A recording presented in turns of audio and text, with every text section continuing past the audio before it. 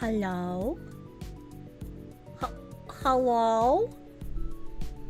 I think we're back. I can't see YouTube chat just yet because I need to get the new link in order to populate the YouTube chat. She survived the feds. So I'm on a desktop computer like a normal streamer, all right? Like I do this for a living. Okay, I'm on a desktop. And my desktop all of a sudden in the middle of me talking went to like the blue Windows shutdown screen. And it said battery low, powering down. And I was like, what the fuck? What the fuck? I've never seen a desktop PC say that shit. Never seen that. I have a power supply, right? That's plugged into my computer. The power supply is also plugged into the wall, and it's not faulty because the power supply is at 98%. So it's not even some like weird power supply issue. Bruh, are you using Windows 11? I don't know. I don't know what version of fucking Windows I think I'm using Windows 10. That counts as a battery, but weird. Yeah, I've never seen that message before. I don't know how that happened. Or I don't know what the fuck that is.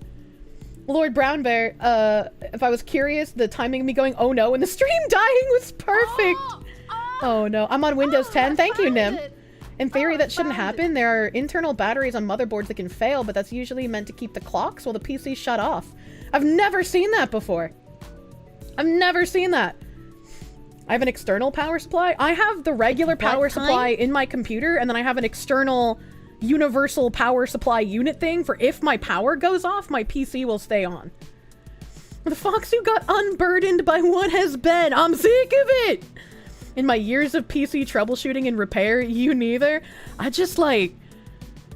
The machine spirits fucking hate me, chat, okay? My computer is fucking haunted. I am telling you, I swear on my father's life, okay? Like, anyone who ever has had to run tech support for me knows my computer is fucking cursed. I need to do the rights to appease the machine spirits. The point of the universal power supply is not to turn off your PC when power's lost, it's to let you save your work. Yeah, exactly. Exactly. And so it's like, even if that power supply was low, it shouldn't affect my PC at all. Right? Like, that doesn't make sense, but I know people know I have a universal power supply, so... See, I have protection from Zeus. I needed to get it, you know?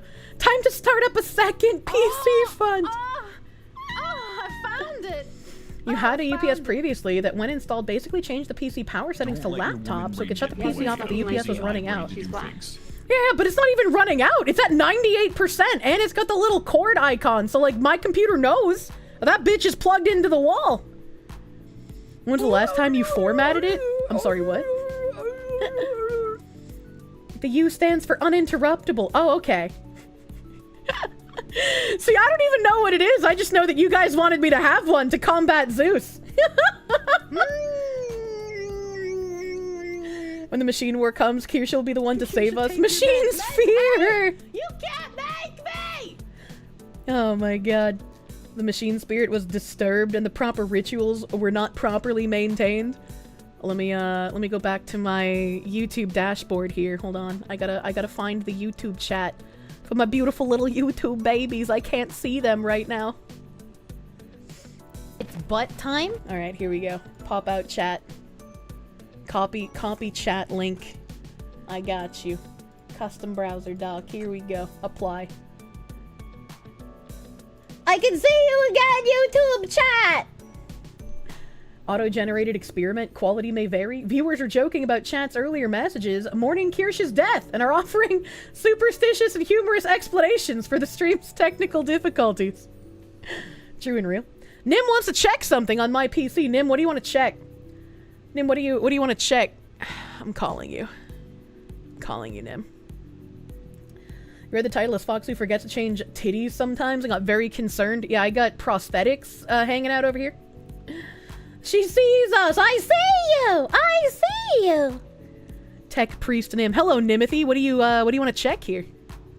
Hi, I wanted to check in your device Nim. manager. Nim. Device manager. Chat! Okay, hold on. Is he moving in and out of existence for you guys as well? Because, like, every time Nim is in a Discord call with me, he's talking normally, and then all of a sudden I can barely hear him. And then he goes back up like that, and then he goes by. Don't let your woman. Yes, okay, good. All right, every time I tell him that's happening, he's just like, I don't know. Nobody ever says they have that problem. It's only you. And I'm like, am I crazy? Thank you, chat. I'm not crazy. Like the dirty dog you are! It's a sound gate. All right, I have opened my device manager for you. You are crazy, but not because of this. Give me a second. Next. Also, I kind of have to have a noise gate chat, otherwise you'll hear a lot. But what if I miss your bird? Your barb is very cute. It makes Burb. very squeak noises. You having a stroke? You must re-authenticate to make contain. What does that mean? Oh my god. Your package was supposed to be delivered today. Tracking puts it in a city nearby yesterday evening, and then USPS decided it'll arrive tomorrow instead. Sad times! I hate the postal service. Dino Sign, thank you for the 20. Fantastic Fox Friday, ferrying your freight of feces-filled fluid to facilities to filter, freshen, and fluoride it to be safe for human consumption. I ran out of F-words. Fuck. Being a septic operator and trucker is fun. I don't know how you guys can stand the stench, dude. You are on another power level. Thank you for your city services, Mr. Dinosign. Thank you. Small Tank 2, thank you for the 20-month resub. Oh, look at the funny number. To 100 months more. Yeah, I'll be here for 100 more months, dude. Let's fucking go. Don't battery failures usually trip an alarm on UPS? I don't know. Nim, I too hate computers. Dragon Knight 557, thank you for the 6-month resub. Thank you. Thank you. Danny D, thank you for the 4.99. In the name of the Omnissiah, I command these machine spirits to flow with the motive force and function. I don't know what that means, but I hope you make a difference in my PC. You imagine the fat paycheck helps with the smell? I've heard they get paid real fucking well. Real fucking nice, dude. Sensory accommodation. You think sometimes Nim might be Rodney McKay from Stargate Can you Atlantis? accept my parsec connection, please? Oh, you didn't tell me that you touched the thingy. You were just making sigh noises. Yeah, that's tech support. Oh. Well, I accepted it twice. There we go. Now you have control. Okay. D. Hammonds, thank you for the 5. I can hear myself twice. Very cool. Damn gremlins, you didn't suffer all week with a hole in your jaw for you to fuck with my fuck. Why did you have a hole in your jaw, sir? What happened? What are we looking at here? What are we doing? I was checking to see if you had any other batteries listed under your device manager, but it looks like it's just your UPS here. Yeah. What other battery would there be?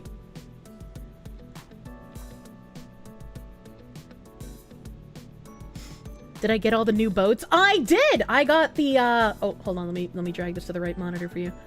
I got the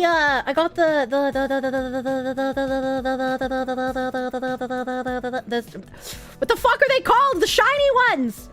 What are the shiny ones called? I can't remember. I forgot the name. The UR, thank you, Slickfur. I got this is the remix, hot and fresh out the kitchen. All right. No, I got the UR in my first 10 pull, but then it took me 80 pulls total to get the purple boat. Purple boat was elusive. Any plugs on my UPS that say battery protection equal anything connected to those will disconnect when the batteries die. Okay, but the power supply's at 98%, so that's not relevant. You missed the first hour of stream because of a work call. Don't worry, I got executed. You've been told tech support is made up of femboys and furries. Which is he? Both. Your dad has been working at USPS for over 20 years. For California pay, it's fine. Not very amazing, but the benefits make up for that. Good. That's nice. I'm Nero, thank you for the 10. Got screwed over, so gotta move to the middle of nowhere with no internet at the end of the month. Ooh. Oh no, that sounds really fucking terrible, dude. We'll be VoD gang and clip watcher for a while. Keep it, don't get discouraged, and bridge will die! It will. Only you can prevent bridges from being built erroneously. Okay, I don't know why your PC decided to randomly shut down. That's a good sign. Double pipe. The boy fuck along.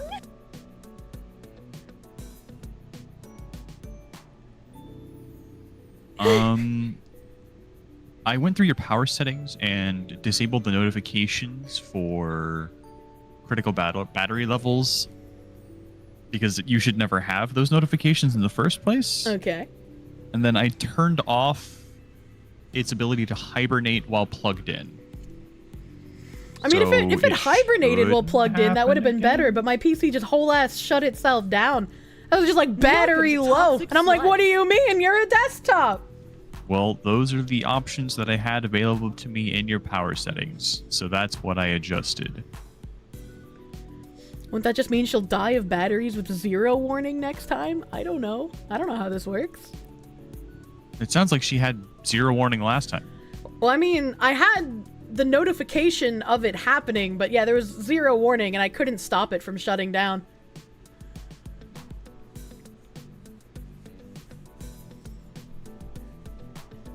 Could be that the UPS battery could be dying. Again, it's at 98%. It's at 98%. Up by trying to inflate my penis like a dick balloon. I mean, the only other thing that I could, like, think of at a cursory glance is either a faulty connection to your UPS, which I don't know if it would trigger notification. Either that or it could be something with your motherboard CMOS. Who knows?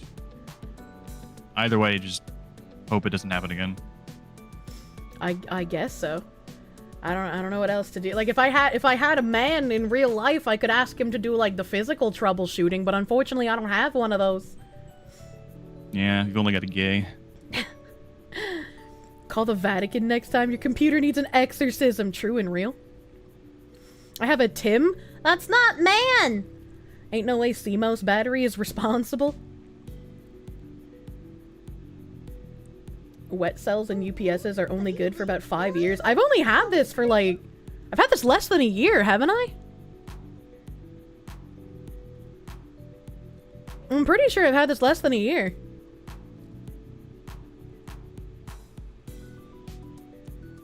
What brand is my universal power supply? I don't know. I can't see it from here. It's Plug the time? USB from the UPS. It's not necessary and will prevent it from sending that signal.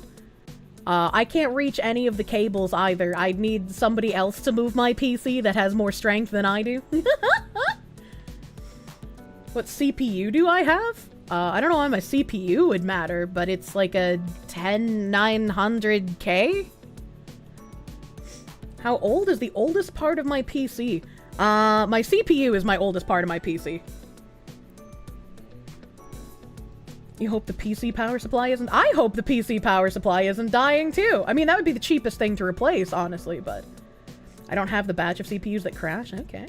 Bocure, thank you for the $49.99. Let's chalk it up to a Friday the 13th surprise. I hate Friday the 13th! Just having a 4090 in your PC makes it heavy as fuck. Dude, that thing is massive. I had to buy an entirely new case to fit my radiator. Arb Nero, thank you for the mamba. Thank you. Power draw could be exceeding what the UPS can serve? I don't think so. I don't think so, because like I leave my PC on 24/7 and I've never had this happen before.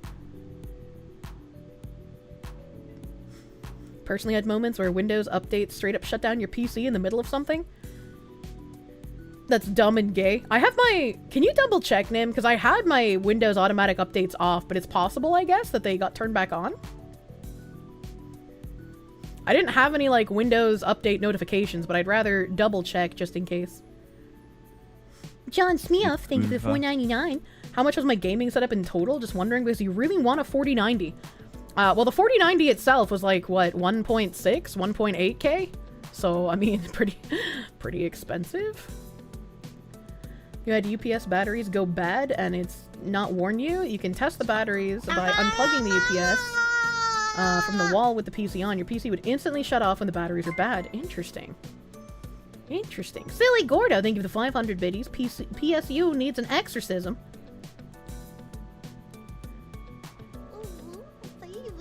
Leaving your PC on 24/7, it's not a good idea. Actually, I'm gonna push up my nerd glasses.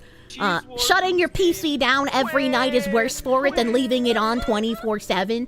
You do need to turn it off in order to let it rest occasionally to dump its, like, cachet or whatever the fuck, I can't remember. But back to the nerd talk. Shutting it down more frequently puts more stress on the mechanical parts inside of it, so you don't want to shut it down very often. It's a cachet. Yeah, it is a cachet, you're right. Put too much prawn on the hard drive, it's spent. You've been leaving yours on for days due to a desktop waifu game? I can't wait until I can make, like, a little desktop waifu pet. I thought those things were so fucking cool. The spool up on old hard drives was it? They're all solid state now, Kier? Cachet? Is that a kind of dance? No, it's a cachet on your PC, or like the cachet in your browser. It's like the cashew, the nut. If it's a As UPS... far as I can tell, you don't have any auto updates. That's really weird then. So there's no way that Windows can just, like, hijack my PC and update it anyways, even though they're off?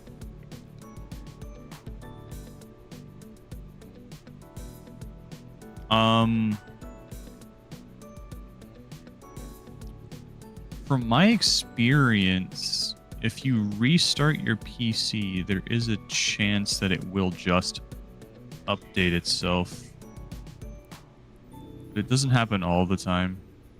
I don't feel comfortable with, like, having automatic updates turned off and then Windows can still hijack my PC anyways. I don't feel comfortable with that. Ooh, Daddy, I'm your little tulip. This is a public service announcement. Kirsche and chat are super mega duper cute and wonderful less than 3. Oh god, Bailey, I needed you. Thank you. Thank you. I'm having a struggle right now. You're also super cute and wonderful, Bailey. Nobody's comfortable with that. We just put up with it because Linux is that fucking bad as an alternative. I don't think Linux is bad. I mean, I used it in my physics class. It's just like, Linux does not play well with video games as far as I know. You have to pay them so that doesn't happen. It's infuriating. What the fuck?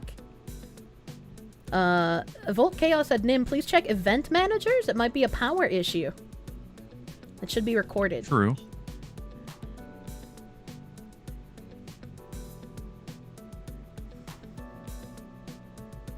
Need the little window. Oh, there it is. Little window.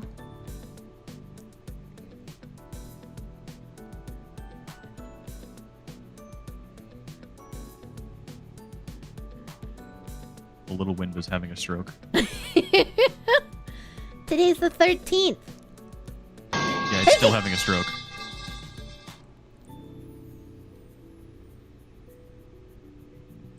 Dantron, they give the 586. You used to have an involuntary shutdown on your old PC. Turned out that all the thermal paste had dried off and blown away, and it was overheating without telling you about it. Ooh, it might be time for some new thermal paste. Good news, Quimebobs is working on Linux according to ProtonDB. Gaben, gonna save us all from Microsoft? I hope so. You have a program like CoreTemp installed by chance? I don't know. If I do have it installed, it's only because you installed it when we were setting up my PC.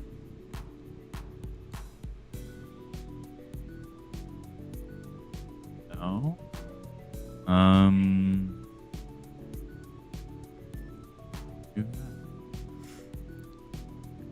Is MSI Afterburner a core temp thingy? No. Something different. Oh, okay. You should get CoreTemp sometime. Okay. A chat is saying that CPU temperature would not cause a battery-related shutdown. The whole PC would just crash, which that would make sense if it was overheating. Yeah, it wouldn't tell me it was true. Is that upper echelon? What the heck? Nim doesn't sound anything like that guy. Yeah, I'm not retarded. What?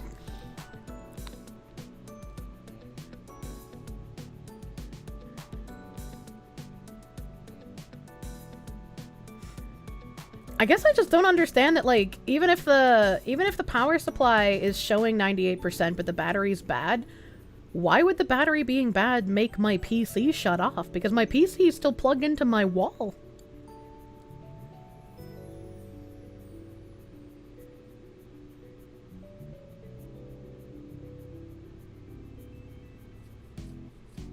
Gamer soups. Oh my god, I'm only thinking about that turkey in my kitchen, man. It's so good. Nim is very not retarded. True.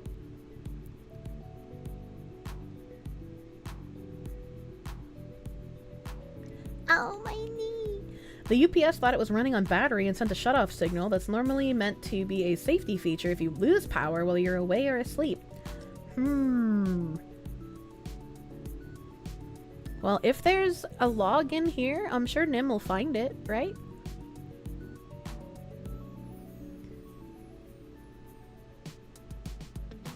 That'd be really sad if the battery went bad, though, because again, I'm pretty sure I've had this power supply less than a year.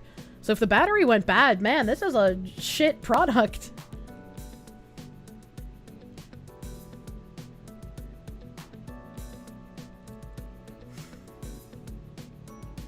Purchased October 5th. Yeah, less than a year.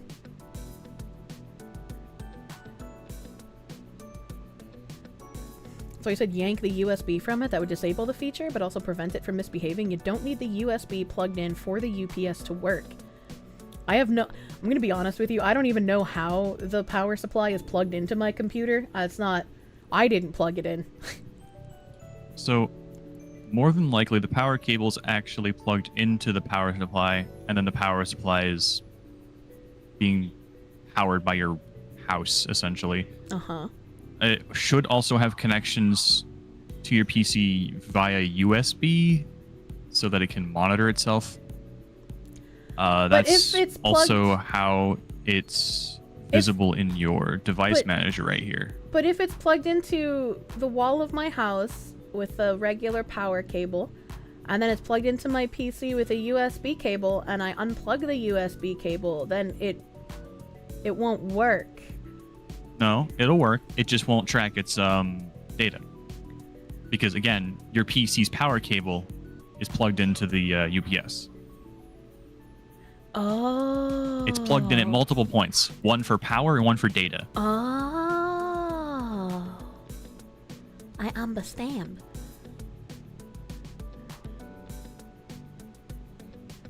Also, I have no clue how to properly navigate this event viewer.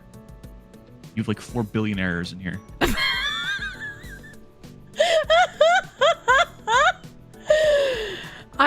I don't know what any of these errors are. Am I supposed to see them when they come up?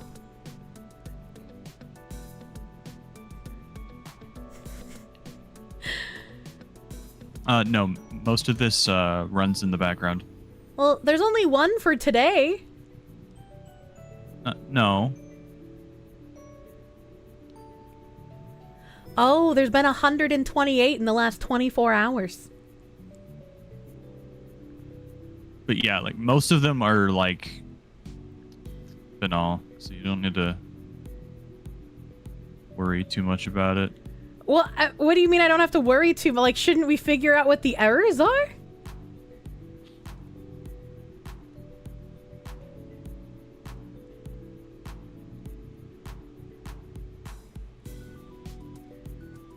All PCs get silly errors like that regularly? Oh, okay.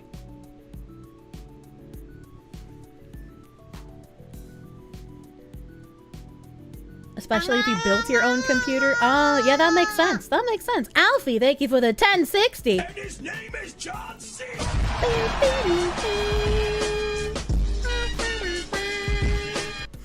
Hope I'm having a good weekend. I'm always having a good weekend because I spend it with you guys. Oh, I stole your mouse. Sorry, Nim. I was just out of habit so I could scroll in chat. All software is shit, especially Windows. It's a wonder we have people in space. Truly. Vosh said disable the UPS from device manager for now as a workaround, and then unplug the physical cable later. Sorry to hear about your pussy.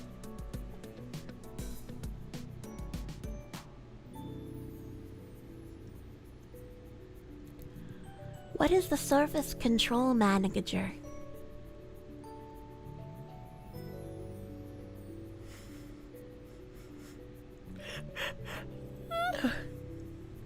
Arp Nero, thank you for 5. A UPS basically just acts as a backup generator and a surge protector in the event of a blackout. Yeah, that's why I got one!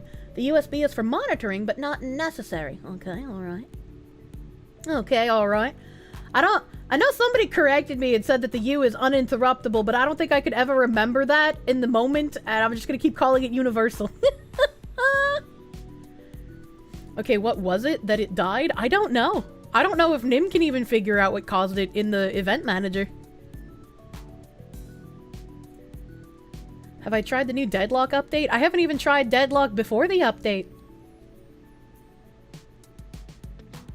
You have 3K errors for today in your event viewer? Oh, okay. Well, then I feel less bad. I feel less bad now. The USB is like if you want to remote monitor the health of the devices connected to the UPC. Remember what time your PC went down? It was just around 4 p.m., wasn't it? Because it was like right after the hours mark on stream.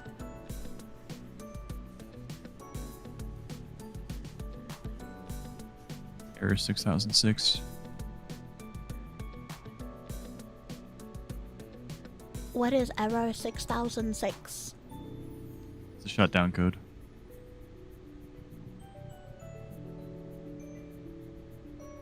Or rather, not an error, it's just an event ID.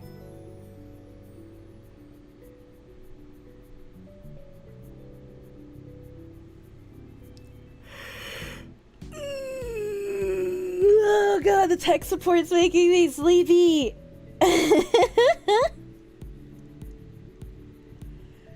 What sent the shutdown code? I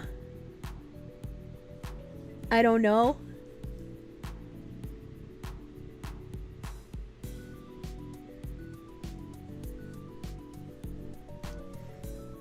Isn't that boob? This is the source's event log.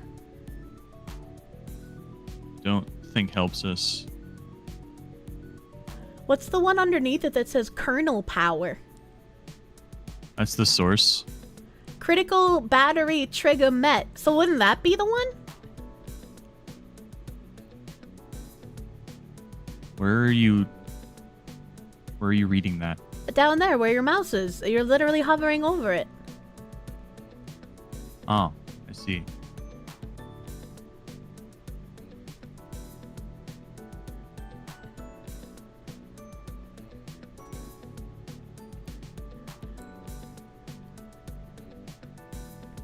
Got a signal from the UPS to shut down. The UPS triggered it.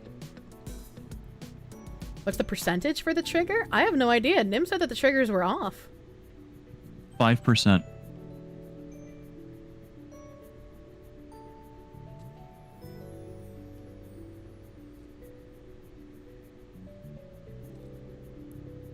Have you criticized Bill Gates in the last 24 hours? I don't think so. Yeah, even in the event viewer, when the kernel power notification was sent, it's recognizing that the battery percentage was at 98%. How old is the UPS? I bought it in October last year, so it's not even a year old.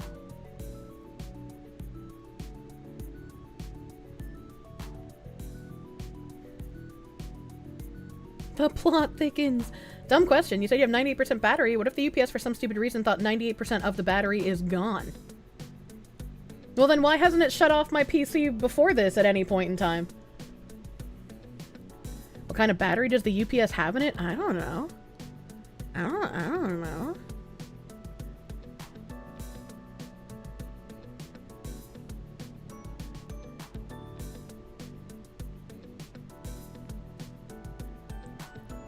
Friday the 13th doing work, apparently.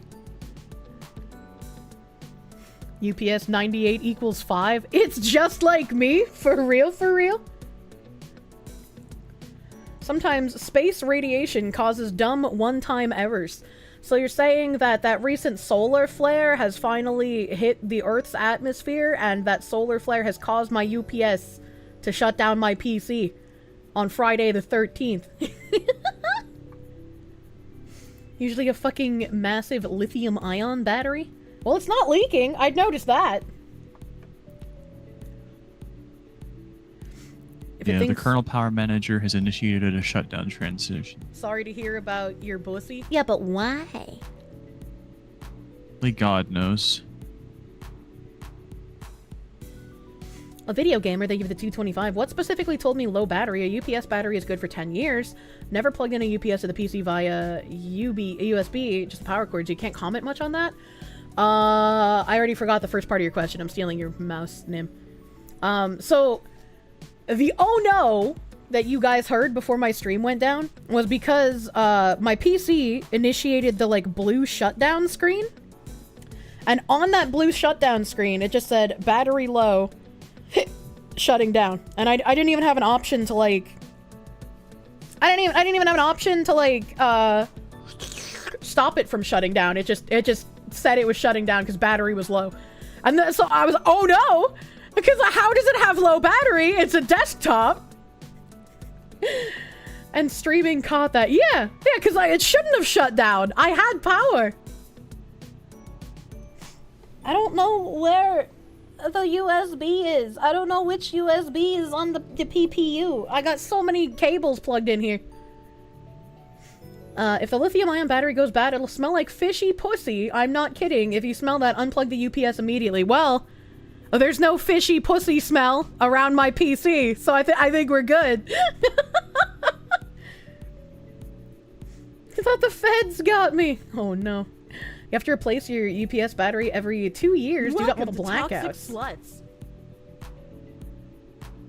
That'd be crazy if my electric has had so many issues in the last 11 months that I'd have to replace my UPS before Mr. Mudhut Man over here.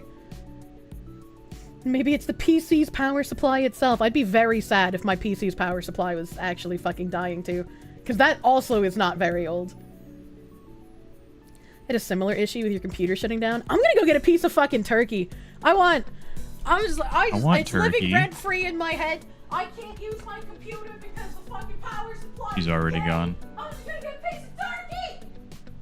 It's just you and me, chat. I'm not reading chat, so don't reply. But it's just you and me.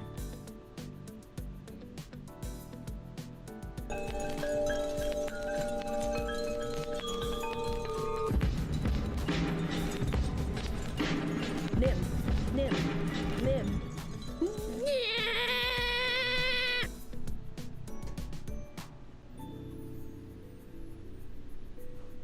Close the fucking tabs, you psychopath. Hello? Hello? I see chat yelling Nim, why? What did you do while I was gone? You having a stroke? Shut up, silly woman. Ooh, baby, can I have the cum cream? He was ignoring us! God, this smoked turkey's so fucking good, man.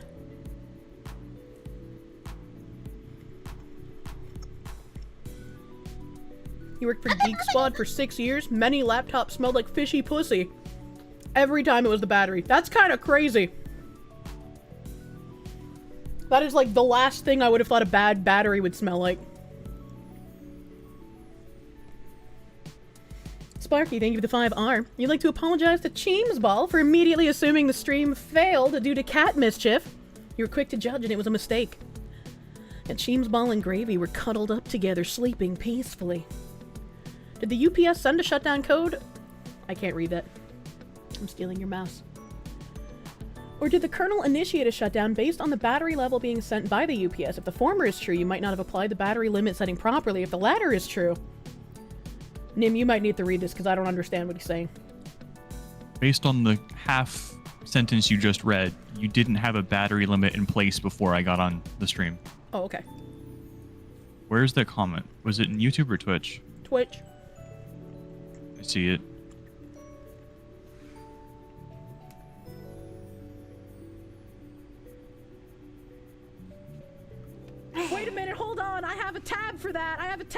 gay duck necrophiliac sex.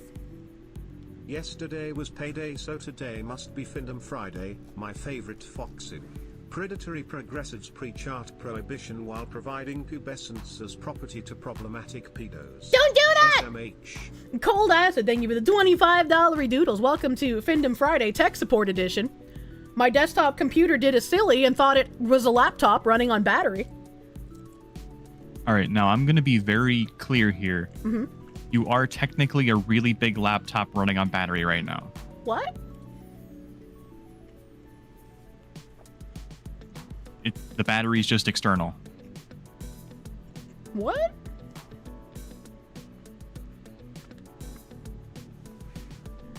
Can you explain that? Your UPS is an external battery.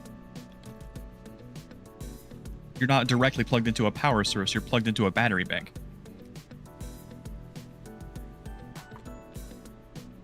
So, if the power supply fails, my computer doesn't have access to my house electricity? Correct. Oh, that's Because stinky. the power supply is an intermediary between you and the house. If you unplug the power supply from the house, you'll have those 10 minutes of power. If your PC was just plugged into the wall and you unplugged it, it would just turn off. Yeah. That's the difference. Ergo, you're a big laptop right now. Big laptop. Because just like a laptop, if you unplug a laptop from the wall, it still works because it has an internal battery. Do you Right? think my UPS would have been causing all of my stream issues recently? Is your internet also connected to the UPS? Well, no, because your internet doesn't exist if the power's off. I found it. Like, it doesn't matter if it's connected to a generator, it just go stroke? poof, right? So are you asking if your UPS is causing your house's power to flicker? No. I don't know what I'm asking anymore. So you're asking, does the UPS have anything to do with your internet going out? Yeah. Is your Well, router 'cause or modem it's my connected to internet's the not- UPS in any way? No, it's not, and my internet's not going out either. Like, when I get red square or when my stream crashes and the VoD splits, my internet's still working. Like, I can still use my internet, I can still talk on Discord. It's only my stream that crashes. Okay. Is the UPS connected to your modem at all? I don't think so. Then it shouldn't affect it. Oh, okay.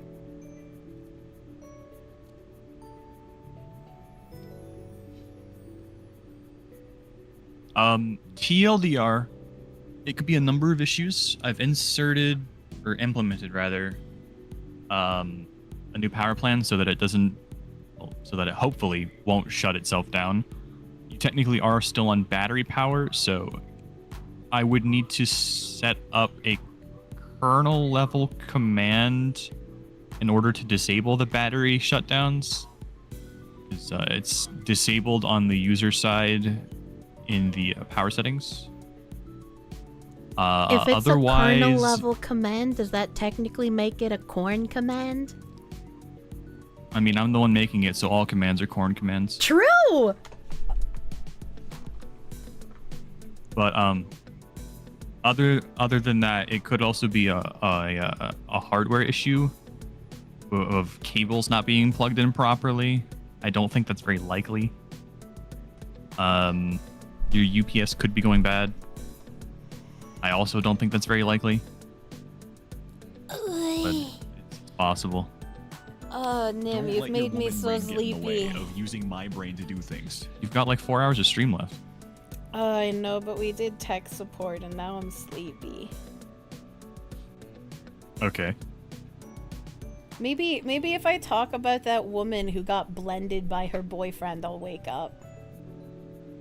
Can't you talk about something normal? That is something normal. It's informing the public of how a guy was crazy and chopped up his girlfriend and turned her into protein shakes.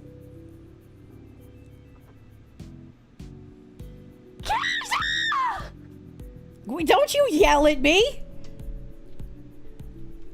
Where's the feel-good stories? We feel don't like chat have could use some those. We feel-good live in stories. current year. I feel like you're operating on confirmation bias. I don't think I'm operating on confirmation bias. Current year is terrible. Yeah, but you only doom scroll Twitter and look at terrible things. Well, find me something not terrible. Stop looking at terrible things. But those are the interesting things. Well, whose fault is that? The world. It's not the world's fault that you find it interesting. Can I ask why one of my recent web searches is...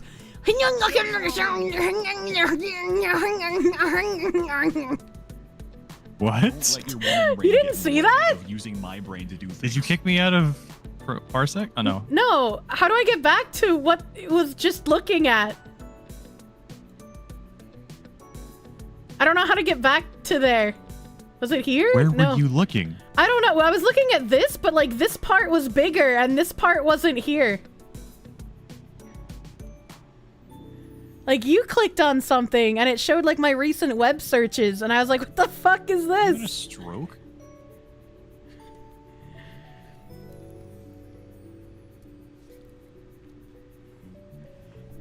I don't know how to use the fucking Microsoft window because I don't use it. Well, it's annoying and bad, so don't worry about it. I'll just chalk it up to you having a seizure. Oh, okay. I mean, it could have been the cat, but I didn't get to look at it because you clicked off and I don't know how to get back to what you were looking at. That's a shame. This is Jane Austen Festival today. She's a lady. I remember that name from high school. How easy is it to see your UPS from where you are? I can kind of see its head poking out like a groundhog. Oh. Like So I can... you're saying you Colonel wouldn't be commands able to from see the the power Colonel connector? Colonel. Oh, absolutely Also, not. accusations Help! have been made that I called snake bites piercings gay in a dono. I have said no such thing, but I will now because they're totally gay. When you get your new PC, please make sure that you don't make it completely inaccessible for someone with woman strength. Yeah, true. You know how many problems we've had because you can't access the shit on your PC? Well, hopefully that won't be a problem when I have a house as well. You'd find a way. Maybe. A desk with a lift in it? Yo, there's lifts inside desks? Well, you can get a standing desk. Oh, I would hate one of those. Why? It's motorized. You don't have to use it like a standing desk. Well, yeah, but I would never use it as a standing desk, so I pay the extra money. I want to get So one of that those, you can like... lift the desk. I want to get one of those, like, large executive desks with ornate carvings on the side. And then I could feel So like a something real you could crime never boss. move with woman strength. Well, yeah, why would I need to move the desk? There wouldn't even be room to put a PC under it. I could put the PC on top of it, like a normal human. I'm gonna mount my PC to the wall. You could do a tangerine and have all the PC parts outside of a case and just like dangling from strings from the ceiling. Yeah, but his PC's held together by those strings. No, his PCs are held together by orphans' hopes and dreams, which is, you know, not very reliable. Well, based on the fact that I've been in call for an hour... No, you haven't. I haven't even been back on stream for an hour. It's only been 43 minutes. Excuse me for using exaggeration? Yeah, you're excused. Or, You're a whore, corn man. well... Considering I've been on stream for a time between 40 minutes and 50 minutes, and you haven't shut down yet, if I leave and it shuts down, It's your fault. no, it's your fault. I hate my fault you can't hold the fort. I hate that when you show up, things just work. Right? So, like, I'll be having an issue, and I'm like, I can't get this to work. And then you come in, and you're like, okay, I'm ready to fix it. And then I'm like, okay, here's the problem. But then the problem doesn't exist anymore, and it just works. And you're like, okay, I guess my job here is done. I thought it's like, we don't know what the problem was or how to fix it, just that your presence made it better. I don't know, maybe I should take a page out of that man's book, and instead of chopping up my girlfriend, I chop up my moderator. And instead of making you into a protein shake, I just put your parts inside of my PC. You'd be the new PC parts. Maybe that's what the machine spirits want. Silly woman. Also, Vaush, I don't know how to say your fucking name. I'm not gonna disable her UPS and device manager while she's streaming. I don't want to cause things to explode. I don't know what it's specifically going to do, so I just would rather not. He just ignores me now. He's used to it. Oh, did you say something? I hate you! I hope the corn pops inside of you. You're filled with kernels and then you just explode. I don't eat raw corn. Why don't you? You're in Ohio. Cook it. You don't have that ability. What? Ohio's a wasteland. You don't have the option to cook things. Well, I haven't resorted to cats just yet. Well, that's There's because like you're not an 5 strays immigrant. outside. You were born here. That's why you eat the kernels of corn and not the cat. You could just go further north and bask in radiation. That's true. Maybe you'll get a superpower.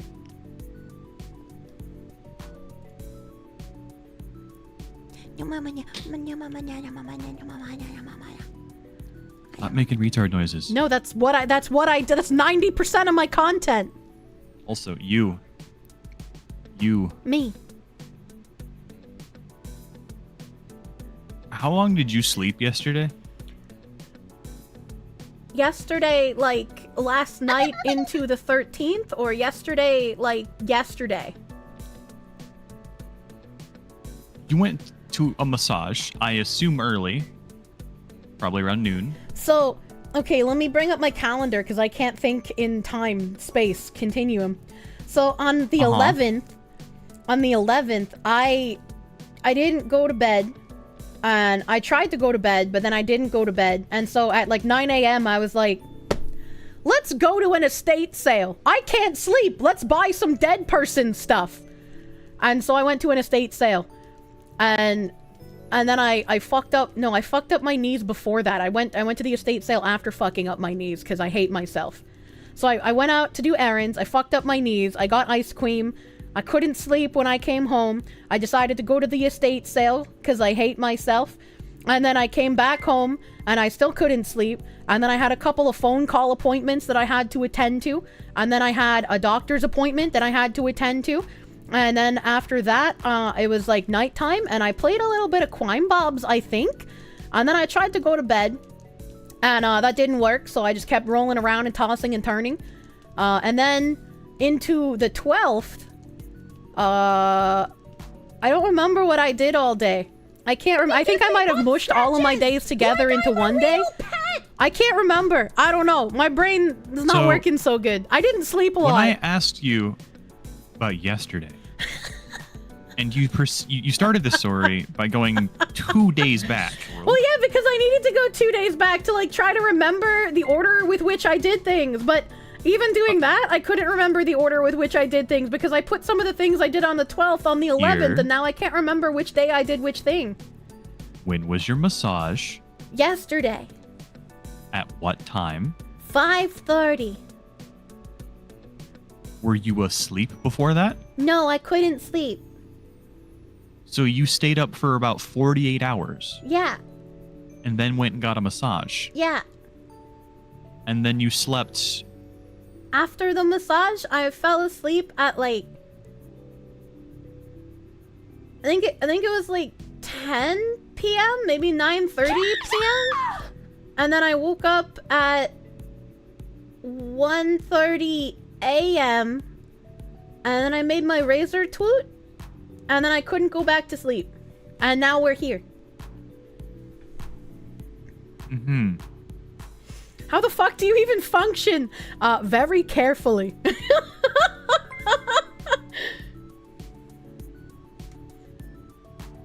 So, remember that phone VTuber programming on it? No. You know, the thing on the 12th? Well, this is probably the 11th by now. My PC's in Korean Standard Time. Please forgive me. Where you said you put your phone on the charger? Mm-hmm. And then we never did anything with that? Yeah, I forgot to put it on the charger. You never charged it? No, I forgot. You said right there, I put the phone on the charger. Yeah, I was gonna go to my room and put it on the charger, and then I forgot. Yeah? Yeah. Is your phone on the charger now? No. Can you go do that? Yeah. Be right back, chat, so I don't forget again.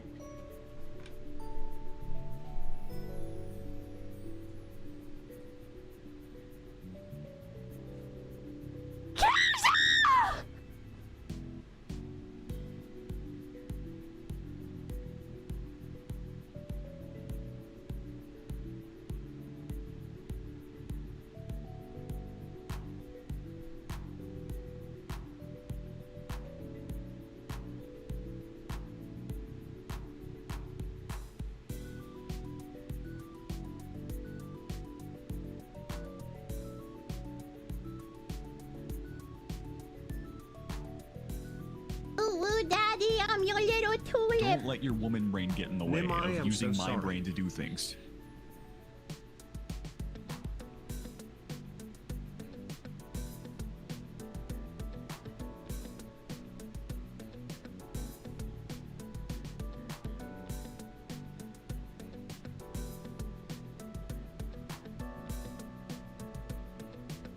Chad, I think she got lost.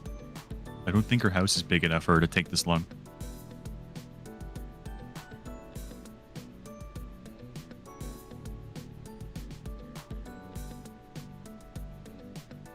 Bet she's getting more turkey? True.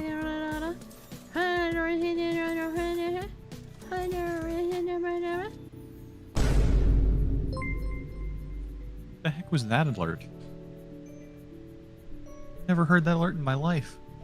I make the alerts.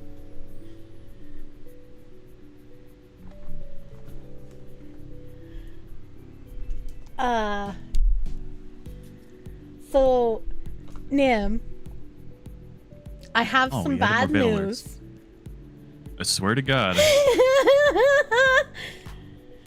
So, I have a basket near my charging socket in my bedroom so that anything that needs charge can just stay in the basket so I don't lose it, right? That makes sense, right? Are you going to continue this story by saying you lost the thing you need to charge? Yes, I don't know where it is because it's not in the basket and it should be in the basket and I don't remember taking it out of the basket, so I don't know where it is. So I'll have to search and find it later. Is it perhaps Don't let on your your woman brain desk? get in the No, way of no, it's using not on my brain to desk do because things. it hasn't been charged, so there's no reason for it to be on my desk.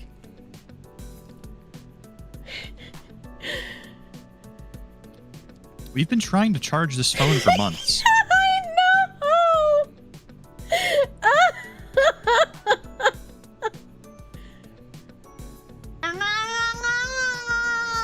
If you didn't breathe automatically, I'm concerned you'd suffocate. I probably would. Honestly. How do you function? Once again, very carefully. Oh god. Is there a really special spot you may have put it? This is when I remind you guys who are newer here. My actual phone that I use on a daily basis, I lose multiple times a day. Sometimes I've found it in like a fruit bowl. I've found it in my freezer before. Where I put my phone, I don't know. I have no idea. And like I have spots in my house that I dedicate brain allocation to be like, this is where I put my phone when I go in this room. But occasionally I'll be like, I'm only going in this room for a moment. It's fine to put my phone like right here just for a second because I won't lose it. And then I'll forget that I put my phone down or even took it into the room with me in general.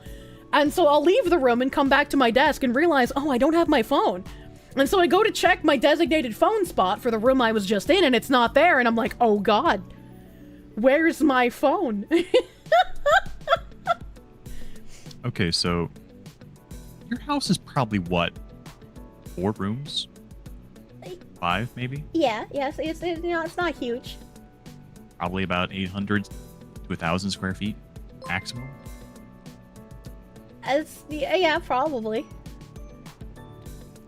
And you lose stuff all the time, right? Yeah. Yeah? Yeah. I was gonna say, I also ordered a pair of, like, microphone headset thing that I'll need for October. Okay? And my headphones came in at some point, and Tim is the one who picks up the packages, and he brings them in the house. And he's recorded on security footage, picking up the package and bringing it into the house. We couldn't find the package. It's like, it literally isn't here. There's probably like a wormhole to another dimension inside my house. The only thing we could think of is that he might have accidentally thrown away the unopened package thinking it was trash. Like as an opened package for some reason. So he replaced my headphones, thankfully. Well, at least you did something nice. Yeah, that's true. That's where the tech ghosts come from. Kirsche's package is like Peppa's pillow. What? How cluttered is your house? Chillet? What? Don't you have a giant chillet? Oh, yeah, I do. Where do you keep it? It's still in meatball form. That's why I haven't taken a picture of it. You haven't unpackaged it? Well, no, because I don't have room for it. That's why I don't put much stuff on Throne. You will make me feel bad. No, you're fine. I just imagine your house is a bunch of boxes stacked together. Well, there's the Gamer Subs corner, which is a bunch of packages stacked together. I have no place to, like, display things for vanity purposes, so unfortunately, until I move, my Gamer Subs have to stay relegated to a little box corner. Okay, I do want to hear how slavery porn is S tier. Let's hear it. And speaking of slaves, I was gonna say maybe your slave house can store all the stuff that your fans send you. I don't think I get that much stuff. Like, it'll just be fine once I can actually put up decorations and, like, shelving and shit. You don't get that much stuff because you don't put stuff on your throne. I don't think that'll change all that much either. Where am I going to put the furniture I want to order? Well, I'm not going to order furniture until I have a house. Don't you have a problem of stuff being bought off your throne instantly? Well, yeah, but I'm not going to put, like, a crazy amount of, like, just random shit on there. Well, why not? Because I don't need that much stuff. But think of all the stuffed animals. Well, yeah, but they're gonna have their own corner in the streaming room. Not their own room? No, I want to be able to look at them.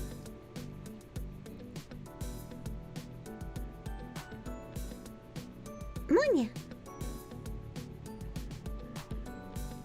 Get a streamer shed. Better than the cuck shed, honestly. Have I tried putting a house on my throne? Nim puts up a joke bar for a house fund every so often, but that makes me kinda nervous, okay? Yeah, the joke bar, that's 69,420. Certified woman moment. What do you mean? Foxu plushie when? Soon, TM, actually. Hello, Mokina. Hello, Mokina lady. I need like a 20 pack of air tags for my belongings. I think I need to be air tagged, actually. You got a Nooble card? Hell yeah, Nooble. Better a room be filled than one to have its own room? What? Open an app to call your phone from the desktop? I've had to keep my phone on silent for so long, I don't think that would help either. Also, she needs to charge the phone, so it wouldn't work because it's dead. Well, no, he was talking about me losing the phone that I use regularly, not the one that's dead that is also lost now. Which I don't know how it's lost. I don't know what I would have done with it. I don't remove things from that basket if they aren't charged, so like, where the fuck did it go?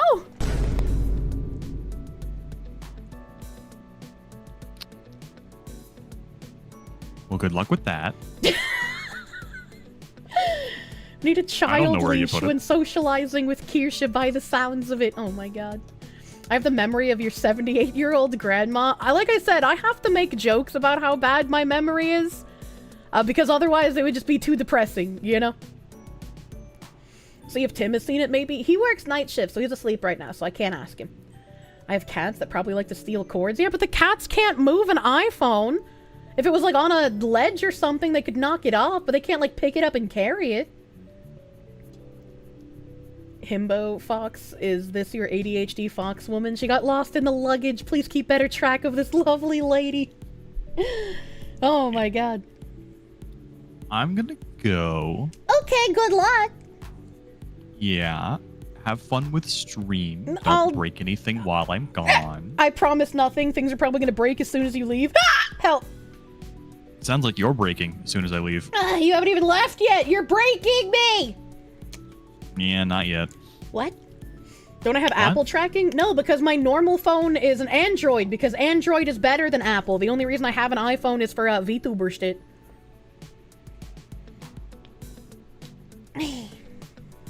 Either way, DM stuff, very exciting. We'll work on that. Wait, what's very exciting? Everything. No, wait, You'll read it later. It's whatever. the VM stuff? DM with a D. Oh. Yeah. Oh. Did you die? No, I just don't know what you're talking about. Did you forget already? I did, but also, why are there random alerts going off for, like, Twitch cheering? That never happened before. Those never worked, right? I never... are those new? Did I just never notice those? So, Twitch is currently having an event where every time a viewer cheers, Twitch adds bonus bits to that cheer. Oh! I don't know the amount of bonus bits. I don't know if there's, like, a limit to how much they do per chatter. Oh. I just know that it's a thing that's happening. Oh. Well, that's very kind of Twitch. I know we're almost halfway through September, and at the beginning of September, I said, oh, I'm going to have to go over what's going on in Subtember this year. I haven't. I know it would be... We'll do it now. Shill. It would be a good idea for my income to do so, but, like... Also, you say do it now, but, like, I don't... Where? What? I don't have anything to read off of. All right, Ziz, I trust you. Cold Acid, thank you for the 100 biddies. Bonus biddies for the foxu titties? I don't think so. And I think they said in chat it had to be at least 300. I think. Piffin Jin, thank you for the 100 biddies. Azure Worm, thank you for the 300 biddies. And there's Twitch. We added 30 bits to Azure Worm's cheer. Like, they even say it in chat. That's so kind. Can I show the haul from the Azure Lane event? No, I actually remembered to close Azure Lane today. Oh my god, that's a horrifying emote. That emote is scary. Bantam Sartorius, they give the 25. Thank you! Hail Fox Wrangler Nim, this is a token of my appreciation for his eternal labor of keeping the twirly foxy in check. They say herding cats is a fool's errand, yet it pales in comparison of his titanic task. I raise a mug of beer in your honor, sir. Why was my alert so delayed? Hail Fox Wrangler Nim. This is a token of my appreciation for his eternal labor of keeping the twirly foxy in check. They say herding cats is a fool's errand, yet it pales in comparison of his titanic task. I raise a mug of beer in your honor, sir. Nim, you get mug of beer. Yeah. Yeah. Also, I can see what you mean. The alerts are indeed having poops right now. Yeah. I think it's just because like the Twitch cheers are delaying things. Yeah. The extra bits. I guess so, but I mean, I didn't think we had anything even like, I don't, because it's like, it's default, like it's not even my alerts. I can look in the stream elements real quick. Oh god, that's loud. Beep.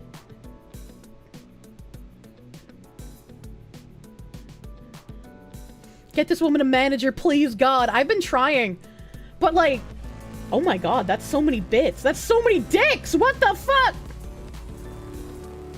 What the Set fuck? a minimum. Yeah, I'm gonna set a minimum amount so that the defaults don't show up. Thank you, Nim. Oh my god. The way I described how I like a P4 has been seared into your brain. What is a P4? And it's I hope I didn't cancel your dicks. We canceled the dicks. But also, it looks like your little tests kind of worked here, my guy. Spider God, thank you for testing the upper limit. Twitch gave $10 doodles on top of that. That's kind of nuts. We're stealing Bezos's money one biddy at a time. Thank you, Spider God, for the fucking 10,000 bits, you crazy lad, dude. Thank you. But what if the upper limit's higher? I don't know. Man. I don't know. Either way, do a better job of shilling yourself. People want to spend money on you. Just don't advertise it. I mean, the dumb is part of the charm, if we're being honest. It makes me feel awkward when you tell me to do those things. Don't revert to baby mode, okay? It's too late. I'm already dead. Wait, hold on. I might have a link for you. You stress tested for the upper limit. Evidently, you did not hit it. Evidently not. Evidently not. What is that in real money? 10,000 bits is $100 doodles, and then Twitch gave 1,000, which is $10 doodles. But yeah, no, I've been trying to get a manager, but like, man, what hope do I have of getting a real person who's not going to scam me? Oh, and like, even like Bao and Doki have had issues with their managers. Like, what? Who the fuck am I? Like, right? Like, I got no hope, man. Are bits getting inflated because Twitch is printing bits? It seems like it. It seems like it. You've seen Twitch give 20% on top of 20k? Chat might just be crazy enough to try more. Jesus Christ. Ah, I found the link. I will send it to you. Thank you.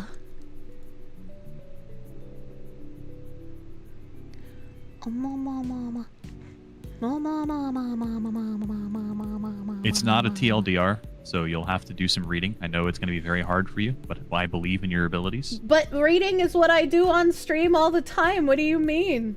Yeah, but it's not about what you usually read about, so you might lose your attention span. I could add some Subway surfers to the webpage if you need. No, I don't need that, but hold on. I want to find my tab with the blended woman. Yeah? You think that goes really good with talking about Subtember? Yeah, because then after I feel really weird about, like, shilling, then I can just go and talk about the blended woman. Well, as long as you shill first, I don't see too much of a problem. Yeah. Yeah.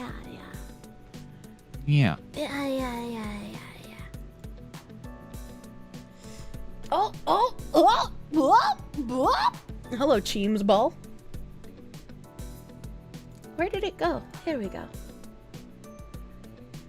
Subtember. Wowza. You having a stroke? Yeah, always. All right, Nim, goodbye. Goodbye.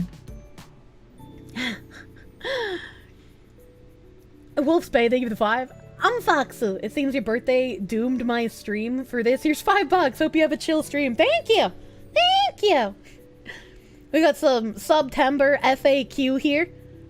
There's like multiple different colors on this show. We got sub discounts, bit bonus, and bonus gift subs. Okay, so we're in this little stretch right here. We got bonus biddies, all right? Recurring subscription discounts. Recurring subscription discounts are available all month. September starts August 29th. Well, that's not September. 25% off 1-month subs, 25% off 3-month subs, and 30% off 6-month subs. They want you to pre-sub so hard, chat.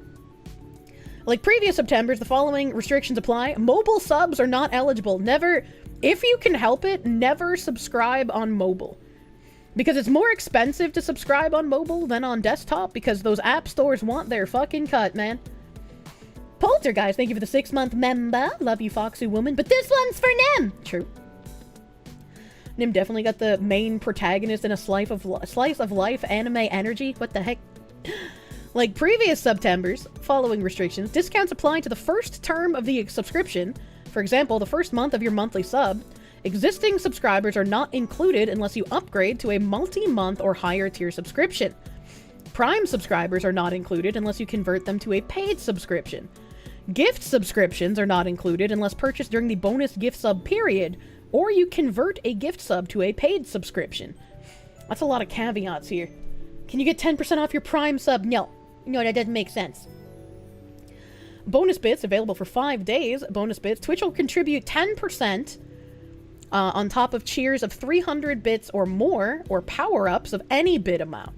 For example, if a viewer cheers with 500 bits, Twitch will make a second cheer of at least 50 additional bits. The applicable channel minimum must be 300 bits for cheering, and power-ups must be enabled. Bonus gift subs available on web and the mobile app. For every 5 gift subs purchased for a channel, we'll add 1 bonus gift sub. Oh, that sounds like it's gonna be a fucking baller-ass weekend then. That's the 26th through the 30th is when the bonus gift subs exist. Alright, mark it down, dude. Loot Cave disc. What is the Loot Cave? Loot Cave merch discount all month? 20% off every. What the fuck is the Loot Cave, chat? I've been streaming here since 2018 and I've never heard of the Loot Cave. What the fuck is that? What? What is that? Vidget here. Oh. It brings me to an Amazon page. Okay.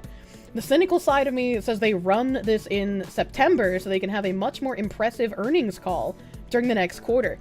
And since December is already usually a majority of annual earnings, this lets them have 2 very good quarters a year. I mean, maybe.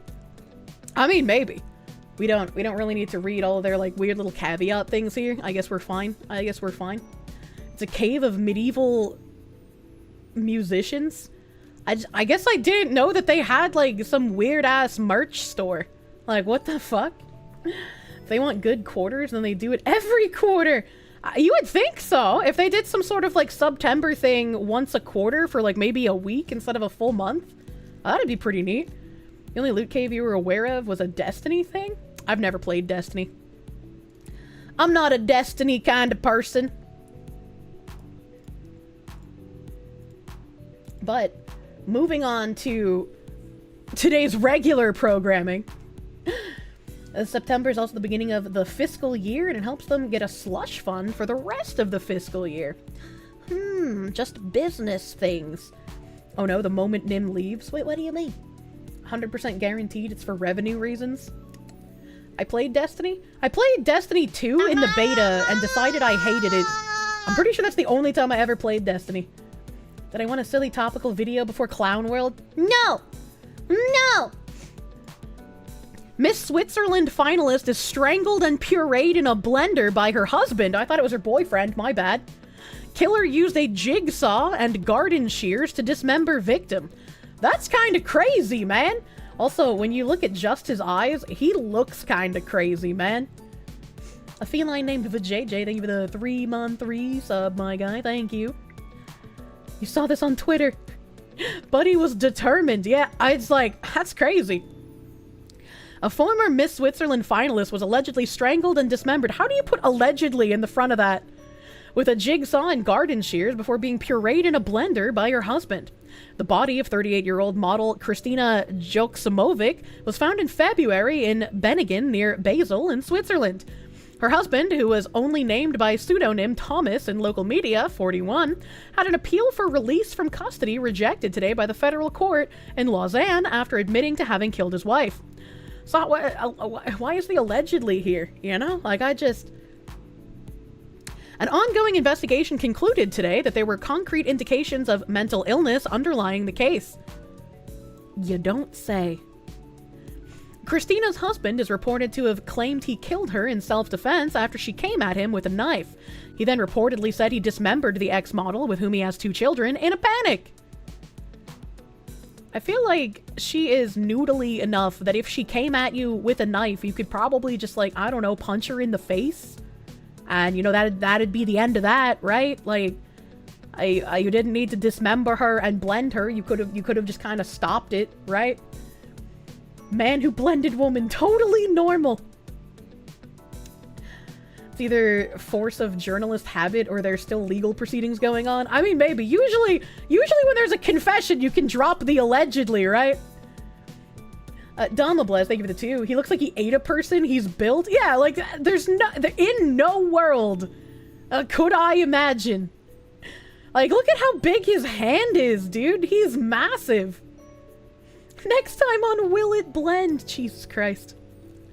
Christina's body was found on the evening of February 13th. Investigators determined that Christina had been strangled before she died.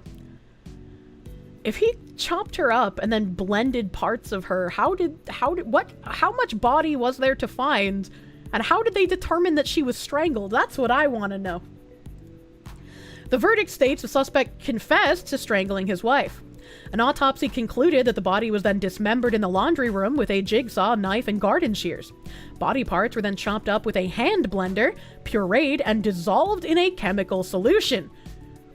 Bro, there's no way you can even claim that you panicked and that's why you dismembered her when you went through the effort of hand blending her and then pureeing her and then dissolving the rest in a chemical solution. No one is gonna believe that you did all of that in a fucking panic, dude. Ain't no way. This dude went the extra mile. This was personal, man. He hated that bitch. He hated her. Holy shit. Did he have a sister named Ashley?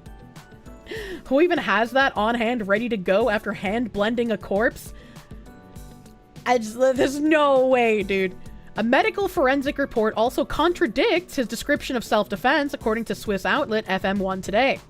Thomas, who is a Swiss national, Swish by the way, was reportedly arrested a day after her remains were found by a third party. How do you go through all the effort that he did to try and get rid of the body, and then he manages to put it somewhere where it's easily findable? Like, what? Friends expressed their shock at the news, and one told Blick as the news broke, "To me, they seemed like the perfect family." The couple, who got married in 2017, lived overlooking scenic views from a spacious semi-detached house in an affluent area of Basel, 20 Minuten reported. See, this part, to me, they seemed like the perfect family. I don't know who he is, right? But she, as like a Miss Switzerland person, as a very public figure. If they were both public figures, that's even more reason to keep all of their weird shit locked in at home, you know? So, public figures have every reason to try and keep any sort of negativity and fighting and whatever at home. I'm sorry that I got fisted so hard it fucked up my stream. I'm sorry I got fisted. Thank you, Machinist Golden Gear, for the 15 gift subs, my dude. Thank you! Thank you for the 15 fucking gift subs! Thank you!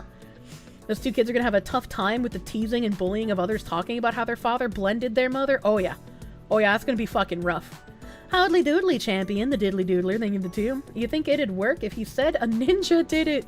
I feel like that would be more believable than self-defense at this point.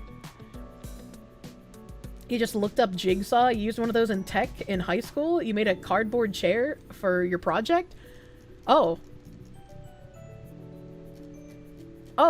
Yeah, I've never seen, like, specifically what a jigsaw looks like.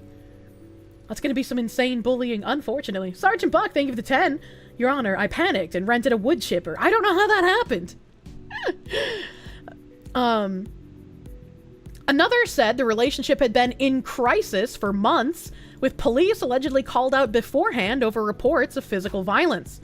Just 4 weeks before she was killed, Christina had posted pictures of the couple's getaway on her Instagram account, showing the snowy landscape from the window of a luxurious hotel above Lake Lucerne. It's butt time? Investigators have said Thomas, a businessman, showed a conspicuously high level of criminal energy in their assessment. Wait, what? What is that? What is a conspicuously high level of criminal energy? What are these investigators like fucking astrology crystal girlfriends? Like what does that mean? A big criminal energy. Ryan, thank you for the 2. You think he meant he did it with a ninja? Oh, ninja is in the blender. Ninja's not a hand blender. They consorted with the criminal crystals. Potato King, thank you for the 2. Will it blend? Anthony, thank you for the 5. Come on, if you're gonna go crazy and blend your wife, at least take a sip of the smoothie.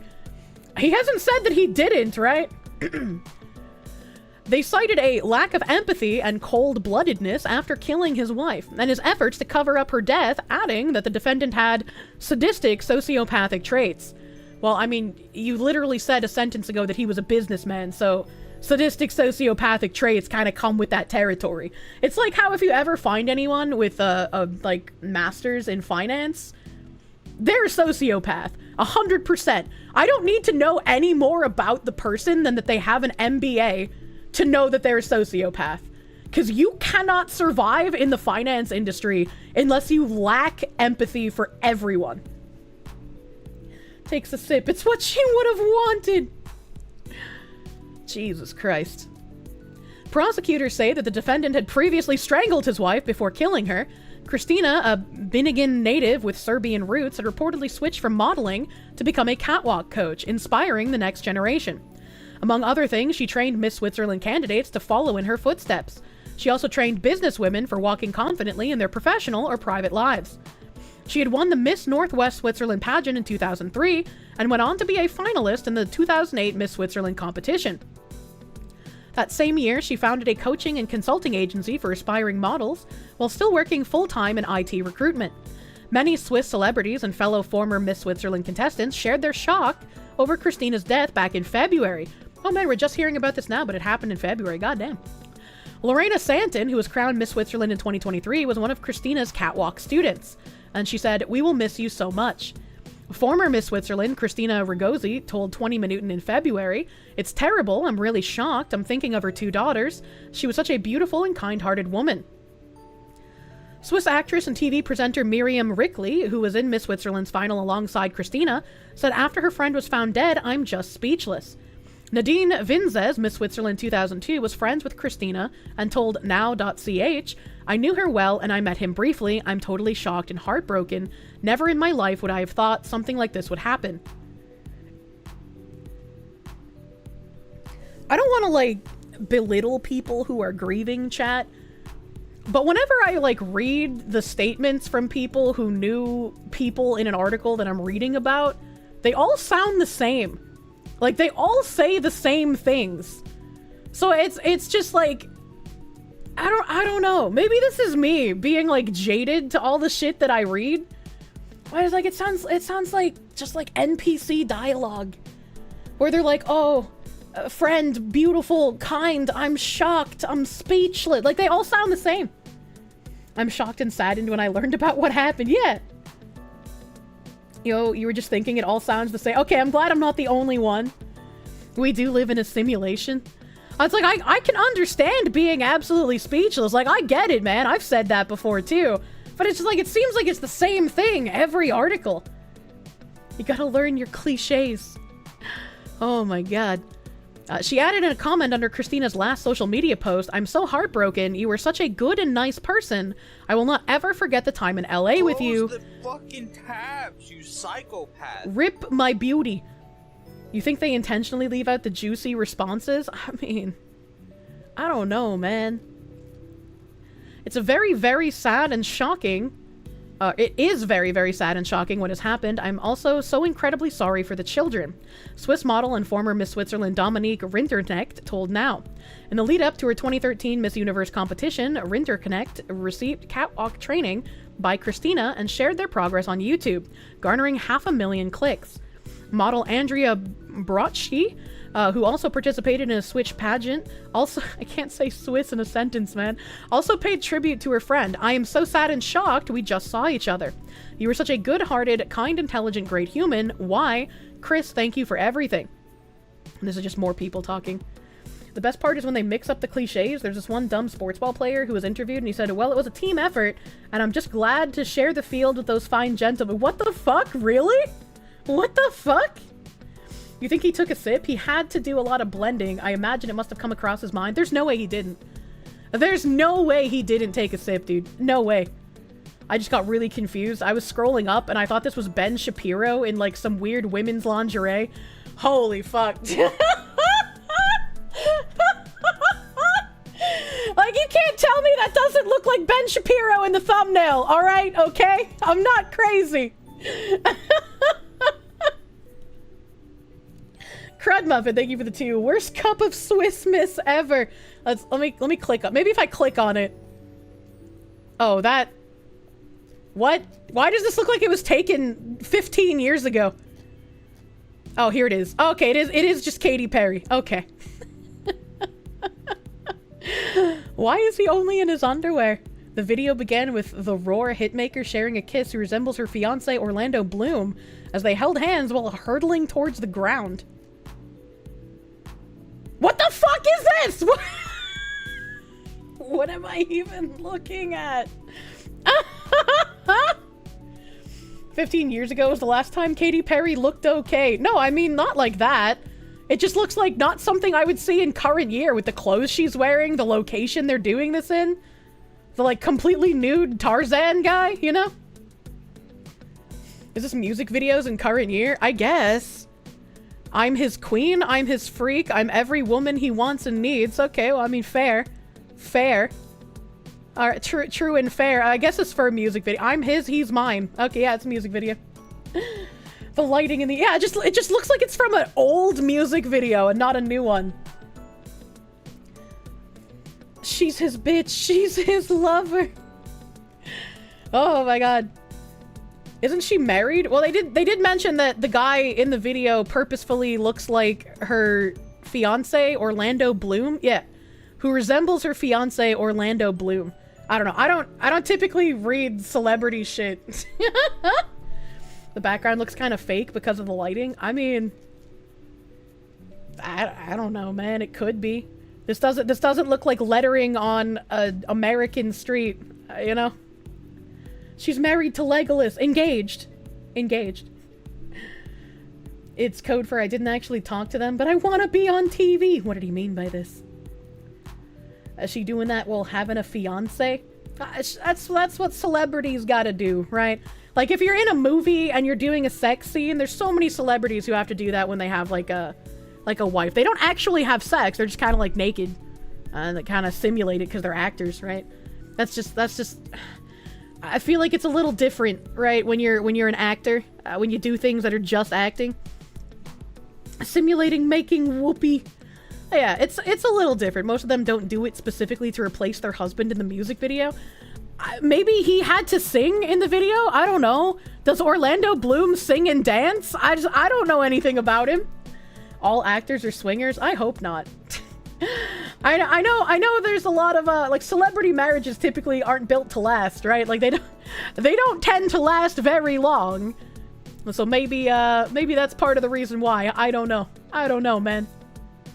Oh, here's something silly to counter Nimothy. To counter Nimothy saying I only doom scroll. All right, we got this person. It's funny how they drop the voice and get very aggressive when they get upset, almost like their natural programming takes over. And it's just like, how are you gonna run around and tell everyone you're a woman when you sound like this, man? Get the fuck out of my face now! Ooh, that was very rude of you. Get the fuck out of my face! Do you want to go to jail? Sir, ma'am, I don't really know what to call you. You're fucking done, man. I'm done. Get the fucking police, you just insulted me. Well, listen here, pal. I mean, you are gonna go... He's on stage 1 of white anger. He did the listen here, pal. Next is gonna be like, all right, buddy. Okay? To jail. And I could fucking tell the police to get you. I'm vegan, so don't say that. Listen. Man, you really get the fuck out of my way right now. Okay, yeah, we'll do that. You do not have a release. I will sue you. You're gonna sue him? Don't sue him, man, because we're trying to just... You do not have a release. If you fucking post this, I will destroy you. I will destroy you. Just keep going on. This is my favorite part of the whole video. Where, like, he starts taking his jacket off like he's about to fucking throw hands, and then has to remember, oh, wait, I'm pretending to be a woman right now, and they don't do that? What's going on? I got my crew with me now. I got my crew. Yeah! Yeah! What's up? Woo! Who won? Who's next? Yo, them's the boys! Yeah, he fucking rolled up with the crew. He's like, what up? The feminine urge to beat someone to death. True and real. Can someone link this tweet somewhere in Discord? Yeah, I can grab you the link. I can grab you the link. Almost forgot they're in disguise, right? I'm from Boston. Women there definitely throw hands. Yeah, but we don't take off our shirts before we do it. That's a male phenomenon. We might put down our purse, right? But we're not gonna take off our shirt. We might take off our shoes if we're wearing heels. But we're not gonna take off our shirt. Jin, thank you for the 2. Very unladylike behavior. Well, that's because they don't actually know what women act like. They only know the pornified versions of women. And for even more fun, hold on, I got another video. I got another fun video. All my jewelry here, right? Danny D, thank you for the $4.99. If they, them, because there's a demon inside of them. Demons are also weak to their true name. I have the body of a pig! What the fuck? Hey! You need a fucking phone! Hey, come on, get up. What's up on you, nigga? Oh! Hey, come on, grow up. Stop it.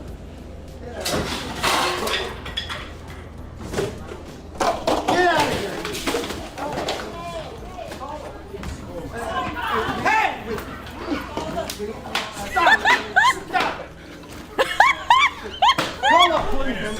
Call up police on this guy. Just the fucking way the Panera employee comes out with like that long flatbread weak ass pan and just goes boop, boop. Calm down.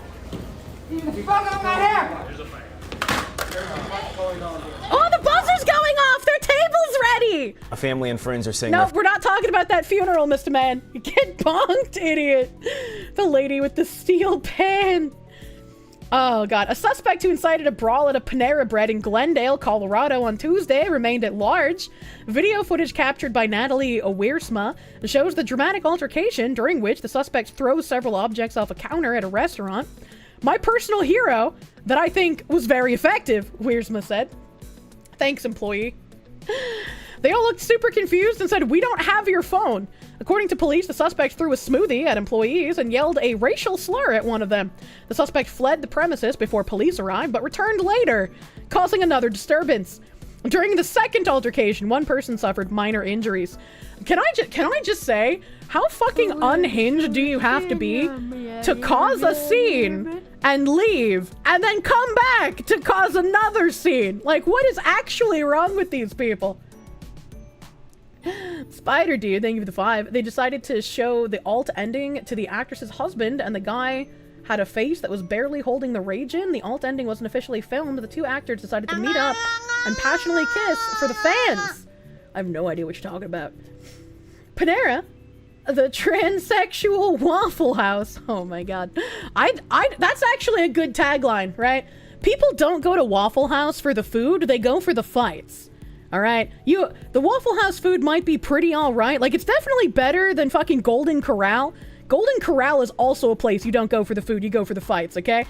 But Waffle House actually has edible food. You just get the bonus fights.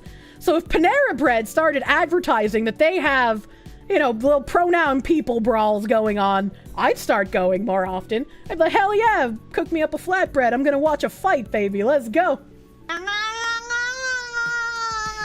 Lysenic, thank you for the 300 biddies. Like Craig from Side Scroller said earlier, my vote goes to whoever wants to bring back mental institutions. True and real.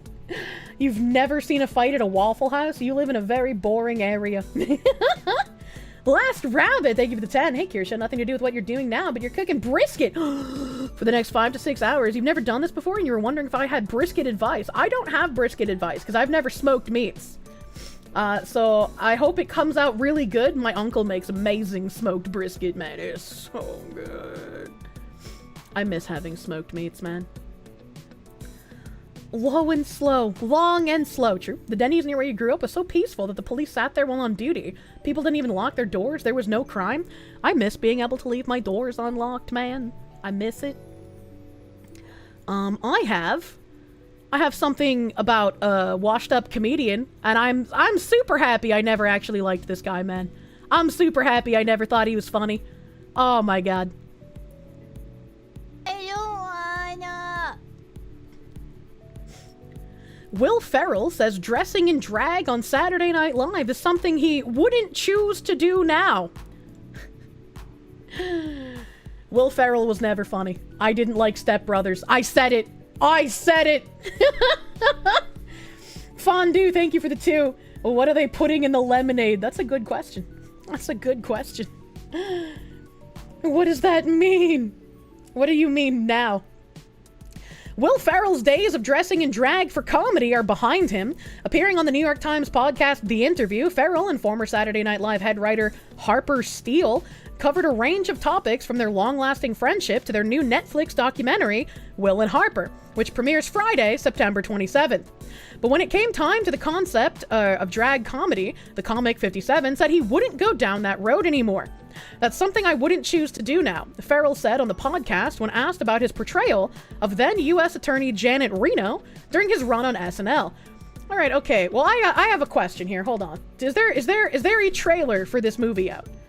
Is there a trailer for Will and Harper documentary? Let me just go search. Will and Harper trailer.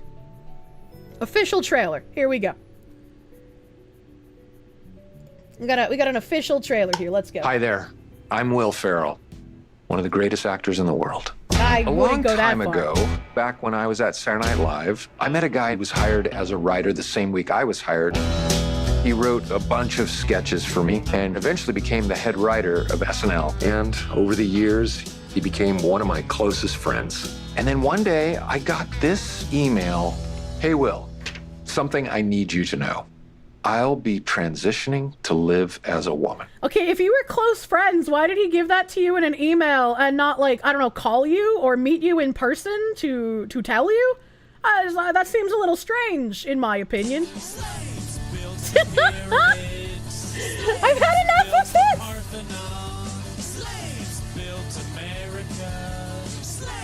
This is your song, thank you. Do do do do. Do do do do.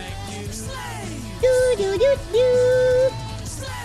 This is your song. Thank you, Wild Red 1905. Thank you. Huge slave energy. It's butt time. Oh my god, no message? Just slamming your meat on the table? I'll eat it. I'll eat that meat. Thank you for the slaves, Wild Red. And Metal Muhele, thank you for the 10 gift subs. Thank you.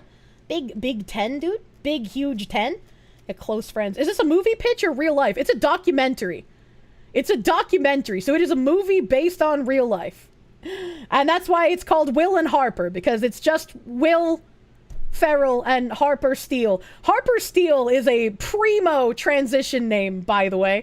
It sounds like it would be the main character in like a 14-year-old girl's spy novel. This should be a mockumentary. I don't doubt that Will is my friend, but I'm not Andrew Steele anymore.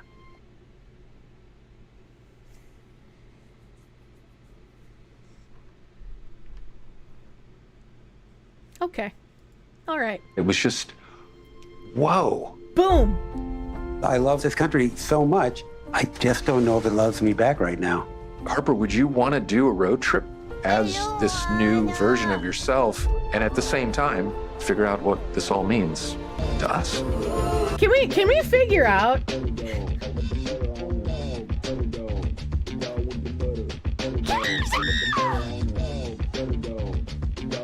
Why did he decide this? He stopped being relevant. Dog with the butter, please save us. Munya!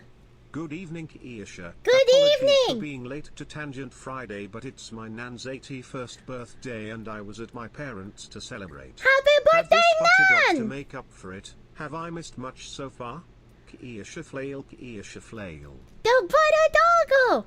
Ratchet, thank you for the 69 butter dogs. I hope you had a very good day with your nan. She's a ripe old age. It's butt time. Treasure your granny, my guy. I hope you had a good day with her. Haven't missed too much. We had a PC crash. Oh, we had a little bit of tech support, and now we're looking at Will Ferrell again. Let me guess, it's entirely a West Coast trip. I can't remember what I was saying. What was I saying? What was I talking about? I don't remember. Are they like together or something? No, they're just best friends. They're BFFs on a road trip. So he's not dressing up anymore, so he doesn't friend his friend. Yeah, that seems a little weird to me. That seems a little weird. They'll hit areas of the South and make it look like racist, homophobic. Well, that's what I was about to say.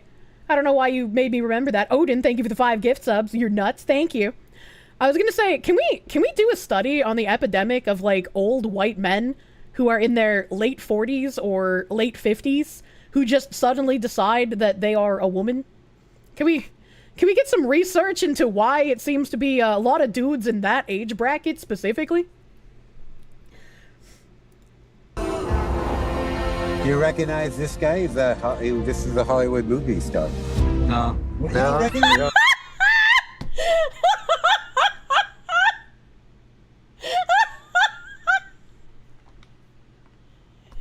This would be absolutely the best movie if they asked that every time and nobody recognized Will Ferrell, honestly.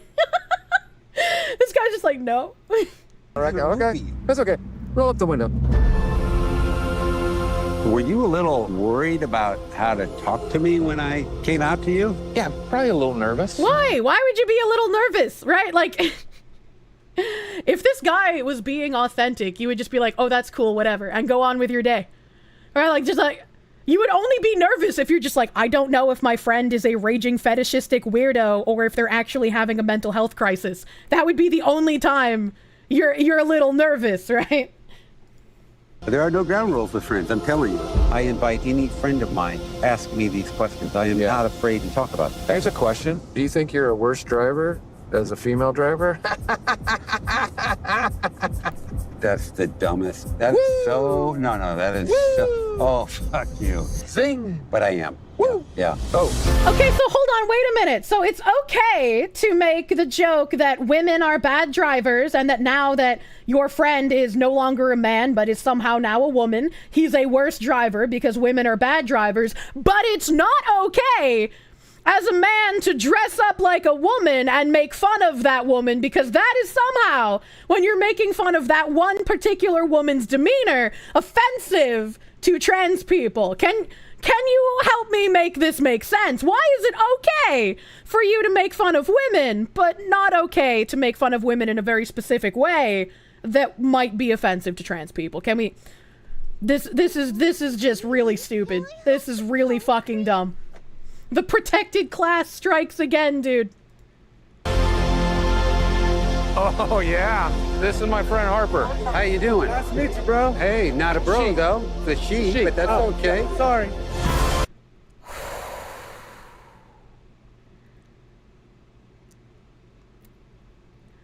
I can't believe that there is a man at this age unironically getting greeted by a, hey, bro, and then actually hitting them with the, not a bro, actually. Oh, man. You know what I do as a biological woman who's been a card-carrying member of the Vagina Club since birth, all right? If someone calls me bro, I say, oh, yeah, what up, bro? Wow, it's that easy. It's so simple. Who could have thought? I'm tired of the rules for me, but not for thee thing. Respect is a two-way street. That is fucking ridiculous, dude. A month ago, you told us your doctor's office was basically letting you go because they were switching clientele, and you're asking these questions. A lot of the time I ask these questions, it's rhetorical, right? Like, I know the answer, but it's still fucking flabbergasting, you know? When does this stop? When we make it stop. Oh, God. Lord Denalian, thank you for the 20. Guy has a huge ego, and he ain't funny nowadays. Anyway, hope all is well with every chatter. And Kirsche, preparing for another tropical storm. Gonna lose electricity. Still alive. Just been tending to your plants and business. I hope your plants and you survive the tropical storm. Good luck, dude. Fondue, thank you for the 5. COVID and its consequences have been a disaster for the human race. True and real. Bokir, thank you for the 199. Send this Harper to Harper's Island. Good show.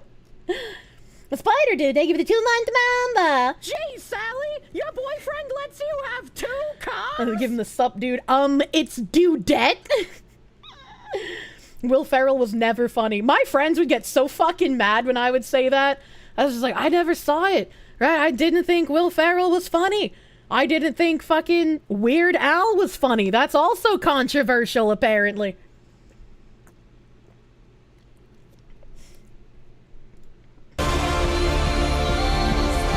This is probably around the age where I started to feel just kind of weird. Oh, now he's doing the I felt kind of weird as like a baby child, but it took me until my geriatric years to finally become the blossoming woman I always knew I was. Yeah, okay. Yeah, okay, guy. Yeah. I used to come out to these kind of places before, and then I transitioned and I got a little afraid. You know what I'm saying? Go ahead, come out. Why would he be afraid? There are plenty of women that enjoy racing. What does he mean by this? You can understand me on Will, but my take on Weird Al is shit. Well, that's just like your opinion, man. I'm not really afraid of these people. I'm afraid of hating myself. Well, that's pretty telling, ain't it? Also, this music is really loud. I'm gonna turn this down a bit. All I want to do is live.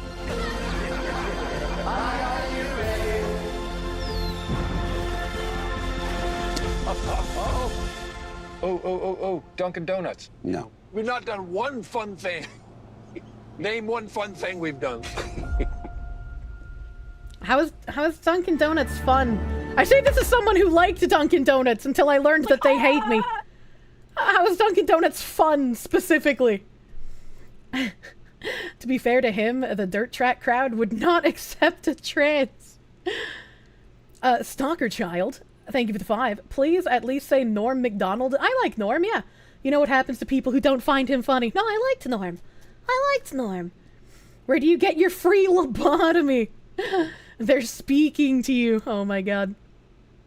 That's just like, that fucking chaps my hides, chat. That chaps my hides. If they're gonna make a fucking woman driver joke, but then they're like, well, we can't dress in drag to make fun of a woman. That's not okay anymore. That's something I wouldn't choose to do now, Ferrell said on the podcast when asked about his portrayal of then U.S. Attorney Janet Reno. He's not even making fun of trans people or drag queens when he's dressing in drag. He's making fun of fucking Janet Reno and her demeanor and her personality and her attitude. The fact that he's a guy dressing as her doesn't matter. I don't understand these people. Does that mean the whole trans thing of saying everyone hates them is just them not being able to accept they hate themselves and they want it to be someone else's fault? I don't think that they're trans, right, when they're saying that. These people who are transitioning, quote unquote, for fetishistic purposes or for attention purposes can realistically go out and be like, I'm afraid of hating myself because everyone hates trans people. And it's like, well, you're not a trans people. You're co-opting someone's identity for your own self-interests. And that's why you hate yourself. But you're allowed to say that out loud and people will actually pity you for it because they won't feel comfortable saying out loud, well, that's because you're doing it for fetishistic or attention purposes, because then they'll get called a bigot. You're afraid of hating myself, except I hate the weird fetish enough to pretend to be a totally different person. He's doing the Dylan Mulvaney. Yeah. In seasons 22 and 23 of SNL, Ferrell dressed in drag to portray Reno in several sketches. In the skits, he would don a wig, lipstick, fake breasts, and a dress. Bracket decide to become woman plus. I'll go with lack of testosterone for 500, Alex. Also the desperate gamble to become relevant again. Being trans checks the most powerful box in current year, after all. It is a very powerful box, except when it comes to dating. Thank you for the 25. God damn it, I want a name. Thank you, thank you. I was about to ask when even were seasons 22 and 23, because I'm gonna be real with you. Like, I recognize the name Janet Reno, but I don't remember who the fuck she is. And, well, the skits elicited some laughs in the show's audience back in 1996 to 1997! Who the fuck in current year is thinking about SNL from 96 and getting upset about it? Literally, who the fuck? She did Waco. Yeah, but like, nobody's talking about Janet Reno in current year. Waco says everything you need to know. I think Waco and Elon Gonzalez. I was like, I didn't even connect her to Waco because I wasn't a cognizant, alive person in this time period, right? Like, I had no idea what the fuck was going on. The skits elicited some laughs. Society sensibilities changed. Yeah, because it isn't a joke anymore. They're actual freaks, and that isn't funny to watch. To be fair, Janet Reno, I guess, is a freak if she did Waco, right? Oh my god. I understand the laugh is a drag laugh. It's a, hey, look at this guy in a dress and that's funny. It's absolutely not funny, Steele, a trans woman said. It's absolutely a way that we should be able to live in the world. Okay, first of all, it wasn't a drag laugh. It wasn't laughing at a guy in a dress. It was laughing at Janet Reno being impersonated and made fun of by Will Ferrell. All right? And also, if you're gonna go the route of, it's absolutely not funny, excuse me, I understand you're a stunning and brave trans woman, and, like, you're valid, and I accept that, and I love that for you, but, like, making jokes about how women are bad drivers reinforces a sexist and misogynist patriarchal view of how women are incapable of doing everyday basic things. So, like, I understand and I'm hearing you, and I think it's bad to mock trans people by putting on skits with men in dresses. Like, that's not okay. I recognize and I understand, but I need you to recognize and understand that making these misogynistic and outdated jokes about women is also not okay. And as a beautiful and stunning trans woman, you should also want to not have misogynistic jokes be told about women. How can we make the patriarchy great again if we have no great patriarchs left? Attracted to a cartoon fox? Oh my god. To be fair, SNL and unfunny go hand in hand. True and real. Kirsche yapping like this makes my brain melt. Don't worry, I have a PhD in woke speak.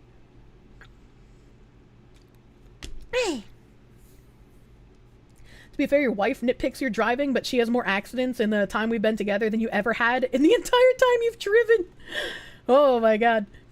Let this happen since Men in Drag is now considered horrible. We can cancel those shitty movies. Think of the big picture. Oh my god. What university is your degree from? Harvard, obviously. They all have PhDs too somehow. That's the problem. Oh my god, all these people complaining about SNL in the 90s never heard of Andrew Dice Clay. I've never heard of Andrew Dice Clay. However, with performers and actors, I do like a sense of play. This is an interesting question to me. Do queer people like the birdcage, or do they not? She wondered. Robin Williams, at least as far as we know, was not a gay man, and yet he spent about half of his comedy career doing a swishy gay guy on camera. Do people think that's funny? Or is it just hurtful? I've heard from gay men that it was funny, and I've heard from gay men that it was hurtful.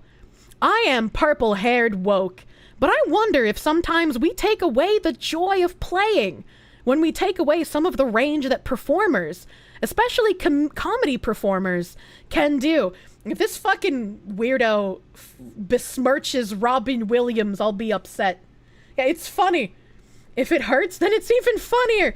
I feel like if a comedian is doing a bit, right? Like, especially if you're looking at someone like on SNL or like in a movie, they're not talking about you specifically. I guess unless you're Janet Reno, right? They're not talking about you specifically. So if you're getting upset and you feel personally insulted about their comedy, that says more about you than it does their comedic act. What the fuck is she talking about? What did he do that was gay? Is she serious? Robin Williams deserved better. It's just like, the only person that would get to be offended in something like this is if it was directed directly at that person, right? Like, there's been plenty of skits about, like, Obama or Trump or Clinton or just a myriad of fucking Hollywood celebrities all the time. Look at South Park, even. How could you find those offensive if you're not specifically that person they're talking about? You wonder if the documentary will ever explain why in the ever-living fuck we should even know who Steele is, much less why we should care about anything they're doing. Because they just want attention. It's like, I don't think anybody would realistically care, especially in Hollywood, right? Dave Chappelle whore uniform joke. True. Mrs. Doubtfire was far and above more of a woman than any of the AGPs. Steele's coming out as trans in 2022 jump-started the cross-country road trip she and Ferrell embarked on in Will and Harper, during which the two explored their friendship and Americans' views regarding the trans community. It was an enlightening experience for Ferrell, who told Variety in January that this was all new territory for me. I said to Harper, what if we went on a road trip, I went with you, and we film it? I'll be kind of like your offensive lineman. Why would they need an offensive lineman? Why would they need that? Ferrell recalled on the interview podcast, it'll be a chance for me to ask all the questions that I have, and we can examine what's changed, what's not, but I totally get if you don't want to. I think Harper finally landed on the square that, oh, we could help people. Possibly. Fucking how? Robin Williams was a major swinger? What? Okay, maybe you're gonna ruin my image of fucking Robin Williams. He was a swinger? No wonder he was depressed. If Steele's hope that the documentary plays a role in helping society become accepting of the trans community. You know what doesn't help society become accepting of actual trans people? When men who are losing relevancy in entertainment or autogynephiliacs go out and claim to be a voice for people who have gender dysphoria. Don't tell the trans community about Eddie Murphy's 1987 comedy special, Raw. Every actor's a swinger, the pineapple never lies. Don't say that! Comedians are usually fucked up. I mean, yeah, having a fucked up background makes you actually comedic. Comedy comes from trauma, baby. Joda, thank you for the 5. You willing to bet Ferrell's wife put him up to this? She looks like a cat lady. I have no idea what his wife looks like. At least Jim had the tits before transitioning. What the hell? There's a process of normalizing queer people for America, and this movie does that. It makes the trans experience more understandable, she explained. It's in a comedy language that they know from Will and me. It's Will and I. It's a good project, it's a representation in a good way. However, to be honest, I'm not that interested in normalizing for people who have hated me for centuries. What do they mean by that? Nobody's been alive that long. What is this hyperbole? I want the movie to make other people be gentler and softer and caring. And maybe if you're a father who loved Anchorman and you've got a trans kid now, maybe you're going to open yourself up. What are the comments like? There's none. Start the conversation. Okay, alright. The entire movie is nobody caring what identity the numpty has. Robin Williams was molested by the gorilla? That doesn't make him a swinger. What are you talking about? More of a victim? Stop lying about the funny man? What? He got molested? Who? If you don't want Nazis, then why are you rebuilding Weimar? Chat throwing out random sentences without sources. Williams also was divorce raped 3 times. Oh my god, he had that many divorces? Jesus Christ. Will and me is correct when it's the object of the verb in a sentence. Is it actually? It just doesn't sound correct. A dude looks less like a harper and more like a harpy. But harpies are actually female. I just thought that was an interesting fall from grace here. A little interesting thing.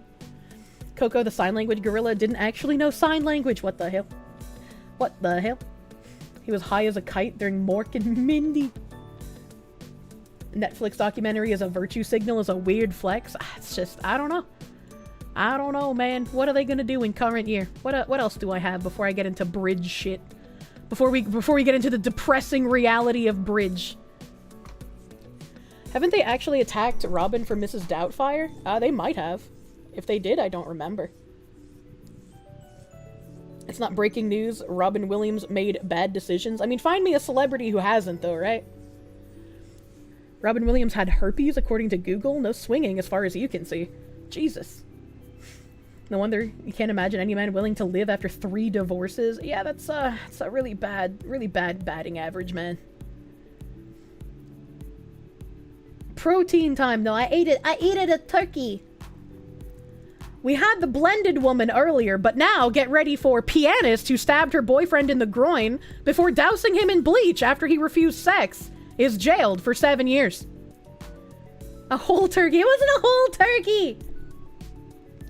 A gifted pianist stabbed her boyfriend in the groin, narrowly missing his penis, after he refused to have sex with her, a court heard.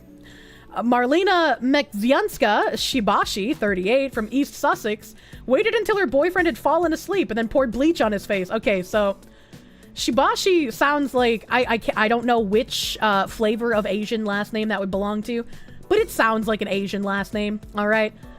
And she sounds like she has, you know, some sort of Polish or Czechoslovakian kind of last name, right? So she obviously has a very high sex drive. And she married, it's hyphenated, so I'm assuming that Shibashi is his last name. And I'm assuming he had a very low sex drive, based on what I know here. England strikes again! Then while he was confused and fumbling for his clothes in the dark, she stabbed him in the groin, narrowly missing his penis. And she was just like, well, you're not gonna use it, so I might as well take it from you. I'll use this more than you will. Lewes Crown Court heard the couple had been in a stormy on and off relationship for several years, starting in 2011. Okay, that's more than several years. This is September 13th, 2024. That's more than several years, man. The music teacher later said, I wanted to harm his penis, but missed. See, I called it. Today, she was sentenced to 7 years in prison after she pleaded guilty to wounding her boyfriend with intent to cause grievous bodily harm. If I saw someone wearing these, like, weird symbols in public, they could be completely benign and normal, but I would just be like, you know, I don't trust that, okay?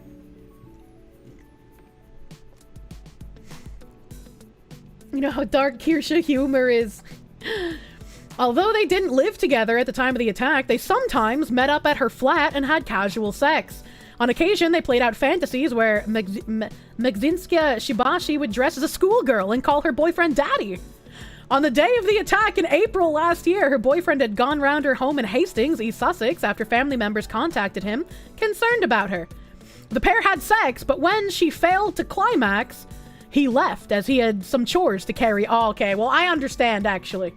She was completely in the right, let's be honest here. He returned a little later, and the couple watched a movie together before the man turned over to go to sleep. The court heard Mekzinska Shibashi tried to initiate sex with him by fondling him under the bed covers, but he told her, please don't. He then went to sleep, but was abruptly woken when he felt liquid being poured onto his left cheek. He told the court, my next recollection was some liquid being poured over the left side of my face, and when I inhaled, I realized it was bleach. It went into my nose and ear. I sat up straight away, and that's when she threw the remainder of the contents of the glass into my face. Why did she have a glass of bleach? Aren't they usually in plastic containers? Did she actually spend time pouring it into a different container? The victim said he tried to use his phone torch to find his clothing and managed to get his socks on. I hate the fucking British. What do you call a flashlight a fucking torch? What's wrong with you? We don't live in caves anymore. She couldn't carry the whole jug. I mean, maybe. Blinded by the bleach, he could also feel warm liquid running down his leg. He said, my initial thoughts were I had wet myself out of fear of what was happening. It was only when I looked down that I could work out it was blood from a wound.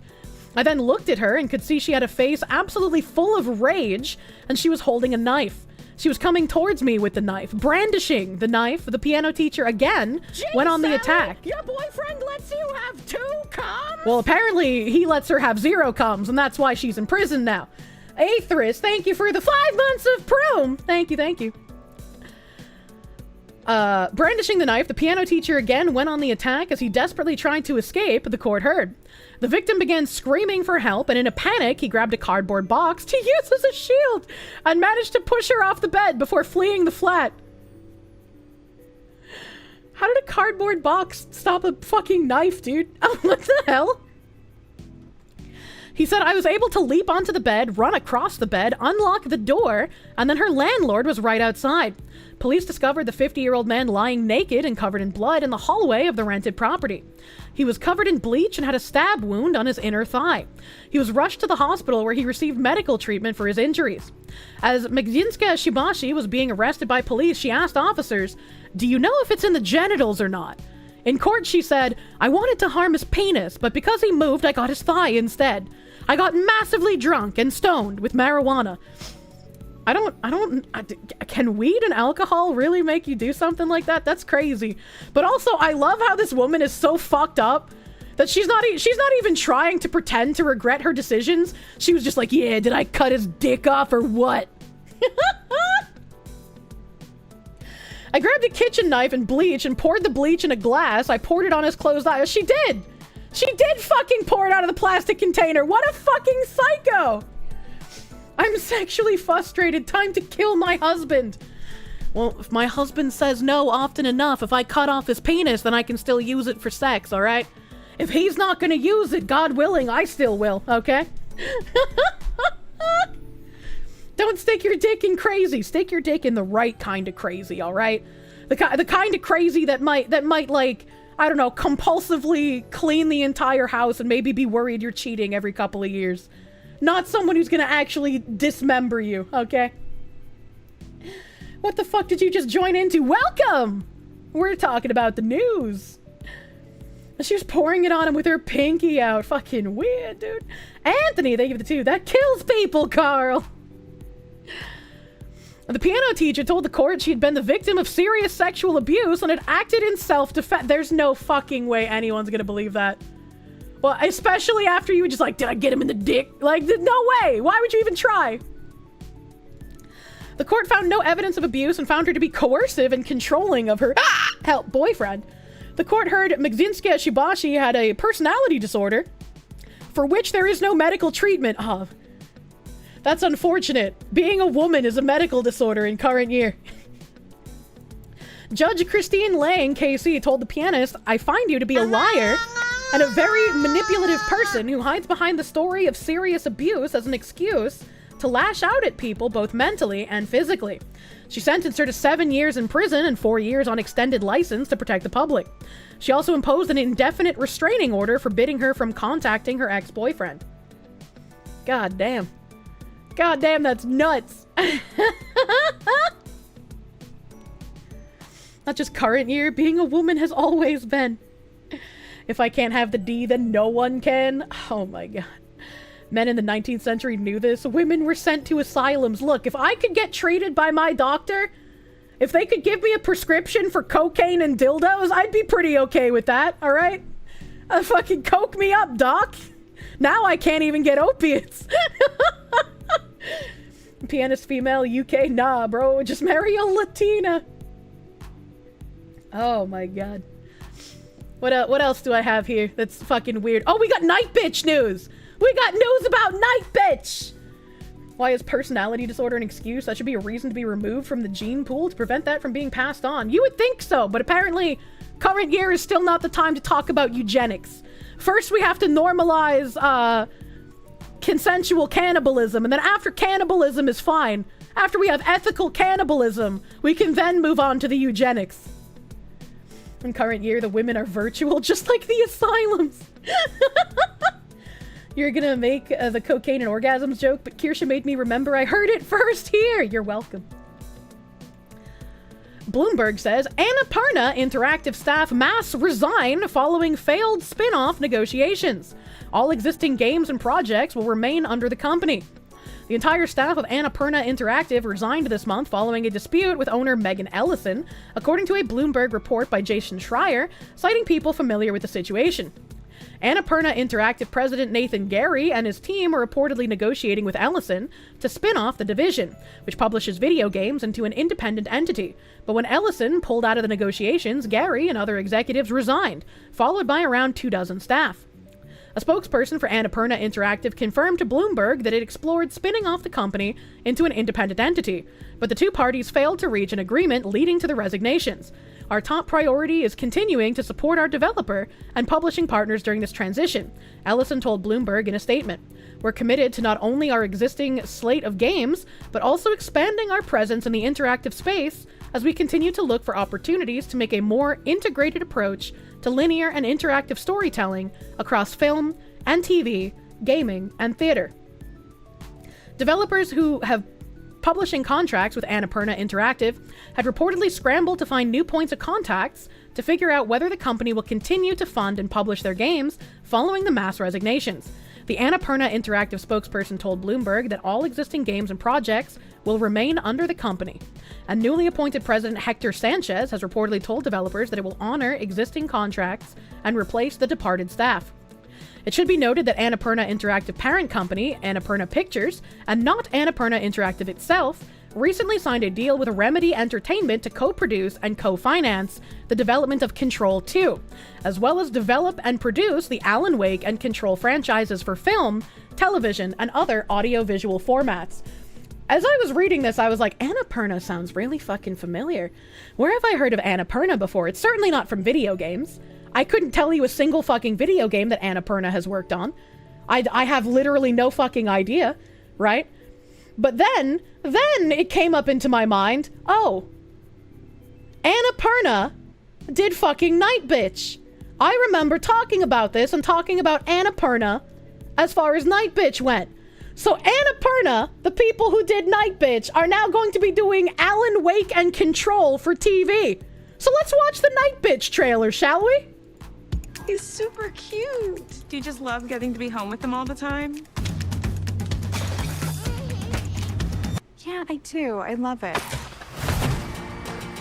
You're an artist, right? Well, I used to be. Wow! But that feels like a lifetime ago. So Yeah, totally. definitely. We get it.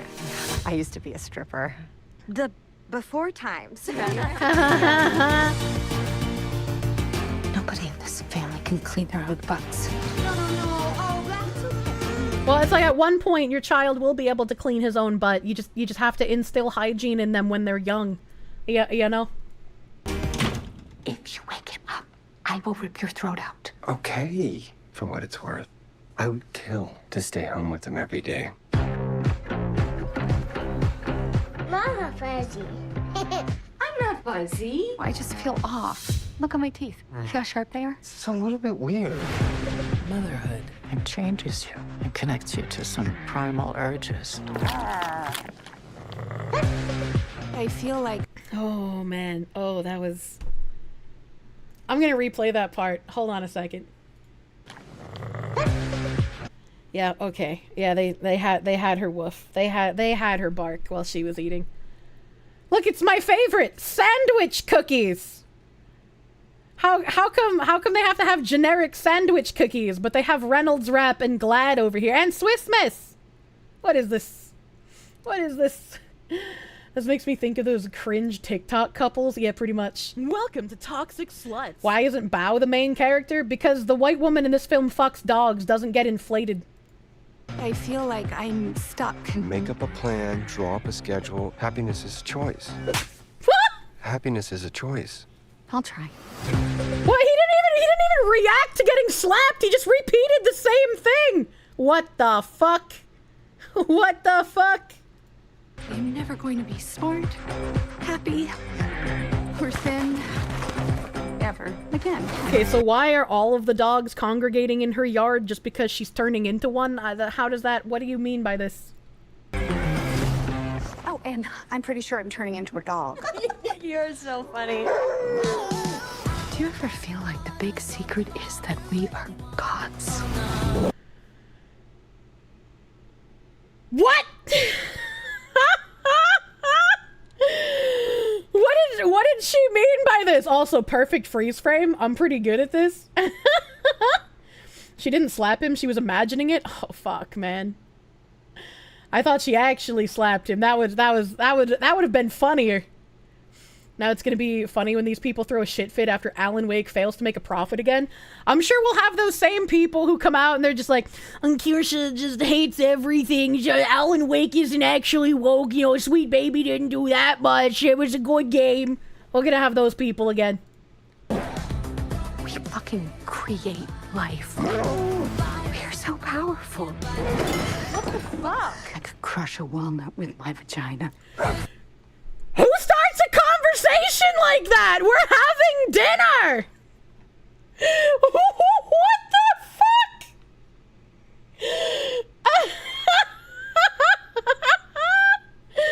Dollar Store Kamala looks absolutely afraid of that statement. I've never tried putting a walnut in my vagina, so I don't know if I can crack one, but I'm kind of curious now. I am a woman. Wait, hold on. Did it say Academy Award? Vagina. Academy Award nominee Amy Adams. Oh, okay, it was the actress. I was like, what the fuck? I am a woman. Hear me roar! I am woman! I am an animal. I am Nightbitch.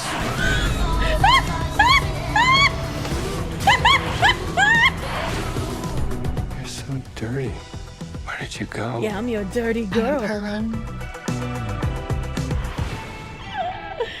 Oh my god, what the fuck is this? These are the people adapting Alan Wake for the TV. Anything else from her, Teen Wolf? Yeah. Oh, this was way less cringe. What? That looks bad. We should watch it together. Yeah, we should. Yeah, we fucking should. You think she was cheating with another man? Is there NTR in this too? How far back was it? I am Nightbitch.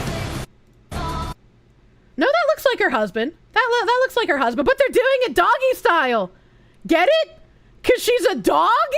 So they're not doing it like humans do? Oh my god, the symbolism? Man, dog.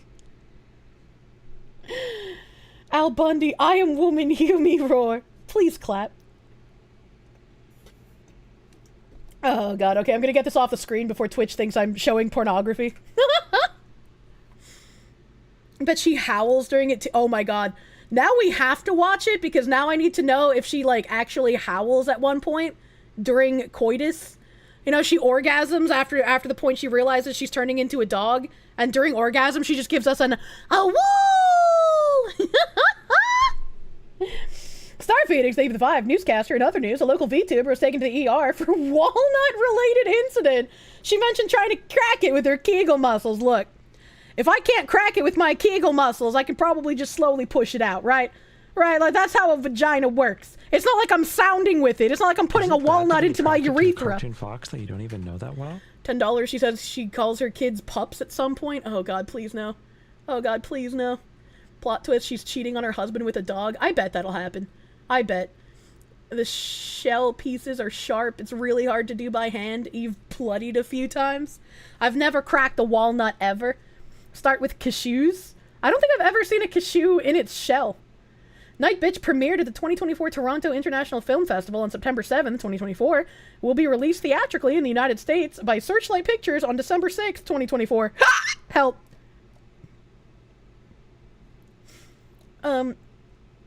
Sergeant Buck, thank you for the 5. What in the bodies is this? Is that a movie we watched? Sparky, thank you for the 5. So what you're getting is that every modern TM, white TM, woman TM stereotype and cram it into a cringe singularity and added furry shit for some extra spice. I don't know what the fuck they were thinking with this, dude. The fruit of a cashew is horrifically poisonous. There's cashew fruit? Cashew fruit. What? Slaves built the pyramids. Slaves built the Parthenon. Chat! Slaves built America. Slaves, this is your Chat, cashews look like little pepper mushrooms! Thank you. Slaves. Thank you. Slaves. Do do do do. Slaves, this is your song. Thank you, Hayden 75. Thank you! The game Concord that got pulled got me looking. Firewalk Studios, who produced the game, was developed under the company Probably Monsters. Language on the website and the other two studios under them sounds very British, not just DEI from C-suite to product. Wait a minute, hold on. I have a tab Interesting. for that. I have a tab about gays. Hayden, I'm gonna have to look into Probably Monster. That sounds interesting. To hot if she actually admitted to her husband she wanted to be treated like a dog. But I doubt they would. But I do imagine the number of single women wearing dog collars will increase because of this movie. Oh god, I hope not. Can you imagine if we see a celebrity come out and they're wearing like a leather dog collar that has like the fucking belt buckle sized clip on it that says Nightbitch? Has like promotion for the movie. Spider God, thank you for the 25. Thank you. D7 Origin, thank you for the 2. You knew it'd be called bitch. What the fuck? The fruit is the nut. The other part is a false fruit, and it's not poisonous. It's quite tasty. This guy's built up an immunity to the poison. Yeah, no. Look at this. Look at this fucking cashew. Look at this shit. Look at how cute it is. The cashew looks really gross inside of its shell, though. It's like a weird green color. Cashew fruit and amazing health benefits? I can't read that. It's okay, there we go. It's good for eye health, enhances skin health, weight management, supports heart health, boosts immune system, promotes digestive health. Chat, I want to eat a cashew fruit. Oh my god, look at how big they are. What the fuck? Wait, look at how big the cashew pod is in relation to her hand. I assumed that one of these pods was one cashew nut. But this looks like way too big to be a singular cashew nut. Look at how fucking big this one is on the right. You can't see, my head is in the way. Look at how big this one is. This is like a Smurf house. What the fuck? What the fuck? Cashew apples are delicious if a bit astringent. Oh, so they taste kind of like medicine is what you're saying? Did I know that the cashews control Hollywood?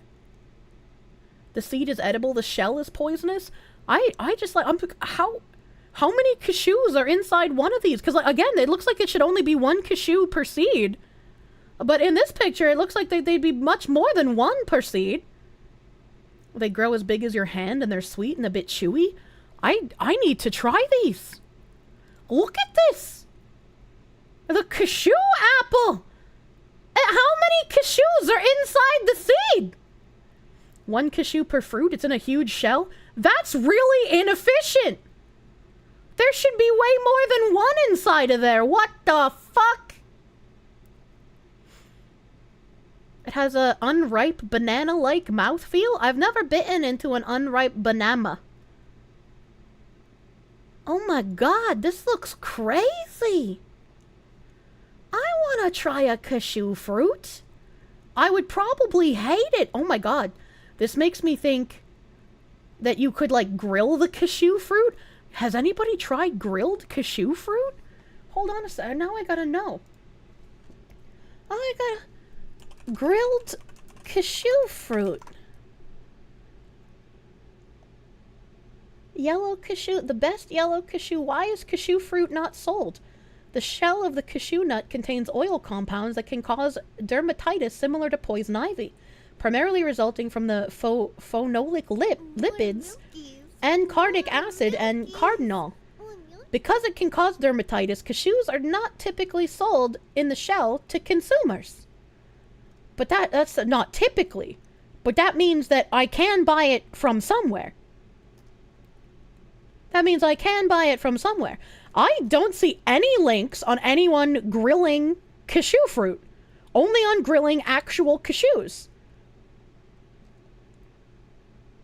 So I'm kind of curious now. I gotta know what grilled cashew fruit would taste like. Your grandma would pick these at her cousin's orchard back in Costa Rica when she was little. Are indeed appley, but rot immediately after picking, so they're not sold internationally. That makes a lot of sense. That makes a lot of sense. Sparky, thank you for the 5R. Oh, Kaju. We have those here in Brazil by the hundreds. The seed is a gray thingy. It stays outside. Can eat the fruit, but usually we make juice. What the heck? I don't know what a Kaju is.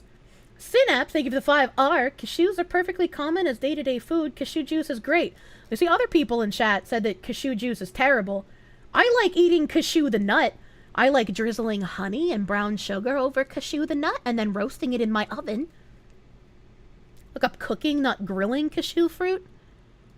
But I want it specifically on a grill. Cooking cashew fruit. Yellow cashew fruit. Can cashew fruit be cooked? Cashew fruit is not eaten raw or cooked like other fruit. Okay, well that's a strange answer to that question. Cashew fruit coconut-based side dish. That looks like a soup. Cashew apple jam. That's not what I'm looking for.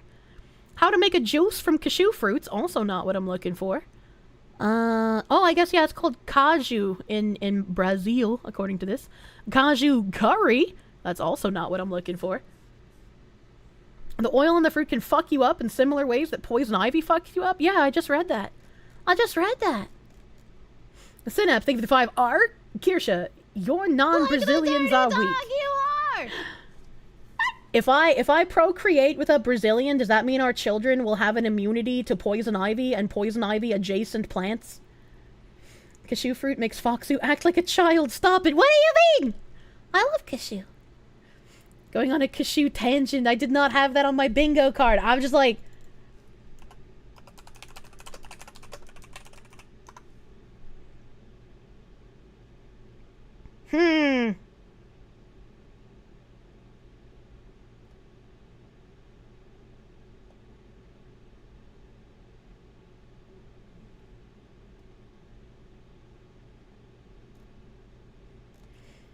Okay, well, I was curious now if anybody had tried inserting cashews into their urethra. And it seems like apparently, no, people have not tried sounding with cashews. But there's a song on SoundCloud called Penis with Cashews of Chaos. You having a stroke? Maximum power. Your mother. Nuts of destruction. Testicles. Cashews of chaos. Cocks. Rocks.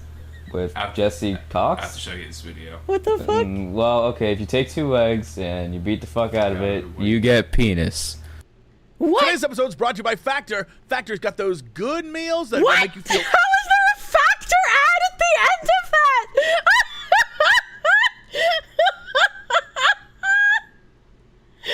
That was penis with cashews of chaos.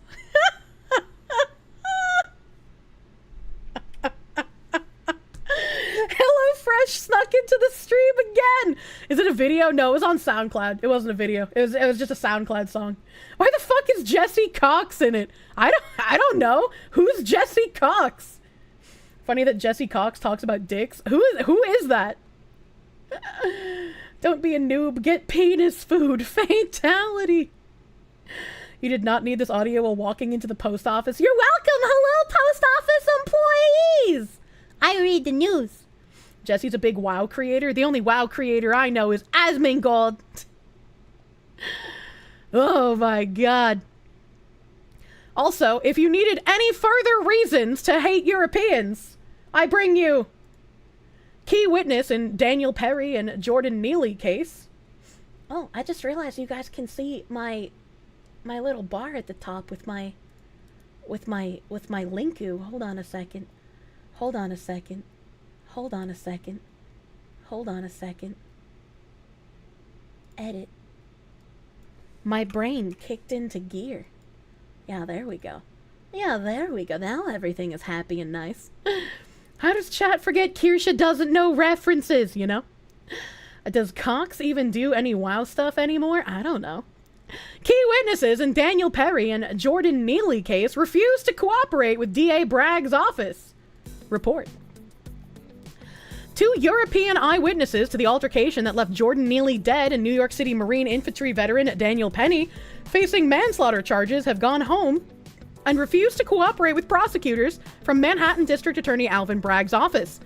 Penny, 25, is scheduled to go to trial next month as he appealed on cell phone video, placing Neely, 30, in a chokehold as other passengers helped restrain him in May 2023. The homeless Neely was threatening subway riders and behaving erratically and had a history of mental illness and violence, including the 2021 assault of a 67-year-old woman. He lost consciousness and later died. And nothing of value was lost. The foreign witnesses have spoken with investigators on conference calls, but have declined to cooperate or turn over video of the incident, the New York Post reported, citing transcripts from a closed-door meeting with the judge and attorneys for both sides. Now, why would they do that? Why would the Europeans want to not turn over evidence that they have or give their testimony that would free a man who is innocent by all rights? Can we ask why the Europeans would not want to do that? Are they so cucked and ingrained by protecting migrants that they just do that for anyone who seems to be of not great circumstances? Like, I just don't understand. I just don't get it. Because they hate us. Penny's lawyers declined to discuss the proceedings Thursday, but were quoted in the transcript saying European couple's testimony would be incredibly favorable to the defense. Representatives for Bragg's office did not immediately respond to requests for comment. They have so far refused to share the video that they took, the judge told the lawyers. They refused to share it with the DA or with anyone else, and they are so far refusing to come back to testify. It was unclear Thursday what the European couple's video might show. Prosecutors said in June 2023 they had already obtained 5 eyewitness videos of the encounter and surveillance video they plan to introduce as evidence. Unfortunately for Penny's defense team, there is little they can do to compel a foreign national to turn over evidence or testify in court, said Niema Ramani, a former federal prosecutor based in Los Angeles. There are international treaties like the Hague Convention that allow for international service, but practically speaking, no judge can force the European witness to comply with an American subpoena. Still, he said, self-defense cases are often difficult to prosecute and result in many not guilty verdicts. I don't know what my mouth was trying to say. I kept trying to say a D word, but it didn't make any sense. Penny's lawyers will have to rely on witnesses who have actually provided evidence to law enforcement, and prosecutors and who live in the state can be compelled to testify by the judge, even if they don't want to. Critics of Bragg's decision to prosecute Penny have called the move political and believe that the veteran acted in self-defense, I am dying, to protect other passengers. If Neely had carried out his threats, he would have killed somebody, Penny told Fox News Digital in 2023. Another witness expressed similar concerns. I don't care if I have to kill an F, I will, Neely had allegedly ranted. I'll go to jail, I'll take a bullet. Penny, who spoke with police voluntarily 11 days before Bragg's office brought charges, faces up to 19 years in prison if convicted. His next court hearing is scheduled for October 3rd. What a strange thing to say. What a strange thing to say. A very strange thing to say. And it's just like, can these Europeans or journos stop saying European and say which country they're from? That would also be helpful. I agree. I'm European. Hashtag not everyone. These are not my people.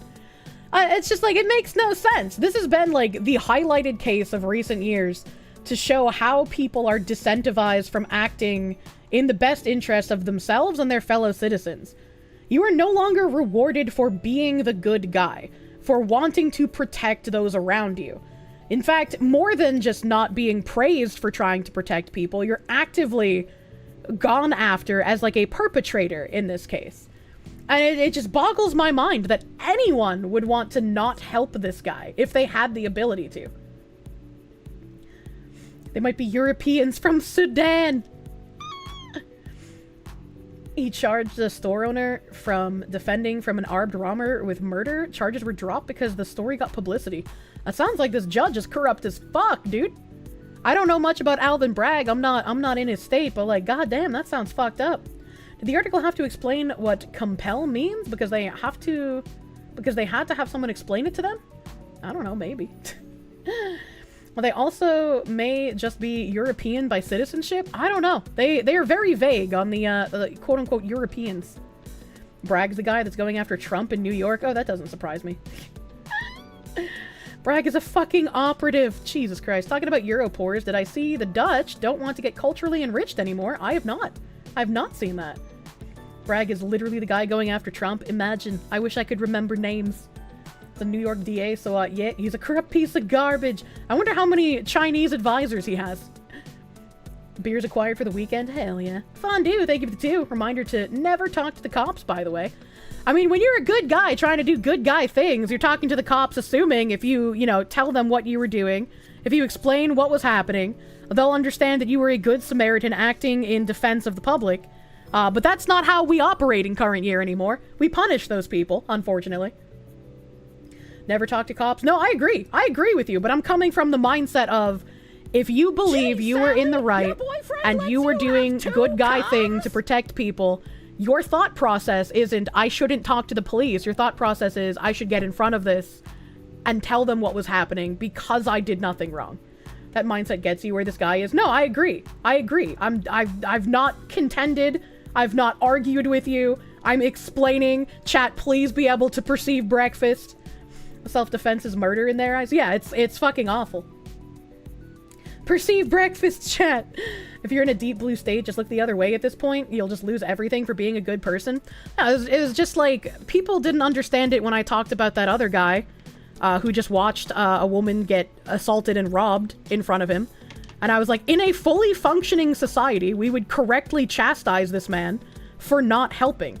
But we are not a functioning society. We are a sick society. And this kind of behavior of just sitting there and watching your fellow citizens get attacked and get robbed is rewarded. You are incentivized to do nothing. You are disincentivized to act.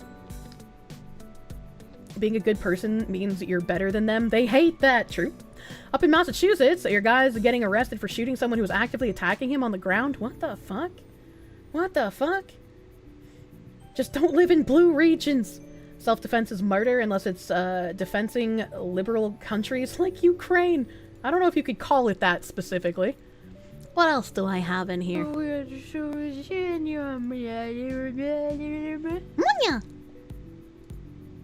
Oh, we got a strange teacher story, I suppose. A little bit of a strange teacher story. Axel Jessen, thank you for the 2. Kier's just jealous of my invisible breakfast. Hey. Disgraced Wisconsin teacher accused of making out with 11-year-old student. Demands charges be thrown out. Hold on, what the fuck? How can you be in this position and demand the charges be thrown out is my question here. How did you get here? What? Kill him? I'm assuming it's a woman because this is a woman here in the picture. Hudson, Wisconsin. A disgraced Wisconsin teacher accused of sexually assaulting her 11-year-old student claimed Thursday that the charges against her should be thrown out because the preteen boy's text messages weren't specific enough about how they touched each other. Lord.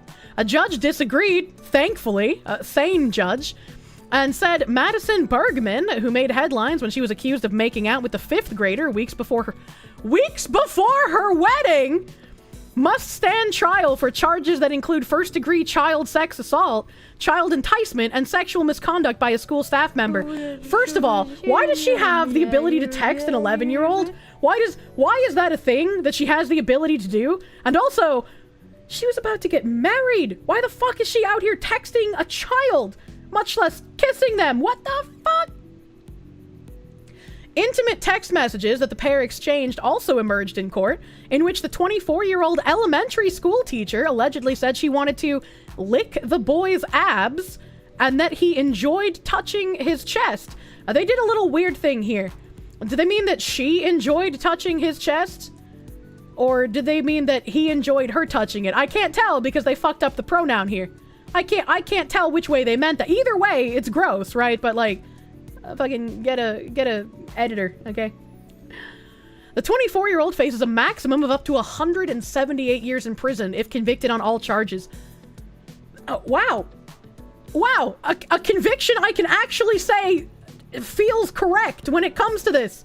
Usually when we see child sexual assault, they're like, oh yeah, we'll give him like 5 years, then maybe like pick up some litter on the side of the road. This is actually this is good. We need more of this, judge. Wood chipper. I mean, you know. Bergman arrived at court flanked by her father. She was wearing braids in her hair with a black top and light-colored pants. She cried as she took the stand during a hearing on her defense team's motion to dismiss charges. An attorney for Bergman read from her racy text with the alleged victim and argued that her behavior did not rise to the level. Buy a fox and you put the fox in your house, it's gonna do fox things. I do the fox things. And argued that her behavior did not rise to the level of sexual assault because the boy used the word chest in describing their physical contact. What the fuck does that mean? What is that? That doesn't change it. What are these inappropriate text messages she was exchanging with a minor? The basis of this motion is that there's not probable cause in the complaint in one specific area, attorney Joseph Tamburino told the court, and that's the area of sexual contact of intimate part. Under Wisconsin statutes, there has to be touching of an intimate part in order for there to be sexual contact. Tamburino argued, what are those parts? Help. Oh god, there it is. The breast, buttocks, anus, groin, scrotum, penis, vagina, or pubic mound of a human being. The statute does not say it's the chest or the chest area. In one text, the 11-year-old allegedly wrote, "You were touching my chest a lot." He argued that the word chest was not enough to charge Bergman with sexual assault. When the child writes, "You were touching my chest a lot," and the adult responds that she liked to lick his abs, I don't care that she wasn't touching one of these explicit parts, alright? That's still fucking disgusting, man. That is still absolutely horrendous. You don't think an 11-year-old should have a cell phone? Yeah, I'm leaning to agree with you. She would have gone further if she could have. I'm surprised she didn't. But in the end, the judge said it would be absurd to require a child to use the same language that the state legislature has chosen for our statutes. Then the judge read more of the texts. "I love having my hand on your chest. I could feel your heart beating so much." Haha, Bergman allegedly wrote.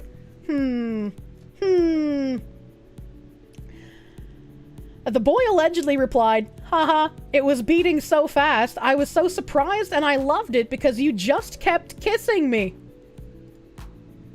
Bro, why? Power tripping. She definitely had plans. Yeah, she definitely had plans, man. Don't let this woman off easy. "When everyone was cleaning and reading, I was standing at the front and you were too, and I touched your chest," Bergman allegedly wrote. "When I grabbed your shirt and I pulled you into me, oh my goodness, I want to lick your abs." Bro, he's 11. What abs? What are you talking about? And also, when everyone was cleaning after reading, so they were doing this in front of the class and just hoping no one noticed? Like, what the fuck? The judge ruled that the word chest does not mean that the boy wasn't assaulted. Good. Bergman, a former 5th grade teacher at Rivercrest Elementary School, was originally charged with first-degree sexual assault of a child. I feel like, right, if anyone is in a position of being, like, around children, whether it's like a teacher or a teacher's aide, or they're working at some place that is mainly populated by children, like Disney World or some shit, right? And then they come out that they've been exchanging texts with children, right? I feel like that should tack on additional charges. Maybe it does already and I just don't know, right? But I feel like that should tack on additional charges because they put themselves in a position to be around children when they clearly are a pedophile. So it's just like, man. It did. They said that there was a charge of like school teacher doing some shit. I was just like, man, 11? Seriously? Yeah. Actually crazy. Power dynamic is a factor.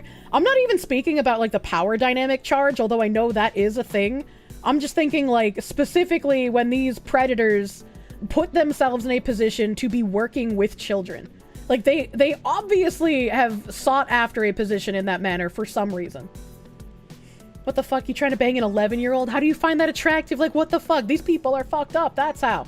That's why whenever I hear about content creators and they're just like, oh, my Discord is minor friendly, or like they've recently had to like close up their Discord and they're like, oh, well, we're not going to allow minors anymore, 18 plus only. And it's like, bitch, why wasn't your Discord already 18 plus? You are literally just inviting fucking problems if you have minors in your Discord. I don't care what kind of content you make. I don't care if you make children's content on YouTube. If you make a Discord or a way to interact with quote-unquote fans, you make that shit 18 plus. Not even for any sexual reasons, not even for any, like, we're posting porn in here, right? 18 plus across the board. I get super fucking suspicious of anyone that allows minors in their Discord. Is there ever a situation where minors should be on Discord? I mean, if they have, like, school chat rooms or whatever, and it's all just all minors, right, that's... I don't care about that. I feel like there's a danger of them being on Discord, but I also had to navigate this kind of thing when I was younger, so I was like, if we could just get minors off the internet in general, that'd be great, but... What about a minor Discord? We talk about Cole here. Especially since I didn't know they were a minor is not a defense in court. It doesn't matter. It's just like, just don't do it. You can't enter any controversy if you don't interact with those people, right? It was like that ninja clip I played ages ago. He's like, I don't want to talk to someone, and find out later I was talking to like a 7-year-old, right? Like, you just don't put yourself in that situation. Imagine Kirsche yelling, posting Pono word change due to Twitch. What?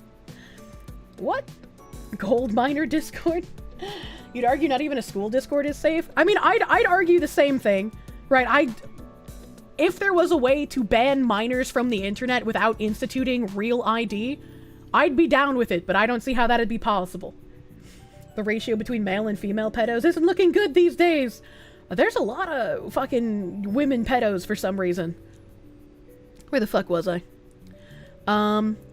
Last month, she was slapped with 9 additional felonies, 1 count of using a computer to facilitate a child sex crime, 5 charges of sexual misconduct by school staff, 2 charges of child enticement causing mental or bodily harm, and a charge of exposing a child to harmful materials.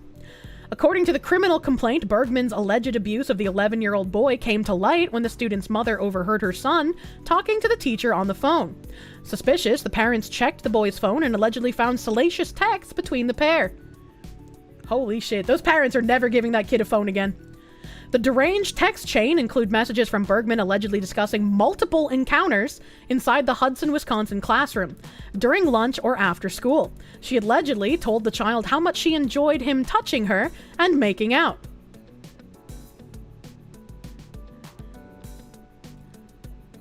This is Bergman with her ex-fiance. So he even called off the marriage. He was like, nope, I'm out. Peace, bitch. Why do they look like they're siblings? Am I just racist against Wisconsin people? They have like very similar eyes. They have very similar facial structure. They have very similar dimples. Their smiles are the same. Am I crazy here? Sweet home Alabama. I love brother fiance. Ooh. No shit, Discord isn't safe. The IRL schools aren't either, apparently. True. Some of the alleged assaults even happened in Bergman's classroom, according to the complaint. The boy's enraged father stormed into Rivercrest Elementary School with printouts of the conversations, authorities said. When police searched Bergman's classroom, they allegedly found a folder in her bag with the victim's name on it. The folder allegedly contained handwritten notes talking about how much they kissed and fondled each other. That's really weird. That's really fucking weird. An attorney for Bergman has not returned the post request for comment. She has pleaded not guilty to all charges. Women marry people who look like their dad a lot of the times could be a factor. Is that why I'm really attracted to men with red hair? He could not just punch her. No, he can't do that. Not in the school. Oh my god. Tip from someone who used to work IT for a uni. Don't set up a Discord server for students. Deploy something like Mattermost that's linked to the uni's domain. That would make more sense. You remember in 2016 when teachers were getting caught left and right doing things with students? They mostly got 1.5 to 2 years. That's way too fucking low. Like, that is insanely low. Seems strict and a good amount of bots to clean the server. Fillion has 13 plus on her server. Is it actually her server or is it a fan server? Like, does she interact in it? Right? Because, like, if she does, I would be like, Fillion, I'm gonna advise you right fucking now. You kick all those minors right the fuck out of there. Kirsche a ginger hunter. I love them! I love them! They're so cute! You think it is actually hers? You could be wrong, though? Oh, man. German farmer phenotype? True! True and real. That's insane to me that she's demanding the charts just be thrown out. How? How when there is actual evidence of you exchanging these explicit text messages? Imagine. Imagine. Nothing like you. She's black. True. Spaz Cow, thank you for the 7 months of Proom. Thank you. Thank you. Oh my god. 13 is Discord TOS age. I don't care if 13 is Discord TOS age. If you are a content creator, you should not have minors in your Discord. If you're a regular fucking person, you shouldn't either, right? Because, like, why would you as an adult want minors in your Discord server? okay? But especially so as a content creator, because that will literally just cause issues at some point. There will actually be a problem. Miners should only be used to farm gold and WoW, nothing else. Here's what they yelled, 18 only, everyone else get the heck out, and it worked. Yeah, see, good. She demands it because she's a woman and it's 2024. No accountability. D7 Origin, thank you for the 5. In some parts of Wisconsin, it's like the Shire. If it was Alabama, you've seen things at your local late-night Walmart as a Wisconsinite. Don't sully my view of Wisconsin. I want to think of you guys as a pure, unadulterated cheese state, okay? You are pure and virginal, and you have cheese and nothing else. It will come back to bite you no matter what. Even with the best intentions, people who join could always have sinister motives. Exactly. Like, I'm not saying as a content creator, if you have minors, you as the content creator will do something like Dr. Disrespected, right? I'm not saying that will happen, but I'm saying if you invite minors into your Discord server that you own, bad things can happen in that Discord server with other people. My Discord server has over 7,000 people in it. I'm sure Fillian's is much, much larger than that. There's no way you're going to know everyone in there and what they're doing at all times, right? Like, it's impossible. So it's just like, just don't even invite the possibility that, like, creepy people could be using your Discord as, like, a preying ground. I'm like, yeah, sure, people can lie about their age and join an 18+ Discord. It can happen. Right, but I am doing what I can to prevent it from happening. Minors, get out. We don't want you here. Mildly OCD, thank you for the 2. The incest makes the cheese taste better. I don't like that. I don't like that. Posted pictures of boobs in Kirsche's server because I'm a good Samaritan who wants to ensure that the server remains 18+ only. If Kirsche could keep track of went down in her Discord, she'd be able to stop me from the Kirsche. Do not the Kirsche! Do not! Donut Operator refers to La Crosse, Wisconsin as meth tent land. That sounds accurate. That sounds accurate. You hate younglings! It's just like, goddamn, man. Goddamn, man. What else do I got over here? What else do I got in my tabular rotations? I probably need to get into my bridge tabs because it is somehow 7 p.m. already. But I did want to mention this. I think this is the right tab. Hold on a second. No, this is something else. Okay, it's this one. Think of it as keeping guys healthy. What the hell? So we watched some stuff ages ago. Let me bring up the VoD here. Let me bring up my VoD really quick here. When did I stream this? What's the date on this VoD? 2 months ago? June 25th, 2024? Washing more effectively? That's me. That's me! You're hearing me!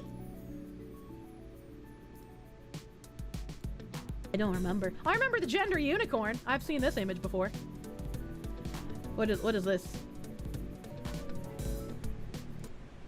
All right, folks, here we go. A romaine and kale salad with avocado, cucumber, shishito peppers, and 4 kinds of cheese. Sprinkled in balsamic straight from Italy. Wow. In my day, salads only had 2 ingredients. A rock-hard wedge of iceberg lettuce and a stinky old dried-up tomato. Sorry, guys. I'm gonna have to eat fast. Alex is stopping by in a few minutes to work on our robotics project. Alex? Is that the girl with that weird dog? Or the boy with the hat with the wings that flap? No, Uncle Jay. This is Alex. Oh, okay. I remember. A very nice young... Come to think of it, well, is Alex a boy or a girl?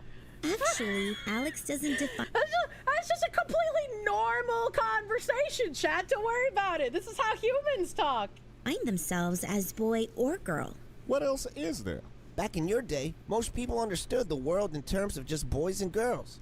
But now, we know gender is more complex than that. Wait, aren't we just talking about whether you're born with a or a When you're born, your sex is assigned in a medical way. But the sex listed on your birth certificate may not necessarily match your gender identity. Gender identity is a person's inner experience of... You got the point. We had a rundown of this. We watched a bunch of videos on Amaze's channel. We watched a bunch of their weird bullshit that they have been pushing to kids. This is a kids educational channel on YouTube. And I went through this whole section back in June. So I'll post that in the chat if people wanted to relive the cringe. And that brings us to current year, current day. Wet dreams, masturbation, and porn.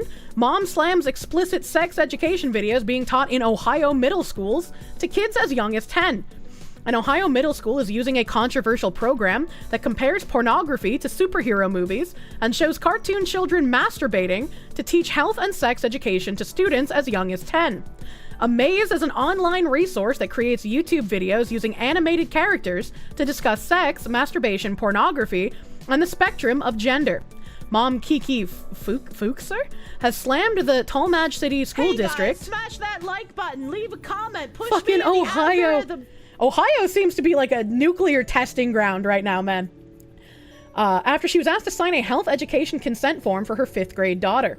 Upon closer inspection of the syllabus for grades 5 to 8 provided by her daughter's middle school, she stumbled upon explicit videos of children being taught about masturbation. How many times can a person masturbate in one day on the Amaze channel? This is like what I would talk about on stream, right? Absolutely not children's content. 420,000 views. An animated young boy masturbates and moans before being interrupted by an adult voice at the door, and he responds, "I'm coming." In one of the clips titled, "How many times can a person masturbate?" I just read that, they doubled up on the text. The video includes a child asking about why his penis stands up sometimes throughout the day, and notes that girls also have a private part that they may want to touch because it feels nice. The clitoris. There's no way you can convince me that a 10-year-old boy knows what the clitoris is when there's whole-ass adult men who don't. Like, please, come on. Please, come on. Didn't we see this site before? I already went down that road. Elsewhere, the video states that there is no limit on the number of times a person can masturbate each day. The clip features in the hashtag #AskAmaze section of Amaze.org's YouTube channel. While the syllabus vows to only show 5th graders videos from the junior section of the website, no such commitment is made for students in grades 6 to 8. Ms. Fuchser told Daily Mail that the school won't be able to police what videos the children do and don't watch from the Amaze program once they introduce it as a sex education resource. Does this show the video? Parents, this video is for you. It is imperative that we pay attention to what is going on in our schools. I got a permission slip recently from my daughter's school, and we live in a fairly conservative area next to Akron, Ohio. The permission slip was for her to attend health class. Mind you, she is in 5th grade. It had the syllabus on there and a link to show you what material she will be learning. I did some research, and you will be astounded, oh my gosh, blown away by what they are trying to teach my 5th grader. Watch this. This is where, like, some people will be like, but this isn't happening in real life. It's only happening some places online, and you think it's happening in more places because you're terminally online, you chud.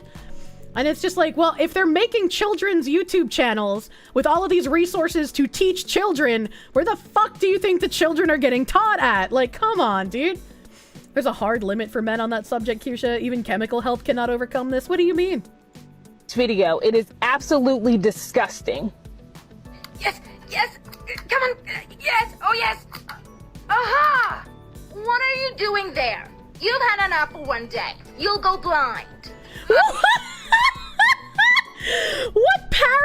What parent notices their kid masturbating and goes, "You've had enough cock play for one day"? No parent talks like that. No parent talks like... Also, yeah, the lotion in the corner of his desk, dude. I'm coming! How many times is too many to masturbate in one day? Hashtag #AskAmaze! There's no limit on the number of times a person can masturbate each day. I have another question. Sometimes my penis stands up in the air. What the fuck? I wish I could pause this without it showing a thumbnail, because that goofy child looks real fucked up. Hashtag neck yourself.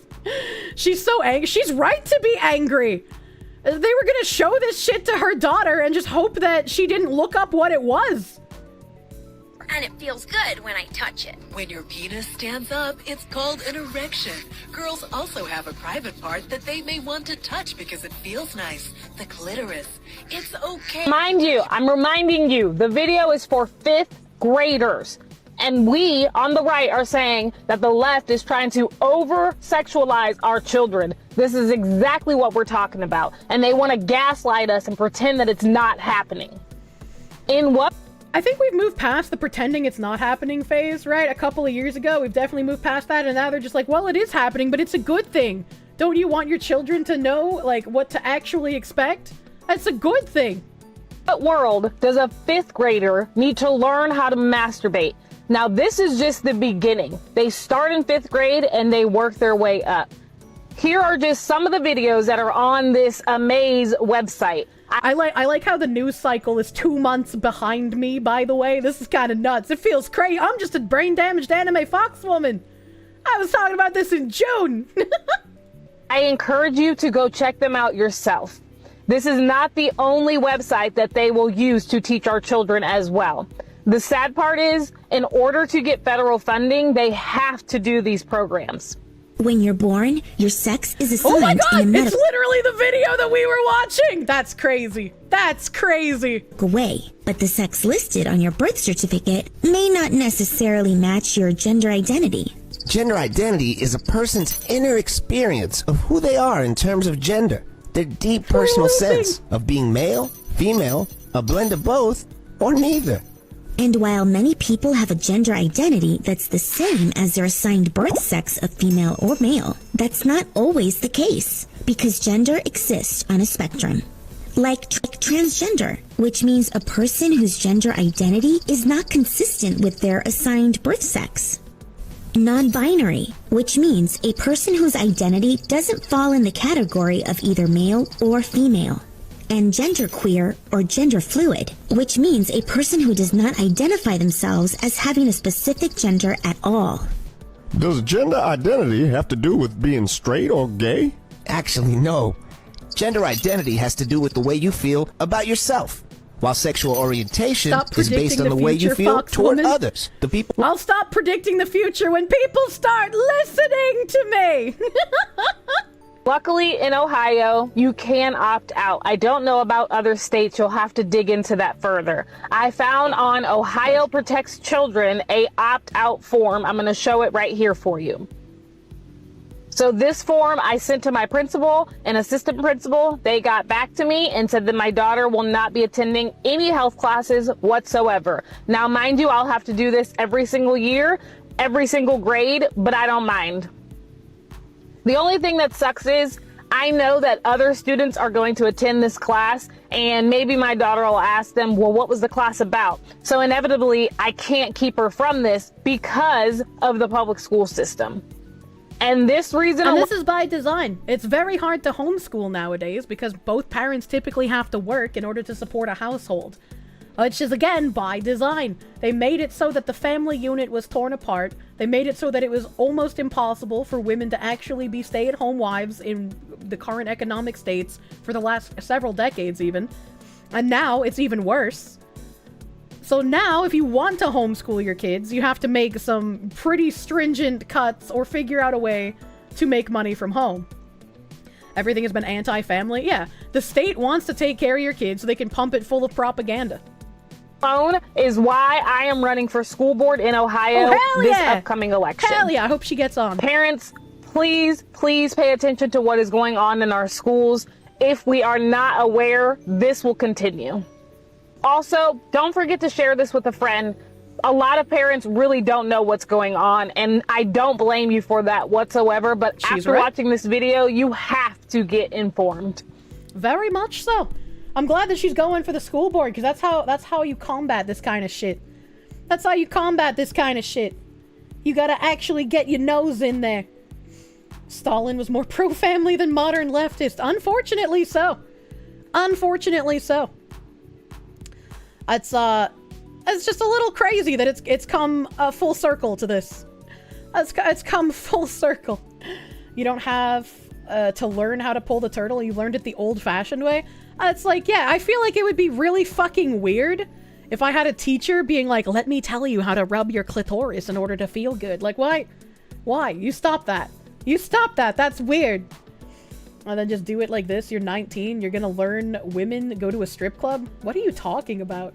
What are you talking? You wouldn't take someone to a strip club to learn about women. I feel like you might have a little damage, dude. Quick, Kirsche, look at that opt-out form. Look at the categories. Look at the categories. Look at the categories of the opt-out form.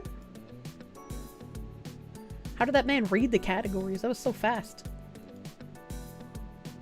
I do not is it this part? I do not consent to my child's participation in any instruction or discussion on human sexuality, which is derived in whole or in part from, contains information from, or references to the following sources: the National Sexuality Education Standards Future of Sex Education Initiative, a Sex, etc., GCAP Flash, ETR Inc., Health Smart, Making a Difference, Draw the Line, Advocates for Youth, 3 Rs, Answer, the Trevor Project, CKIS, a Sex Ed for Social Change, PREP, wait, isn't that the, like, AIDS medication? The PrEP thing? Planned Parenthood, including active videos like RU Video Library, the Human Rights Campaign, the Kinsey Institute, what? GLSEN, the Gay Lesbian Straight Education Network, what? The Gay Straight Alliance. Can't keep her from this because... the Guttmacher Institute, I've never even heard of that one, amaze.org, or any SEL programs, including but not limited to Brain Pop, Sanford Harmony, Purpose Prep, Second Steps, and Edgenuity, Rethink Ed, 7 Mindsets. Interesting. Interesting. There's a lot, dude. There's a lot of these fucking weird-ass companies. I do not consent to my child being given instruction or information on or being subjected to abortion, birth control, sexual activity of any kind whatsoever, sexual orientation, transgenderism, any referral of my child to a counselor, medical professional, social worker within or outside the school for purposes of discussing sexuality or any of the topics listed herein, any written material, any obscene or harmful material. This is pretty comprehensive, honestly. The Trevor Project grooms kids, literally. Yeah. What's remarkable is that the data shows that people are actually becoming less sex-focused and not more. Teenagers are abstaining from sex in unheard of numbers. A substantial number of females have never masturbated, and that's bad. And let me tell you why that's bad. Because we're in a population decline. We're in a, why would you have kids? Having kids bad kind of term. I don't see in current life any sort of hookup culture receding. Hookup culture is booming. Absolutely booming. It's people getting together and having responsible sex that is not really happening. Holy shit, how?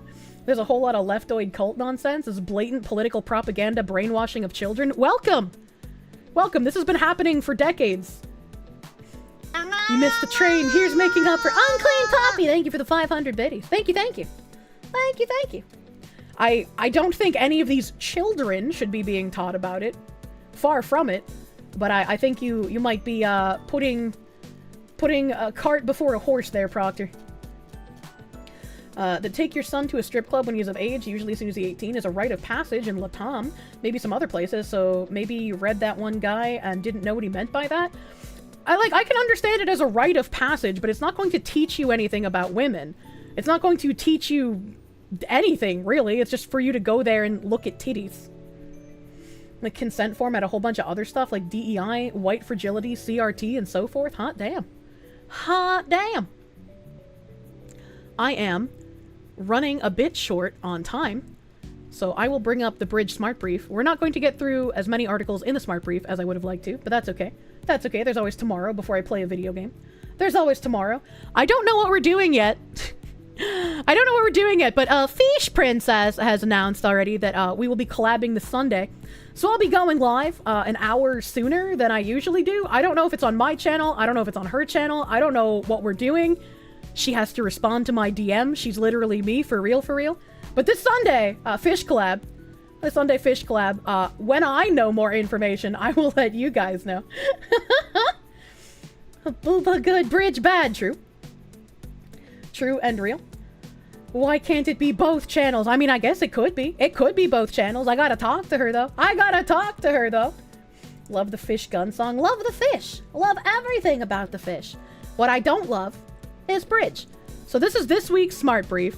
And they have a couple of blurbs here. Like, Black Caucus urges companies to expand DEI efforts. Major brands are pulling back on LGBTQ rights.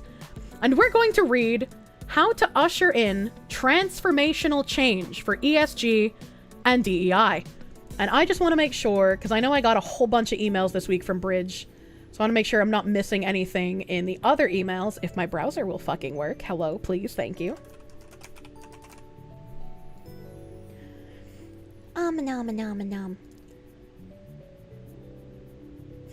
Is that usual when doing collabs? So why is it that it seems rare for VTuber collabs to just be both streaming? I think it depends on what you're doing, right? Like, if we played a game like, let's say, Escape from Tarkov, or like when I do the part-time super terrorist collabs, multiple of us stream because we have different viewpoints. There's different things going on. We might be in different places on the map, or if one of us dies, people still have something to watch, right? It makes sense to do something like that, but if we're just like yap maxing, it wouldn't make sense to split the audience between two channels, and it would make more sense to just have it on one channel. You request a Kirsche branded guillotine. I need to look for a bridge. We have the September community call information. No, that's not it. This is the September 11th Smart Brief. This was September 10th. Okay. So, yeah, there was a brief email. I'm not going to pull the email up because it's in my inbox, but there was a bridge email that basically says how to utilize Hispanics. It says, welcome to Bridge Buzz, our monthly newsletter where we will share the latest news, updates, resources, and more with you, our extended Bridge community. In this edition, in honor of a Hispanic Heritage Month, you will find interesting insights and tangible opportunities on how to build an intentional market strategy focused on the Hispanic community. As we approach Hispanic Heritage Month, I had the distinct pleasure of talking to Jessica Riquarte, Chief Revenue Officer at Ads Mobile, the Hispanic Mobile Ads Network, and a Bridge board member about what this month means to her. The time frame of Hispanic Heritage Month, split between 2 months at September 15th to October 15th, is significant because many Central American countries celebrate their independence days within these dates, beginning on September 15th with Costa Rica, El Salvador, Guatemala, Honduras, and Nicaragua, and many other victories are celebrated in both months. As an industry veteran in the multicultural marketing space with 18 years of experience, Jessica has a unique mix of business and product development expertise, creative and storytelling skills, and is hyper-focused on the multi-generational Hispanic and Latin market. Here's an excerpt from our longer conversation. I'm going to pause and just reiterate again, just in case people are tuning in. It's not on screen what I'm reading right now since it is in my email inbox. I'm not going to pull that up on screen. Cheryl says, Jessica, we're approaching 56 years since Lyndon Johnson first declared Hispanic Heritage Week in 1968. What are your thoughts looking back and forward on the effectiveness of this designation? Jessica responded, historically, Hispanic Heritage Month has given me pause. In many ways, HHM has contributed to significant societal changes that have led to some valuable developments in multicultural marketing. But failures outweigh successes. There's certainly more recognition of the impact the Hispanic community have on our culture and economy, but this hasn't led to widespread systemic change.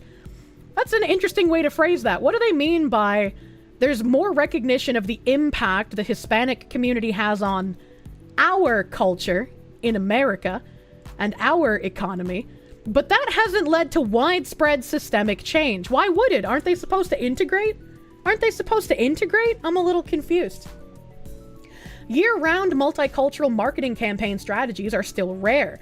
Added to this, some of the campaigns launched in previous HHMs have really missed the mark. On the positive side, there's growing recognition of the economic power of our community. Recent research by our academic partners, led by Dr. Omar Rodriguez Villa and Bridge, provides immutable data-driven proof that inclusion is good for business. Cheryl responded, Our industry goal is to help brands turn inclusion into business practice. I know you agree that brands need to recognize the growth opportunities that intentional, authentic marketing to the Hispanic community can provide. What advice do you have for them to accomplish this? And Jessica responded, more brands are leaning in and having conversations about best practices around authenticity and targeting.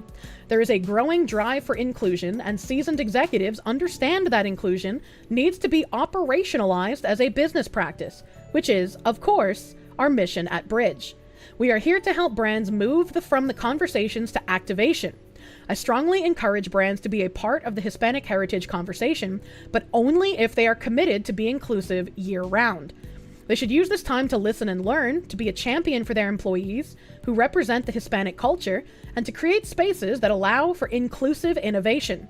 With greater appreciation and fluency, brands can achieve an authentic, multicultural strategy that delivers significant business impact. Didn't Upper Echelon already do a video on how that whole narrative of diverse companies equals more success was already bullshit? He did that, but he also included in that video that he believes that DEI is on the way out and that people who are telling you it's not on the way out are grifters. He has another couple of videos that I've been linked that I feel like I should watch. But man, oh god, I don't know if I should jump into that ring, man. You're a Trump voting Hispanic. You think they want to include you? No, you probably don't exist to them. Cheryl responded, from our research, we know that businesses that don't adopt inclusion as a year-long systemic strategy will suffer as the Hispanic population grows. What's your thinking about how to respond? How can we help businesses understand the criticality of inclusion towards their bottom line? And Jessica said, well, as we both know, the numbers are there. The Hispanic population continues to grow. In fact, it will triple in size and will account for most of the nation's population growth from 2005 through 2050. Hispanics will make up 30% of the U.S. population in 2050, compared with 15% in 2005. In 2023, the Hispanic GDP in the U.S. was $3.2 trillion, the fifth largest economy in the world. Data gets C-suite attention. Hispanic influence in shaping cultural trends and consumer preferences will only strengthen with over $3.2 trillion in buying power. Brands that fail to engage now will lose a competitive edge and struggle to catch up in the future. That's where we come in, and I am profoundly optimistic. And so that was this one call. What was this one call here? And there was another email.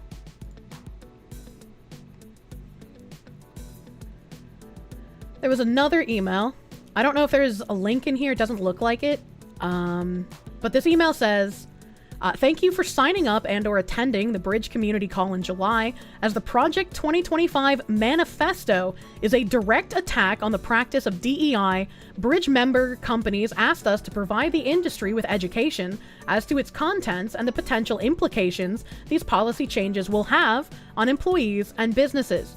Based on the feedback from the call and a request for a copy of the content, please find attached the Bridge Project 2025 Quick Read. As there are 30 chapters to Project 2025, this document addresses the chapters we believe to be the most relevant to our industry. Please also note that we have included some additional information that we did not have time to review on our previous call. We have also received a request for more in-depth analysis, so please be on the lookout for a Project 2025 primer, which will provide additional analysis on the provisions in Project 2025 and their potential impact on the workplace, workforce, and marketplace. Additionally, we have set up a dedicated Project 2025 email for any questions, comments, or feedback you may have. We hope this helps illuminate what is included in Project 2025, and as always, we are here to help support your inclusion efforts in any way we can. What is this quick read? How many pages is this? Ooh, this is big. Ooh, okay. So this is the slides that they showed during their call in July, but they put it together in a bit easier reading. Okay, so how would I open this in Murderfirkin? Copy link address. Let me see if I can open this in Firefox. Nope. No, I cannot. No, I cannot. You think the biggest criticism of Trump is that he is not reading 2025? Yeah, it's not a quick read, but this looks like something that I'll have to figure out how to get archived and I can pull up in Firefox, because I don't want to pull it up in my email. But this is something I definitely want to go over with you guys probably tomorrow at the beginning of stream. But since we will tangent off of that, we'll go back to the Bridge Smart Brief that we were staring at. Of course she uses Firefox, of course I do. So this article, How to Usher in Transformational Change for ESG DEI. Amid backlash against ESG and DEI efforts, companies need to adopt a transformational approach to these initiatives, integrating them into their core strategies, writes Nikki Gilmore of Evolved People. Transformational change in many cases involves cultural evolution and learning, and excellent managers are needed now more than ever to ensure that the cultural shifts stick and organized resiliency is achieved for long-term success. I have been saying that, in my opinion, all of this is happening, Bridge is happening, because they are foregoing short-term profit for long-term cultural victory. And this sentence right here says that very blatantly. Thank you, KB, for the link. I still won't be able to do that today, probably. But this should absolutely, if people were not paying attention to my bleating about Bridge since January this year, hopefully they will pay attention now. And this article comes to us from Thomson Reuters. And you know, I had to look this up, because I was like, Thomson Reuters? Do they mean Reuters like the Russian company? Like the company that everybody says literally just sucks off Russia and promotes Russian propaganda? That Reuters? Yes. That fucking Reuters. That is the same Reuters. Apparently, the Thomson company in Canada bought Reuters in like 2005 or some shit. So I was like, what the heck? Reuters isn't RT? Am I thinking of RT? Maybe I'm thinking of RT. Maybe I got them confused. Because, like, the name Reuters, like, triggered some fucking remembrance in my brain, and I was like, hold on. That's the same fucking icon. Reuters is not RT? Okay, maybe I got Reuters and RT confused about, fucking Russian propaganda. Reuters is shitlib? Okay, well, Reuters did get bought in 2005. Reuters not the same as RT. Freaking Canada media. Reuters is, like, a huge source of globo-homo. Apparently, RT is Russia Today. Okay, alright. TR is not RT. Why are they so close in lettering? Don't you as a US citizen free to pick propaganda for yourself? I don't know what you mean by this. I'm dying. But back to this. Using organizational change to embed your corporate ESG and DEI strategies amid the backlash. Revolutionizing ESG and DEI means treating them as transformational change initiatives rather than transactional tactics to better ensure their staying power and long-term organizational resilience. Reuters is shit, but so far hasn't reached RT level. Yeah, still, I only knew it as Reuters. I never knew it as Thomson Reuters, but apparently the Thomson company bought them in 2005. Smash that like button. Literally had no idea about Push that. me in the algorithm. Can I post a link to the thing talking about making the change stick that I was just talking about? That's what I'm reading right now. Reuters being bought explains the change. They used to be somewhat neutral like other raw news conglomerates, but they weren't super leftoid and global propaganda until a while ago. Yeah, I had no idea that they were bought in 2005. I'd only ever known them as Reuters. Originally, Reuters was British, as long as you remember. Yeah, that's just my bad. Getting fucking TR confused with RT, I guess. They're like RT, but for NATO, I guess you could say. At their core, environmental, social, and governance, and diversity, equity, and inclusion, DEI, strategies are transformational change initiatives. Similar to digital transformation, but historically, they appear to have been pursued through siloed strategies.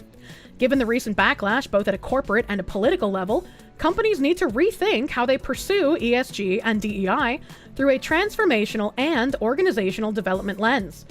In the recent past, many ESG and DEI efforts focused on short-term, transactional tactics, which didn't serve that strategy well. Given the recent backlash against both of these, through a transactional lens, while ESG and DEI can show immediate results, they often fail to create lasting impact, says Nikki Gilmore, an organizational development expert and CEO of Evolved People. Man, both her company and her fucking title sound dystopian. Fox Lady is dyslexic confirmed. I guess so. Instead, companies should aim for transformational change that affects the entire organization, according to Gilmore. This means moving beyond surface-level metrics and isolated programs, and instead working to integrate ESG and DEI into a company's core business strategy. Again, I have been calling this out since January. I am glad they are full mask off at this point. It only took 9 months. Embody the work! That's right. Steps to push transformational change with ESG and DEI. To foster a sustainable organization, leaders should take these 3 key action steps to better drive transformational change.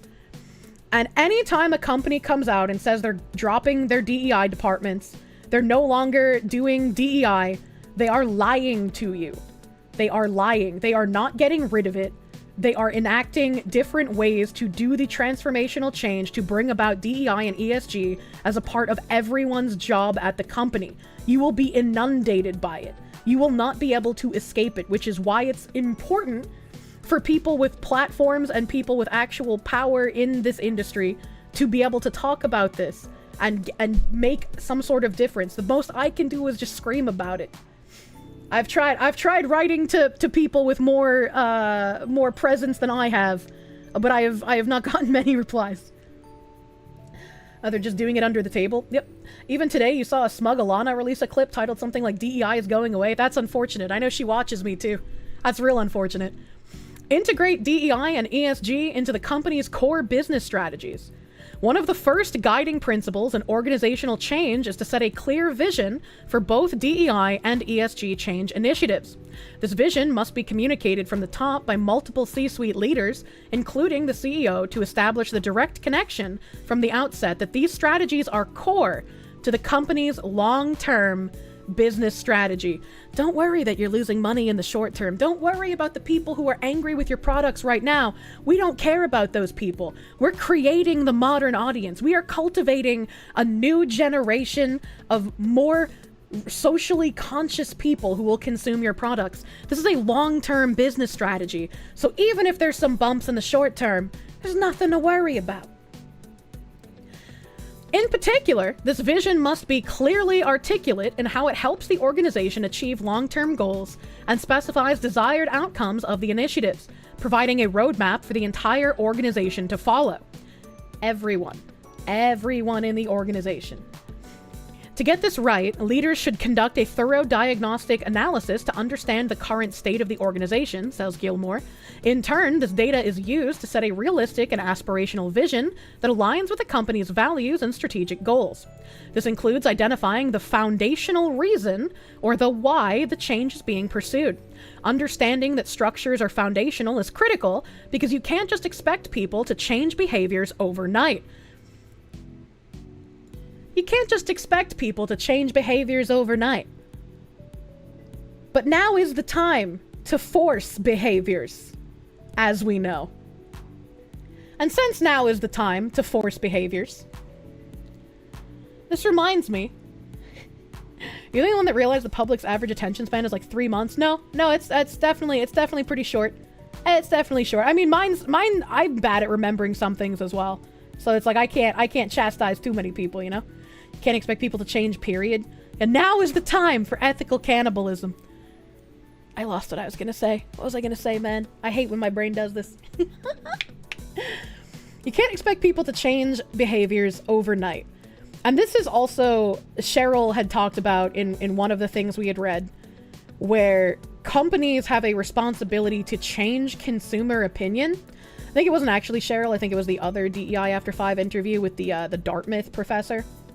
These people don't study history. Forcing belief/change never works out in the long run. You know, real communism just hasn't been tried. Whoever the hell Robbie Starbuck is bought into the "Hey, we won, DEI is going away." He very much did, and it's very sad because he does have a large platform. He does have large reach. He does have industry connections. He does have the ability to make a difference. So it's very disappointing that he's bought into the we're winning, it's going away narrative. And I wish I could kind of like get the attention of some of those people. I've tried to no avail. Sounds too much like conditioning people. It is forced behavior. I've read that. I don't know. I feel kind of disappointed, I guess, because even if you don't know about Bridge, even if you don't know who I am, right? Even if you don't know about all the stuff I've been talking about since January, because like, who the fuck am I? How do you not even question that all of these companies in lockstep have decided we're going to change the language, we're going to drop DEI, like every single company who's been pushing this for over a decade and who ramped it up exponentially since the death of St. Floyd, that's mentioned in every one of their articles. When all of them in lockstep start saying, oh, we're just gonna stop, we're not gonna do this anymore. When the HR company comes out and says, we're changing our language, we're getting rid of the word equity because we need to bring everyone into this inclusive conversation. We need everyone on board in order to enact transformational cultural change. Like, how do you not question, wait a minute, something seems a little fishy here, right? Like, it feels like it's normal to see all of that and be like, I might not know what's happening, but I know something doesn't feel right, right? Like, that just seems like it makes sense. A common challenge for transformational change, however, is that it is long-term, and often conflicts can come up in the short term that become a higher priority. Thus, it is easy for organizations to get distracted and off course. When, not if, this occurs, it is critical to consistently return to the why and distill with clarity how ESG or DEI helps the organization to deliver on its goals. Another key mechanism for weaving ESG and DEI into the fabric of the organization's overall strategy is develop a comprehensive plan that ensures that these goals are reflected in performance metrics and employees' annual reviews. For ESG specifically, changing financial workflows and enterprise risk management processes is to better integrate these initiatives also is an effective way to ensure they become embedded in the core operation of the business. Another related consideration that impacts how much DEI and ESG initiatives are integrated into business operations is how resistance shows up and from whom. To effectively manage change, Shane Lloyd, Chief Diversity Officer at Baker Tilly, said that he advises change leaders by the way, to segment audiences between proponents, opponents, and persuadables, and gauge how much power and authority each group possesses to help or hinder the work. This is like when all of the games journalists and people at Sweet Baby are just like, yeah, these chuds aren't going to have any games to buy soon. These games aren't made for you. We want you out of the gaming community. All right, they perceive you as not a risk, which is why you must become a risk. Even though they are trying to forgo short-term profit for long-term cultural change, they still take damage, even if it's tiny dot or chip damage, from massive amounts of people refusing to buy their products. That is something that you as an average person can do. You might not be able to wage a war, but you can still harm them financially. And hopefully, eventually, with enough financial impact, something can be noticed. Change Führers, if you will. Vote with our money. We know we cannot get 100% of people on board, but everyone needs the opportunity to be in two-way communication with the leaders so that their perspective can be accounted for. 2, wow, who would have thought? Reshape the language to focus on performance. Another crucial step is to reformulate the language around these initiatives, shifting the focus towards performance-oriented goals.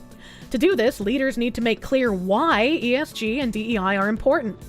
I have found myself talking to CEOs about performance and about organizational development, leadership development, and belonging, and not using words like diversity that perpetuate it as a non-integrated strategy, says Gilmore. Spicy cat raid. What the hell is this spicy cat raid? Unqualified Delta Jack, thank you for the raid. Welcome, Raiders. Welcome, Raiders. When it is not consistently aligned with performance, it becomes at risk of being siphoned off, isolated, and overly scrutinized.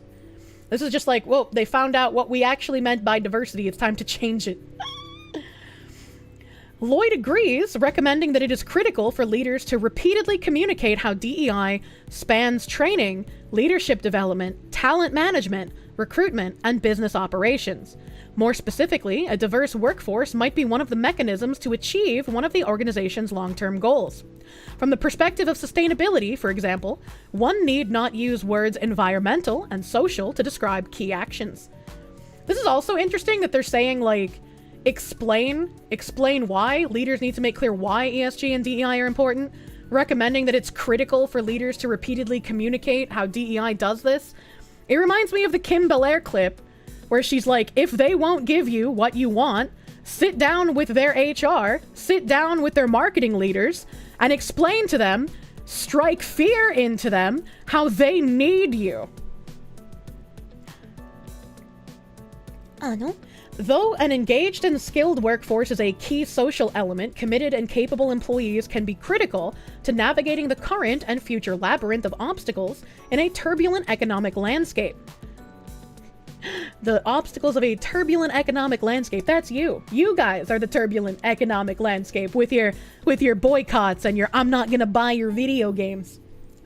One of the past mistakes in setting up the DEI and sustainability functions was siloing them into the company's human resources and marketing functions, respectively, with no budget and no power to drive change. Both budgets and the power to drive change are key ingredients to signal that both DEI and sustainability are important. The very first thing we spoke about in January when I started talking about Bridge, the very first thing was how Bridge's intention was to expand DEI beyond human resources and beyond marketing. Because the only way to enact lasting cultural change is to make sure that it's not just sectioned off with a few people, but to make sure that it is the job of everyone at the company and that everyone knows how important and morally imperative this work is. 3. Invest in manager excellence. Transformational change in many cases involves cultural evolution and learning, and excellent managers are needed now more than ever to ensure that the cultural shifts stick and organizational resiliency is achieved for long-term success. Indeed, cultural evolution is an essential element of organizational development. Cultural evolution is an essential element of organizational development. Oh, you know. Manager hate. Because culture is the daily manifestation of an organization's explicit performance expectations and its implicit behavioral norms, what is rewarded, what is tolerated, what is overlooked, and what is punished, culture is delivered through employees' day-to-day interactions, many of which are influenced by leaders and managers. I like how they're using this as like a little double entendre here, because in this article, they're using culture in the sentence structure to mean specific corporate culture. Right, how like in the past people would be like, oh, this corporate culture is like a boys club, right? But based on everything else they're saying, and also the cultural shifts and the long-term success, they're also meaning an overall cultural revolution, especially in the fact that we know that they're also trying to change consumer opinion on top of changing the inside of their industries. Therefore, doubling down to promote manager excellence and create 21st century leaders who have the skills to foster workplaces that exemplify healthy norms and respectful communication and encourage productive disagreement is critical, especially as a means to uphold a shared commitment to employees, the community, and the company's overall mission. It also helps when leaders and managers approach mistakes with grace while maintaining accountability without harshness. The key to successful ESG and DEI implementation lies in approaching these initiatives as drivers of transformational change, integrating them into the company's core business strategies, and fostering a culture of excellence through skilled management. By reframing these efforts in terms of performance and long-term organizational resilience, companies can create lasting impact and navigate the challenges of our ever-evolving business landscape. I like how they're saying reframing them in terms of performance, because we know they don't actually go by performance metrics. Musk woke up to just how bad things are. Thing is, he likely won't do anything against it. I mean, if Musk ever tweets anything about Bridge, I will pee my pants. I will pee. And so, since at the beginning here, I noticed, Reuters is a name I recognize, but I've never heard of Thomson Reuters, which is what made me look up, like, what the fuck is this? Is it the same as regular Reuters? Which, yes, Thomson just bought them in 2005. It made me look at their board of directors to see whom's the fuck is on here. And David Thomson, chairman, Thomson Reuters, chairman, the Woodbridge Company Limited. David is chairman of Thomson Reuters. He is also a chairman of Woodbridge, the Thomson Family Investment Company, and chairman of The Globe and Mail, Inc., a Canadian media company.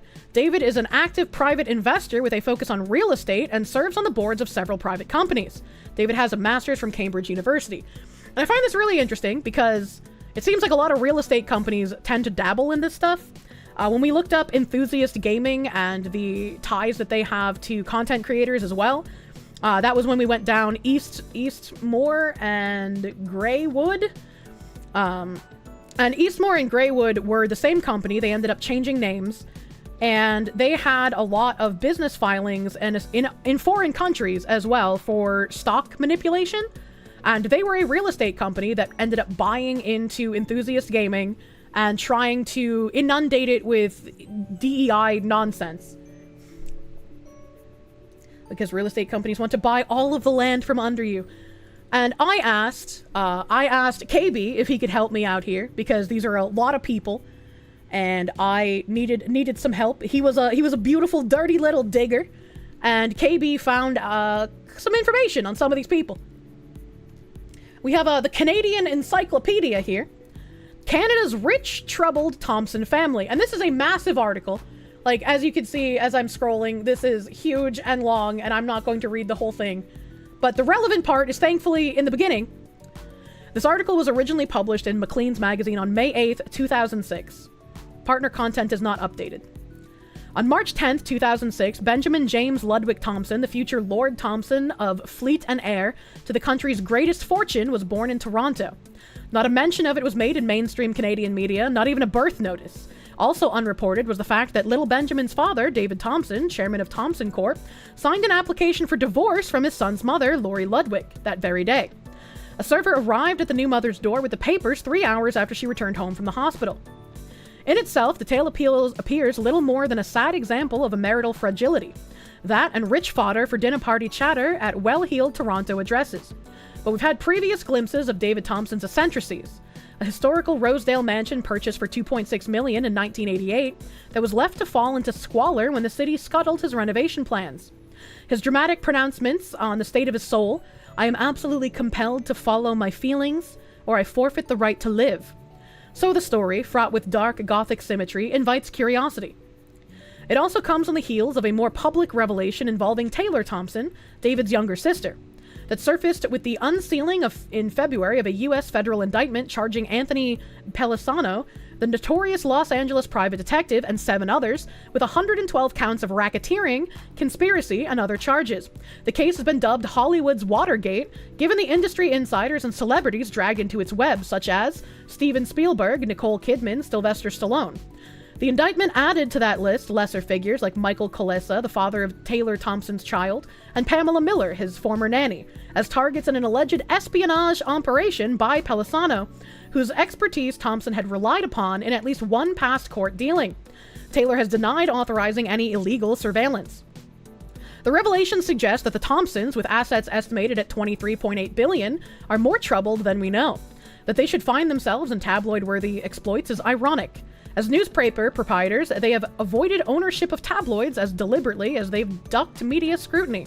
Sensational disclosures also clash with the Thomson family mythology as modest penny pinchers, prudent deal makers, and benign barons of culture, whose good works include the current expansion of the Art Gallery of Ontario. It's a shocker that they own media conglomerates, right? You know? Why would he admit it? The Thomson dynasty, now in its 3rd generation, is as much a part of Canada's iconography as the Hudson Bay Company, which the family once owned. Roy, Ken, and now David Thomson have shaped our view of how Canadian money behaves. There's a certain comfort in seeing Ken, the country's richest man and father to David and Taylor, as kindly, unassuming, and a collector of folksy Cornelius Craigoff winterscapes who walks his own dog and compares prices at Loblaws. Closer inspection of the Thomsons, the 9th richest family in the world, according to Forbes, reveals a more complicated portrait of wealth. Their business holdings are a Chinese puzzle, with companies folded into companies. Most visible is the public Thomson Corp., a $28.7 billion global digital media empire administered from Stamford, Connecticut, with electronic databases in law, healthcare, science, accounting, and education. Then there's Woodbridge Co., the family's private holding company chaired by Ken Thompson, with assets that, pending regulatory approval, will include 40% of Bell Global Media, owner of the Globe and Mail, CTV Inc., 15 specialty channels, and 15% of Maple Leaf Sports and Entertainment. The family upped its BGM ownership stake in December, bringing them into partnership with Torstar Corporation, the owner of the Toronto Star, BCE Incorporated, and the Ontario Teachers Pension Plan. Where have we seen other investors wanting into pension plans? Where I feel like there's another company, maybe similar to Woodbridge. I don't know, maybe like a color and a stone kind of company. Though the Thompsons are... Oops, I clicked on something on accident. Though the Thompsons are said not to meddle in the editorial content of their media holdings, ownership, and the allies that accrue has its privileges. Both the Globe and the Star have followed the Pelicano scandal, yet neither mentioned its connection to Taylor Thompson. One deemed newsworthy by both the New York Times and Los Angeles Times. The National Post, meanwhile, splashed the story on its front page. Editors in the Globe's newsroom debated whether or not to cover David Thompson's marital woes. That they didn't run a story isn't surprising. Few media outlets, including Maclean's, would report on their proprietors' private lives. That so little is known of the Thompsons can also be attributed to the privacy scrim that surrounds them. Accounts of their lives available in print are missing from newspaper databases. The Globe's photo department refuses to sell photographs of the family, referring calls to Woodbridge. The Globe, which has covered the business and personal travels of the Aspers and Blacks, has done little on Thompsons beyond running a front-page image of one of Ken Thompson's Craigoffs every Christmas. An army of lawyers and accountants stands guard, many from the Toronto establishment law firm Torys LLP. John A. Torrey, son of the firm's founder, has served as Ken Thompson's financial advisor and Eminence Grise, I haven't seen that term before, for over 30 years. Torrey's alumnus Jeff Beatty, president of Woodbridge and deputy chairman of Thompson Corp., plays that role for David Thompson. In preparing this story, Maclean's made a formal request to interview Thompson family members. Not gonna happen, said Beatty. Few will speak of the family on or off the record. Those who did, even on the condition of anonymity, reported back to Woodbridge, boasts Beatty. Like a Victorian novel, the servants know all, but refuse to speak, unless in court-filed affidavits. Toronto clams up when anybody has that amount of money, says a Toronto forensic accountant. Theirs is a world where trust is elusive, motives are suspect, and opportunists abound. Relationships are mediated by lawyers, litigation chisels away at personal relationships, private lives are defined as exclusive property and confidentiality agreements. Art is purchased to sit in vaults, and paintings are held hostage in marital disputes. Homes are collected in clusters as if in a Monopoly game. Lawyers shred diaries, nannies follow dress codes, down to what colors are permitted in which seasons. A father sits in a room among divorce lawyers, refusing to look at his newborn just feet away. In a culture obsessed with money, the Thompsons illustrate that wealth is not reflexively synonymous with power and happiness. It can also summon a sense of helplessness, to quote David Thompson. Gothic doesn't even begin to describe it, says a man close to the family. You have no idea. The first Lord Thompson of Fleet... Oh, this is the part where I don't need... This just goes into, like, their background. So this is like a background on the family. But this first part was what the interesting part was in relation to David Thompson being on the board of directors and owning Reuters, and then having this being published about the insidiousness of how they're trying to tuck away DEI and make it so we don't notice what they're doing. I feel like a very rich conglomerate family that is basically, for lack of another way to put it, Canadian royalty, is a very interesting tie. Their old money? Oh yeah. Oh yeah. And also on the board of directors, KB found another interesting person. I believe it is this woman, Deanna Oppenheimer. Deanna Oppenheimer is a founder at Cameo Works. Deanna Oppenheimer is the founder of Cameo Works LLC, a global firm that advises leaders of early-stage companies and consultancies. Deanna founded Cameo Works in 2012. From 2005 to 2011, she served in a number of roles at Barclays PLC, first as chief executive of UK retail and business banking, and then as vice chair of global retail banking. From 1985 to 2005, Deanna served in a number of positions at Washington Mutual, with her last role as president of consumer banking.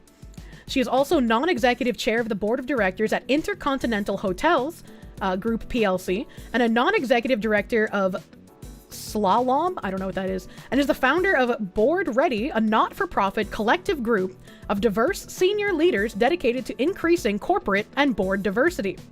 Deanna received a BA, bachelor's, from the University of Puget Sound. And to learn a little bit about her, let me go over here. Mom, yum, yum, yum, yum. Yum, yum, yum, yum.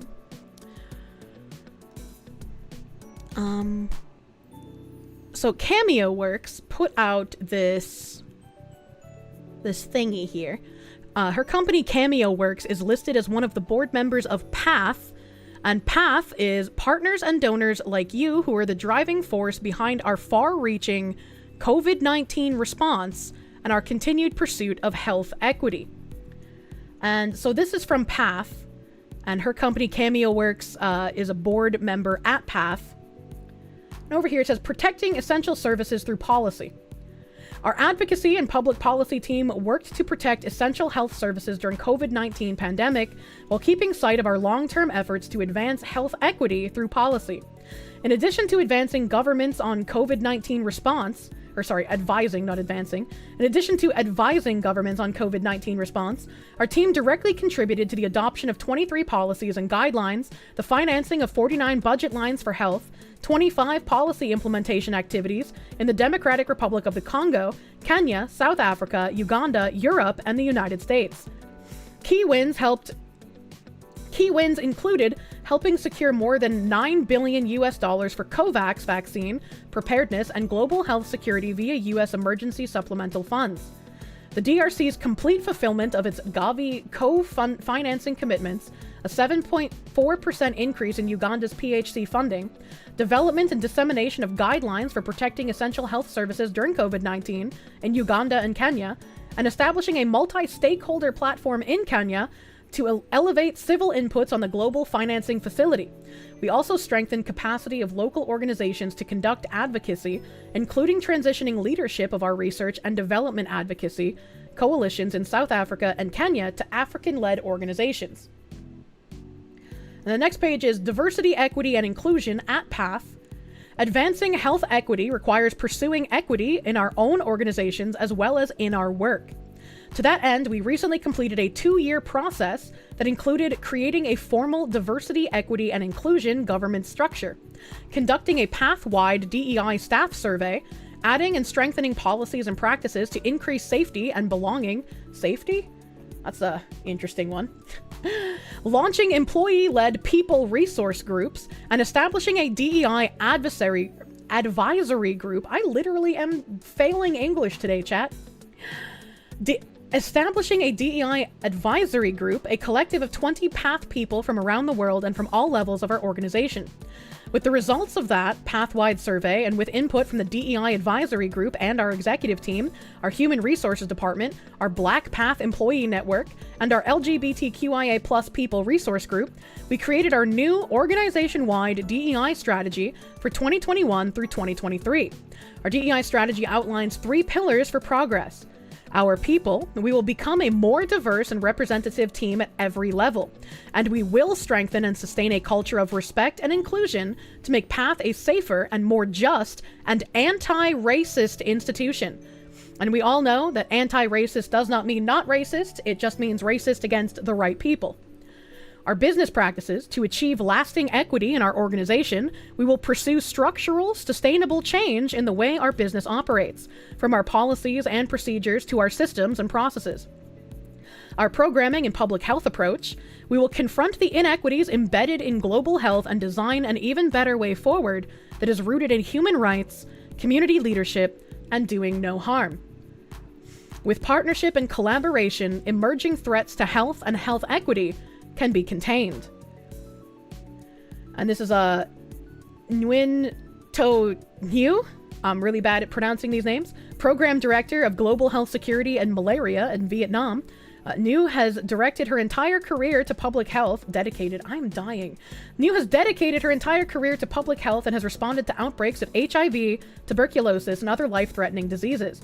When COVID-19 arrived in Vietnam, New and her team established an online case tracking system with real-time reporting so the government could use data to inform its response. And I just found that this was really interesting. They have more pursuing health equity for women and girls, accelerating nutrition stuff. They have like the financial summary in here. It's an interesting report. It's an interesting report from Path, and it's also, I guess, a little strange to have this woman on the board alongside some like royalty family guy, both of them working for a company that pushes how companies need to operationalize DEI as a business practice. And it's also a little wild to see people who, for all intents and purposes, should be doing good things for eradicating diseases, talking about health equity and talking about how their equitable policies informed COVID-19 policy, including in the United States and the UK. She's a communist from Vietnam. The Arg Vile thing with the two. I can build you a deck. I don't know what the topic is. And more Path stuff here. We have the Path Strategy 2025. The world wasn't ready for this pandemic, but we can be ready for the next. We stand at a crossroads in global public health. COVID-19 has cost millions of lives, intensified inequities, and pushed health systems far beyond current capacities. The world wasn't ready for the pandemic, but we can be ready for the next. Our new strategy is designed to directly respond to the current crisis we face as a global community, to the needs and priorities of our local partners, and to their resounding call for the continued transformation of our sector. This shows their strategic framework. It's like a little cell here. They get values, respect, equity, integrity, innovation, collaboration, impact. You can see the advocacy and influence, expertise and evidence, diversity, equity and inclusion, continuous learning and improvement, trusted relationships, and operational and financial agility are all along the outside. On the purple part, equity in health, community-focused priorities, respectful partnerships, and inclusive innovation. Inclusive innovation sounds exactly like the bridge language when Cheryl Daja was talking about how there needs to be equity in the way that products are created, equity in the way that products are distributed, and equity in the product pricing. And that is also on the 72-point framework, the IMAX that Bridge created as well. In the teal part, we have prepare for and respond to emerging health threats, improve lives with science and technology, increase health system capacity and resilience, and in the middle, advance health equity through innovation and partnerships. And once again, like all of these big parts, the ones that grab your attention typically are the center ones, but it's all involved with diversity, equity, and inclusion along the side here, inclusive innovation, and equity in health. Looks like a bullseye.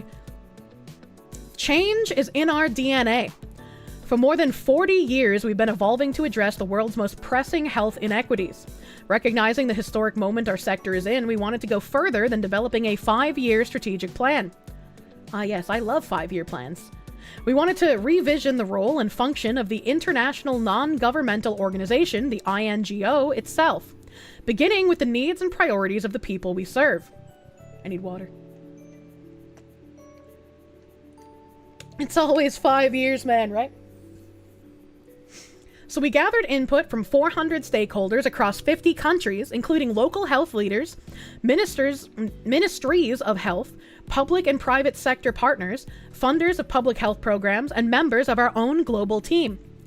Together, we identified the path capabilities most valued by our partners and used those capabilities to frame 3 areas of focus for our future: preparing for and responding to emerging health threats, improving lives with science and technology, and increasing health system capacity and resilience.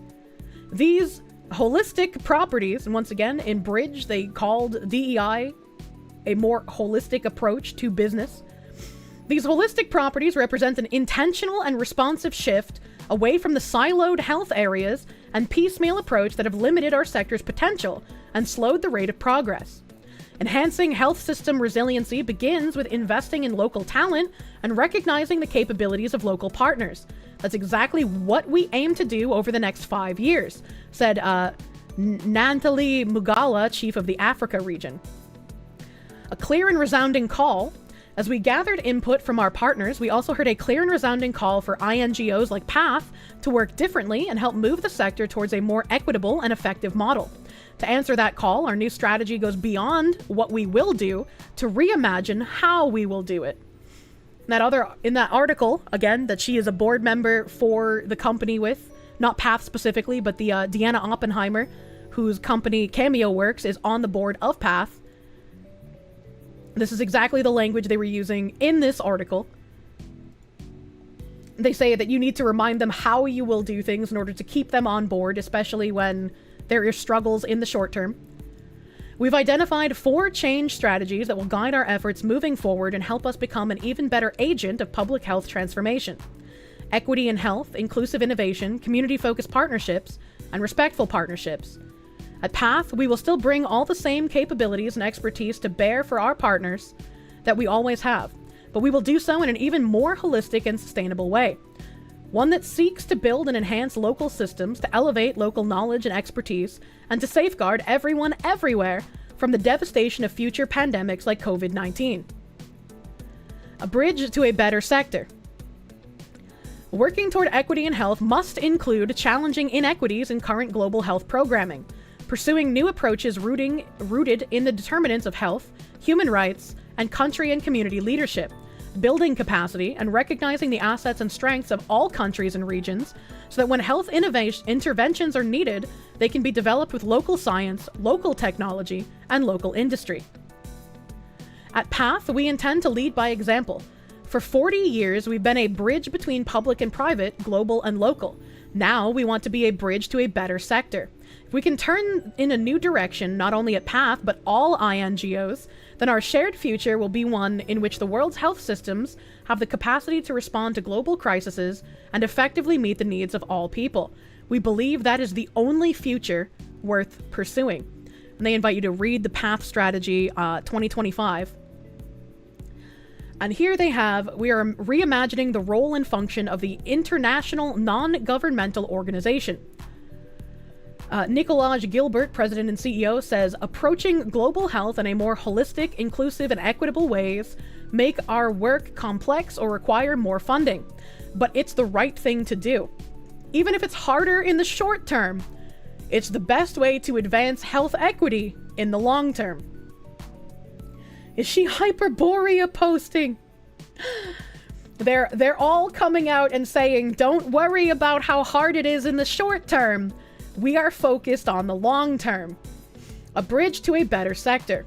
As we respond to the crises and inequities of the COVID-19 pandemic, we must do so with an eye to the future and with the understanding that the challenges we face will only grow in number and complexity in the years ahead. We must find ways for global health to become even more inclusive and so more effective in all its forms, from financing and investment to policy change and multi-sector partnership. Working towards equality, Working towards equity in health must include challenging inequities in current global health programming. We read this paragraph in that other page. This paragraph was also in the other page. In the next section, you'll learn more about our 3 strategies, and then they just reiterate the little global thing here. I just reiterate the little cell thing we already read. And one other name. A bridge too far. These long con freaks are dangerous to everything. Like I said, people will bitch and moan about the culture war and be like, I don't like certain people bringing their politics here, but it's like, it's already come to you, man. I'm just pointing it out.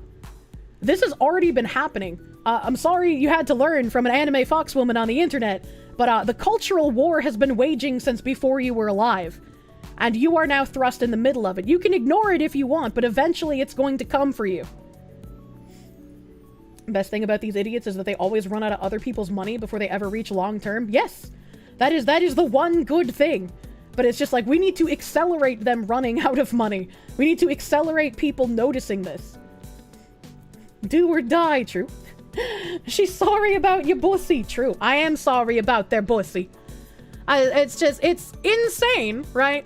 It's insane that this one article about basically the bridge tenants operationalizing DEI as a business strategy has so many like high-powered names attached to it. It's just like when I found Bridge and I was like, how are there so many companies involved in this and no one's ever fucking heard of it?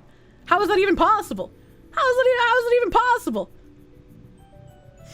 And then the last name that KB got some interesting info on is this lady here, Kim M. Rivera, Chief Legal and Business Affairs Officer at OneTrust. Kim M. Rivera is the Chief Legal and Business Affairs Officer of OneTrust LLC, a privacy, security, and governance management software company. She was Special Advisor to the CEO of HP from February 2021 through December 2021. Prior to that, Kim was President, Strategy and Business Management and Chief Legal Officer at HP from January 2019 through January 2021.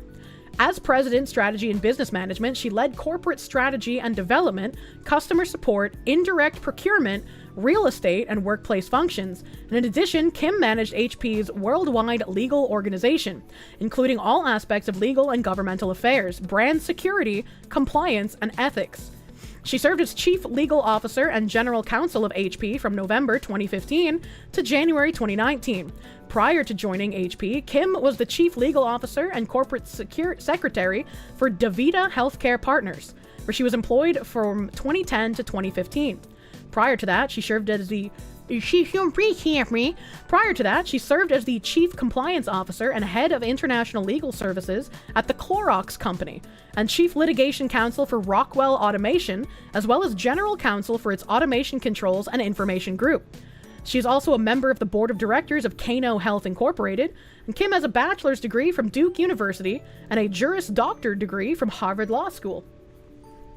That's a smile I wouldn't trust. And so KB looked up her company, OneTrust. And we get OneTrust appoints HP's Kim Rivera as Chief Legal and Business Affairs. A C-suite executive with a proven record of delivering significant business impact through business and corporate development, Rivera has spent over 25 years building trust within organizations spanning technology, healthcare, and consumer products. Most recently, Rivera served as HP's President of Strategy, Business Management, and Chief Legal Officer, where she led corporate strategy and business development, customer support, we already know that. Rivera is known as a strong and outspoken leader with a passion for developing people, teams, and culture in organizations. She was appointed to the Thomson Reuters Board of Directors in 2019 and to Kano Health's Board of Directors in 2021. She's also held multiple nonprofit board positions, including the California Latino Community Foundation, the Denver Metro Hispanic Chamber of Commerce. Currently, she serves as chair-elect of the Board of Leadership Council on Legal Diversity and is a senior fellow and member of the Board of the American Leadership Forum of Silicon Valley. She is an advocate for and frequent speaker on diversity and inclusion, DE&I, in corporations and the legal profession, emphasizing women in leadership. Companies and boards of directors are grappling with how to effectively integrate privacy, legal, and governance requirements into their core business strategy and operations, because that's where the competitive advantage lies, said Kim Rivera, OneTrust's new Chief Legal Business Affairs Officer. Sorry, my throat was itchy. I had to rub it with my tongue. OneTrust is building the technology for trust and is uniquely positioned to meet the challenges of these demands by collaborating with customers and partners to design and implement successful strategies. I look forward to building on the company, business, and platform that OneTrust has created as we continue to evolve and define its legacy. Kim is an expert at evolving and integrating compliance and governance strategies to build trust as the core of the business strategy. Isn't that interesting? How, like, when you think about them using trust this whole time, you just think of, like, oh, she's been doing so well that, like, companies trust her to do a good job in her position, right? And then this sentence comes in. Kim is an expert at evolving and integrating compliance and governance strategies to build trust. And you're like, well, wait a minute. That doesn't sound like trust at all. That doesn't sound like the way I know what trust is. Hold on, wait a minute. She's the business mind behind what the OneTrust platform helps our customers accomplish, unifying privacy, security, and ethics to build trust. We're incredibly excited for Kim to join our executive leadership team and rapidly accelerate our ability to help our customers build programs centered on trust. OneTrust is a category-defining enterprise platform to operationalize trust. Operationalize trust. What the fuck? More than 12,000 customers, including half of the Fortune Global 500, use OneTrust to make trust a competitive differentiator. Okay, so this just sounds silly now. Implementing central agile workflows across privacy and data governance, GRC and security, ethics and compliance, and ESG and sustainability programs. The OneTrust platform is backed by 200 patents and powered by the OneTrust Athena AI and robotic automation engine. In 2020, OneTrust was named the #1 fastest growing company in America on the Inc. 500 with a 48,000% 3-year growth rate. According to the IDC Worldwide Data Privacy Management Software Market Shares Report 2020, OneTrust is leading the market outright and showing no signs of slowing down or stopping.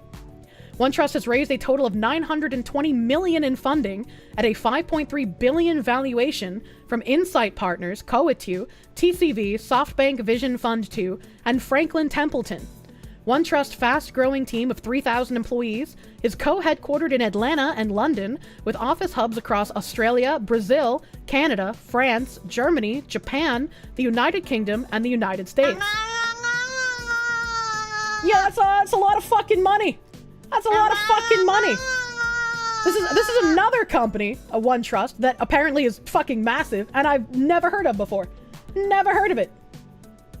When people with loads of money and power start to work together in secret, be very afraid. That's pretty much what the entirety of Bridge is.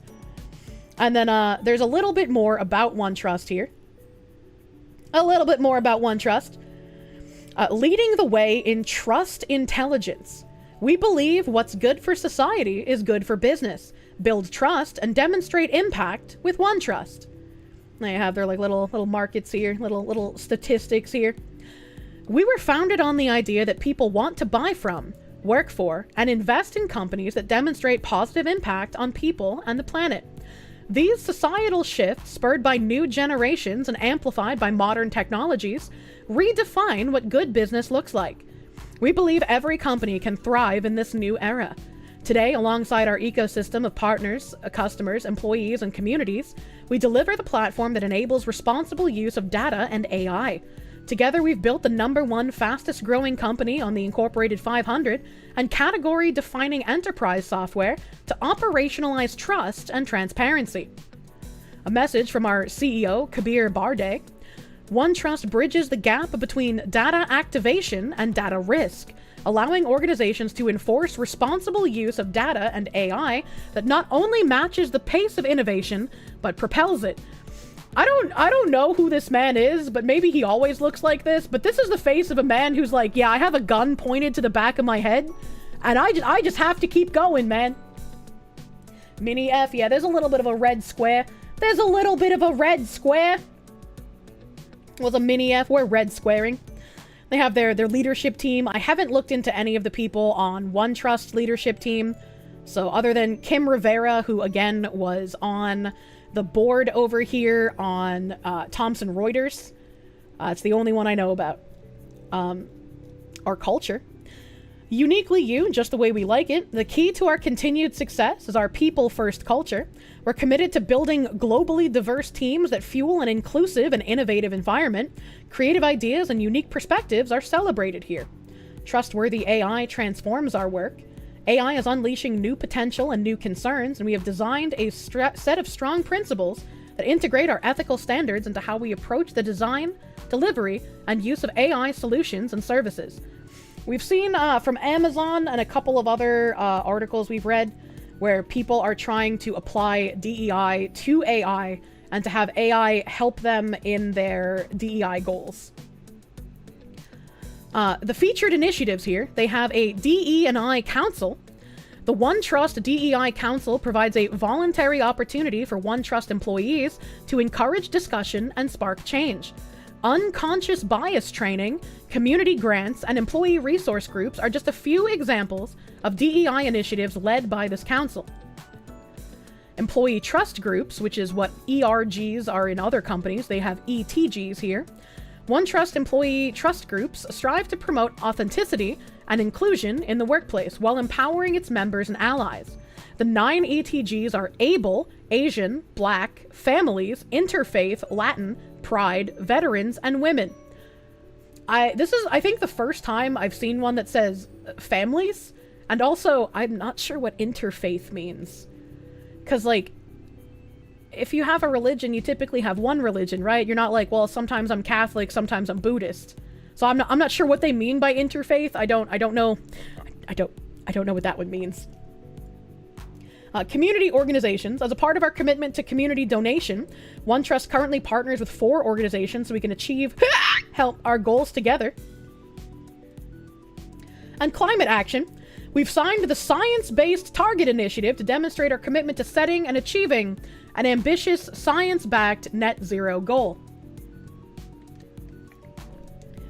So this kind of just goes to show you a little bit, right?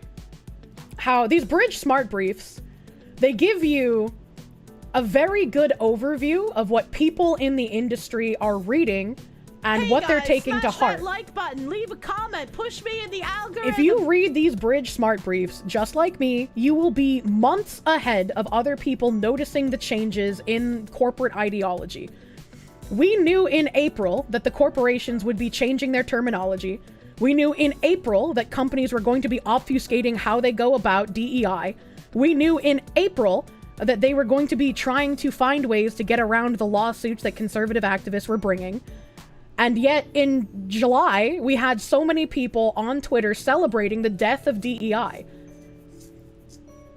It wasn't dying, it was doing exactly what it's meant to have been doing since they told us about it in April. You can spoil your friends and act like an oracle. Exactly. Exactly. Interfaith just means there are people of multiple religions.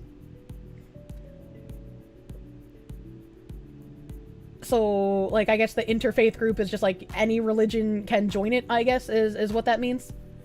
You're living with your company. They have a new term, seed. What the hell? What the hell? You don't know where they expect men to go? Sherm addressed that. Sherm addressed that using the word equity would be a turnoff to some people. And that using the term equity and sometimes even the term diversity would make people feel like they are excluded. So you want to use the term inclusion instead, so that all of those yucky white people and yucky white men and other men of other colors would stop feeling like they're being iced out of corporate culture and feel like they are also going to be belonging in the company. Because if you're going to transform the entire company, you're going to need some of those yucky people that you don't like to help you enact that change. But it's okay, you can just get rid of them after. The left can always count on the complacency of the right. Yeah, unfortunately. Unfortunately, man. And so going from the Bridge Smart Brief, like just knowing these articles are here, reading this one article, using the Bridge language, talking about how they're changing DEI, talking about how it's not dying, it's in fact getting worse because they have made people believe that we're winning. And then looking at the board of directors and then looking into each of these board members' pasts and just how all of these companies are integrated into DEI messaging, it's almost enough to black pill a person, right? Like, it's almost enough to be like, holy shit, this is massive. Hello, Cheeseball. Please don't lick my leg. Oh god, I know I have a band-aid on it, but please don't do that. Reuters ESG, why am I not surprised? I had one little oopsie where for some reason I thought that Reuters was RT. They're not the same thing. I apologize for my mistake, thinking that they were the same company. Alright, okay. James Balls! Do not lick the legs. No, he can't lick my cut. That's bad for him.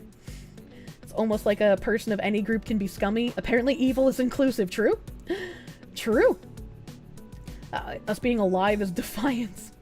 Never be blackpilled. That's mega cringe. Hard agree. Hard agree. Never be blackpilled. That's why like when I do read this stuff, I want to remind people like you can make a difference. It is not hopeless.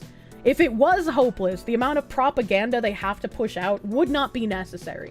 They wouldn't need to propagandize anybody. They wouldn't need to make you feel like it's not happening if they thought they could just win that easily.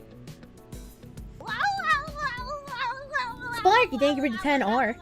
Not sure if it's directly correlated, but interfaith could be word salad for ecumenism. syncretic religion where they pick the best of each and make a feels-good singular religion, just UN things. I've never heard of that, so that would be weird. Arismador, thank you for the $1. An interfaith family example would be Catholic men with a Buddhist wife. Well, yeah, but that doesn't make sense for an employee resource group, right?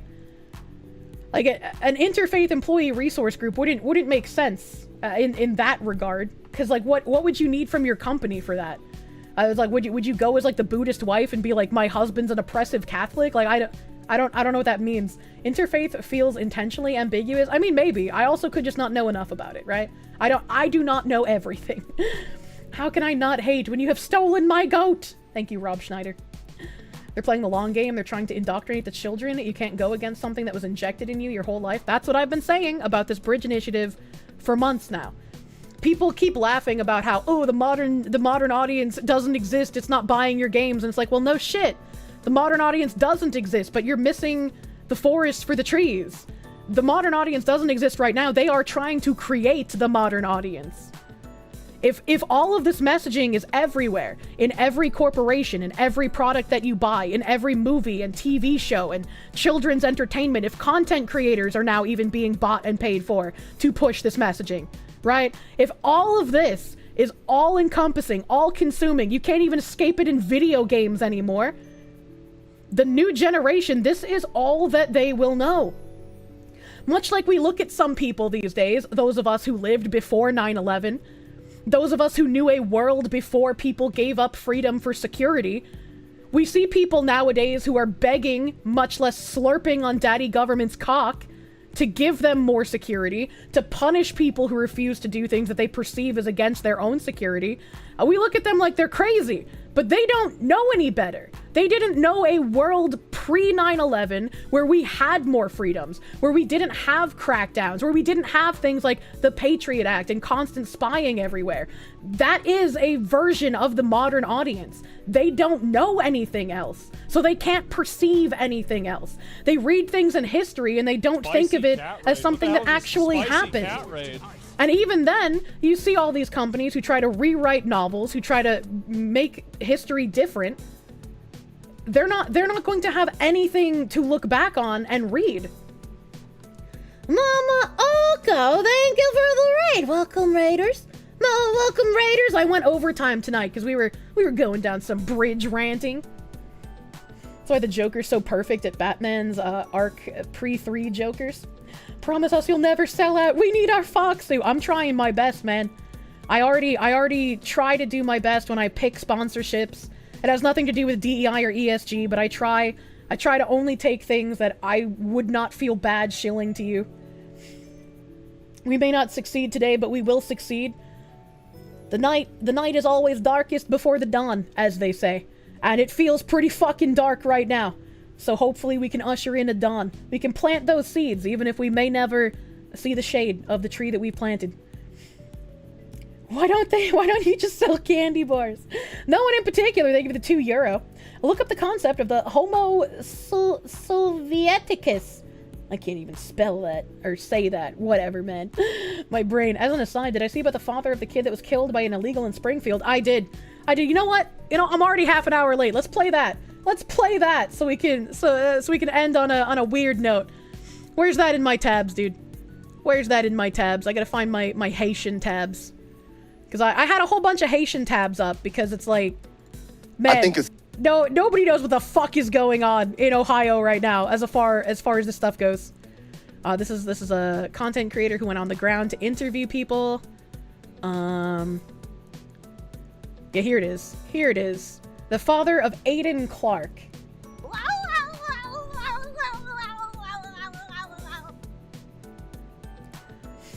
To quote from the Silmarillion, they shall come again. I'm sorry, I don't know what that is either. I am not good at references. The father of Aiden Clark, who was killed by a Haitian illegal in Springfield, Ohio, says he wishes his son had died at the hands of a 60-year-old white man, so his death wouldn't be used by Republicans to criticize illegal immigrants. This is how you know that someone is so far gone in propaganda that they just don't live in reality anymore. Instead of being angry that a violent criminal was deposited in his country by a government that doesn't give a shit about him or his son. Instead of being angry at the migrant and his government, he is angry that people are angry that illegal immigrants are in our country killing our citizens. What? How did these people ever reproduce? That's a good fucking question. After recent comments, you know, I wish that my son, Aiden Clark, was killed by a 60-year-old white man. And I bet you never thought anyone would ever say something so blunt. That's something I do recognize, Nephenor. The suicidal empathy, Gad Sad, he's done some good writing. I recognize that one. I know that reference. But if that guy killed my 11-year-old son, the incessant group of hate-spewing people would leave us alone. The last thing that we need. It's just insane to me. It's insane. How do you get to this point where instead of placing the blame correctly on the illegal immigrant and our government, you instead are just like, oh no, my son being killed by an illegal immigrant will increase the racisms. And it's not even the racisms, because an illegal immigrant isn't a race. They can come from fucking anywhere. They're not specifically Hispanic or African or Haitian. They don't have like a specific denotation. They're just here illegally.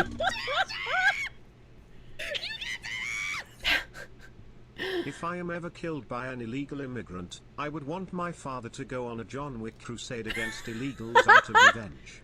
Because if my child ever befell that misfortune, I would do the same. Don't let evil fester. Cut it out with prejudice.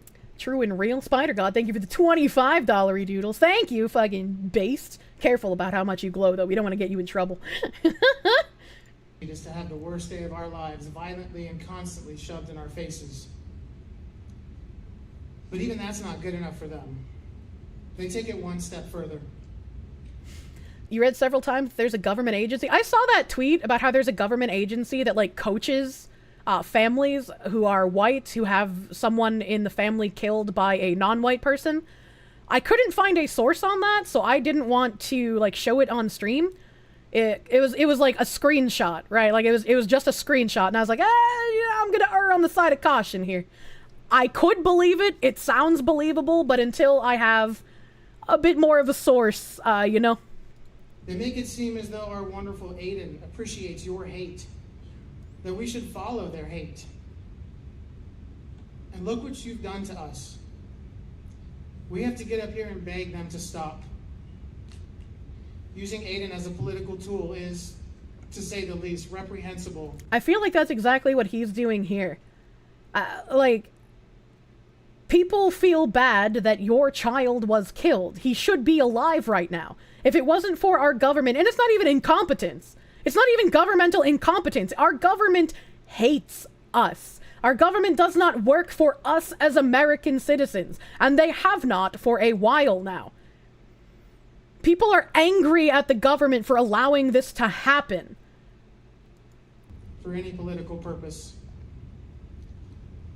And speaking of morally bankrupt, politicians. I wonder how much of a payday he took to say this shit. Bernie Moreno, Chip Roy, J.D. Vance, and Donald Trump. They have spoken my son's name and used his death for political gain. This needs to stop now. They can vomit all the hate they want about illegal immigrants, the border crisis, and even untrue claims about fluffy pets being ravaged and eaten by community members. However, they are not allowed, nor have they ever been allowed to mention Aiden Clark from Springfield, Ohio. Excuse me, it was a national story. What do you mean not allowed to mention him? What the fuck do you mean by that? This is like, oh man. Oh man. That has to be what this is, right? This man can't actually believe the shit that he's reading. He's gotta just be like some 49 IQ Mong living in the sticks.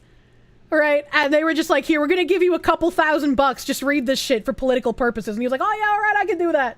I can do that, yeah, thank you. Thank you for the payout. I will listen to them one more time to hear their apologies. To clear the air, my son, Aiden Clark, was not murdered. He was accidentally killed by an immigrant from Haiti.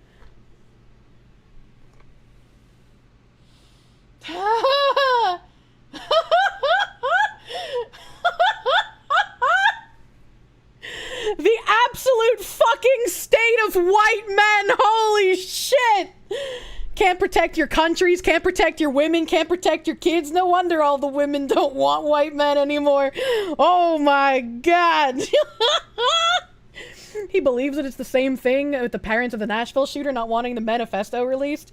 Oh my god, it's just so fucking crazy, dude. This is what years of being told you are all of the world's evils will do to someone who doesn't bother doing anything to think for themselves. Fucking eunuch, yeah. He's one of the, like, white guilt eunuchs, basically. Look at the woman, she's smirking. Yeah, she's very happy this is happening. He's lost his white card. Are we gonna start issuing those? Can we have white cards? Like, they have black cards? Can we do that, actually? Geld this cold. I like that. That is actually an insane statement. My son was not murdered. He was accidentally killed by a Haitian immigrant. Oh, man, dude. Look at the lady behind him. I know. Fucking frog-ass woman. I'm mad, dude. I didn't watch this video before. I'm just fucking mad now.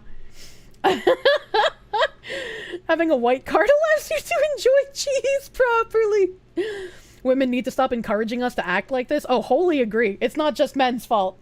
It's not just men's fault. Let me comedically rant sometimes, okay? This video is evil. It is. It certainly is. When we send the Haitians away, we should consider sending him with them. That'd be a good effort. That'd be good. I could agree to that. You've been dancing all night. This tragedy is felt all over this community, the state, and even the nation. But don't spin this towards hate. In order to live like Aiden, you need to accept everyone. Choose to shine. Make the difference. Lead the way. Yeah, that mentality is what got your son killed. What do you mean? Oh, wow. This is like Molly Tibbetts all over again. Yeah. Yeah. Oh, God. Oh, God. I don't know what to say about this, dude. This makes me so fucking mad. If you die and your parents do this, please let me come back and beat their asses. In order to live like Aiden, bro, he's dead. You mean accidentally killed? This is the don't look back in anger level bullshit. No, you need to start being angry. This doesn't make you look like a good person. Where's that fucking chart? Where's that fucking weird ass chart where it shows like the level of conscious like care that people have? And like for people who are more center right or further to the right, like they cared more about like their insular, like their family came first, and then their friends, and then their community, and then, you know, it got more sparse. But then the leftists were like the complete inverse, where they care about like some random fucking person on a random fucking country who they'll never meet and they'll know anything about, and they care about them like they should care about their family, but their family gets like the least amount of care. I just like Overton window. You think Sargon posted it? Yeah, that graph lives in my head rent fucking free, dude. Rent fucking free. Oh my good God. His wife should divorce him. You would totally understand it as a man. If his wife doesn't divorce him, then she's also part of the problem who enabled this kind of fucking cuck behavior. Like, it is absolutely partially her fault too. Like someone in chat said earlier, like, women have done a lot of damage to have men acting in this fucking absolute cucked way. I hate feminism, dude. And be the inspiration. What many people in this community and state, this dumb bitch holding some fucking shirt. Oh my God. And nation are doing is the opposite of what you should be doing. Sure, we have our problems here in Springfield and in the U.S., but does Aiden Clark have anything to do with that? Did you know that an 11-year-old boy could be passionate about gardening? That he could haggle for a better price at a yard sale? I'm sure he would love to be passionate about gardening still if we didn't have illegal immigrants overrunning our country. How do I make more money from this? Oh yeah, thank you, Ziz. Thank you, Ziz. This is the fucking graph. Heat maps indicating highest moral allocation by ideology. Source data provided as a source data file. The highest value on the heat map scale is 20 units for liberals, 12 units for conservatives. Moral circle rings from inner to outer are described as follows. 1 being all of your immediate family, 2 being your extended family, 3 your closest friends, 4 all of your friends, including distant ones, 5 all of your acquaintances, 6 all the people you've ever met, 7 all the people in your country, 8 all the people on your continent, 9 all the people on all continents, 10 all mammals, 11 all amphibians, reptiles, mammals, fish, and birds, 12 all animals on Earth, including paramecia and amoebae, 13 all animals in the universe, including alien life forms, 14 all living things in the universe, including plants and trees, 15 all natural things in the universe, including inert entities such as rocks, and 16 all things in existence. And as you can see, the conservative heat map is basically centered around like 1, 2, 3, 4, 5. And then the liberal heat map is around 12, 13, 14, 15. That's it's very interesting there. Imagine having a liberal parent. They literally care about everything except you. Imagine having a liberal parent. Even my mother cared about me more than your parents do. What a depressing fucking reality. Hasso Happa, thank you for the 5. Won't someone think of the space rocks? Oh my god. Illegal aliens are 13. Damn. Wait, no, 13 is animals, you silly. I see what you're doing there. You're from Buenos Aires? Oh my god. For all her faults, I'm sure your mother would raise fucking hell for you, Kirsche. Well, of course she would, because she'd get attention for doing so. Your mom would have transed you. She absolutely would have. 100% she would have done that. It made me spit out my gamer subs. Bought with code Kirsche for free shipping. Actually, the free shipping has ended. There's new flavors, new drops, end of season waifu cup drops, and now you can go back to getting 10% off your order with code Kirsche. She probably would have trans your brother. You get more points for that. Porque no los dos? Why have only 1 trans child when 2 trans children will get you double the news coverage? Think of all the free shit. She could have gotten her own TV show. How close are we to the Kirsche Cup? What would my trans name be? My mom told me what she would have named me if I was a boy, but I can't remember what it is. And people were shocked with what Destiny said. What are the odds? Oy. Insane Linguist, thank you for the 50 CZK. Leftists care more about random space rocks than they do about fellow human beings. True and real, unfortunately. I think that's a good note. Good note to end stream on. I am having a muscle spasm, and it feels really fucking bad. I need to go stretch, dude. John Collab, Pippa on Twitch, Mari, Hina. Oh, wait. There's a John Collab right now. I'm gonna go touch the Piba. I'm touching the Piba! Chat, you know the rules. No glowing in Piba's chat. Do not discuss political topics in her chat. Do not ask the non-political streamer for political opinions, alright, okay? You better behave! Better behave in Piba's chat or I will execute you on the spot.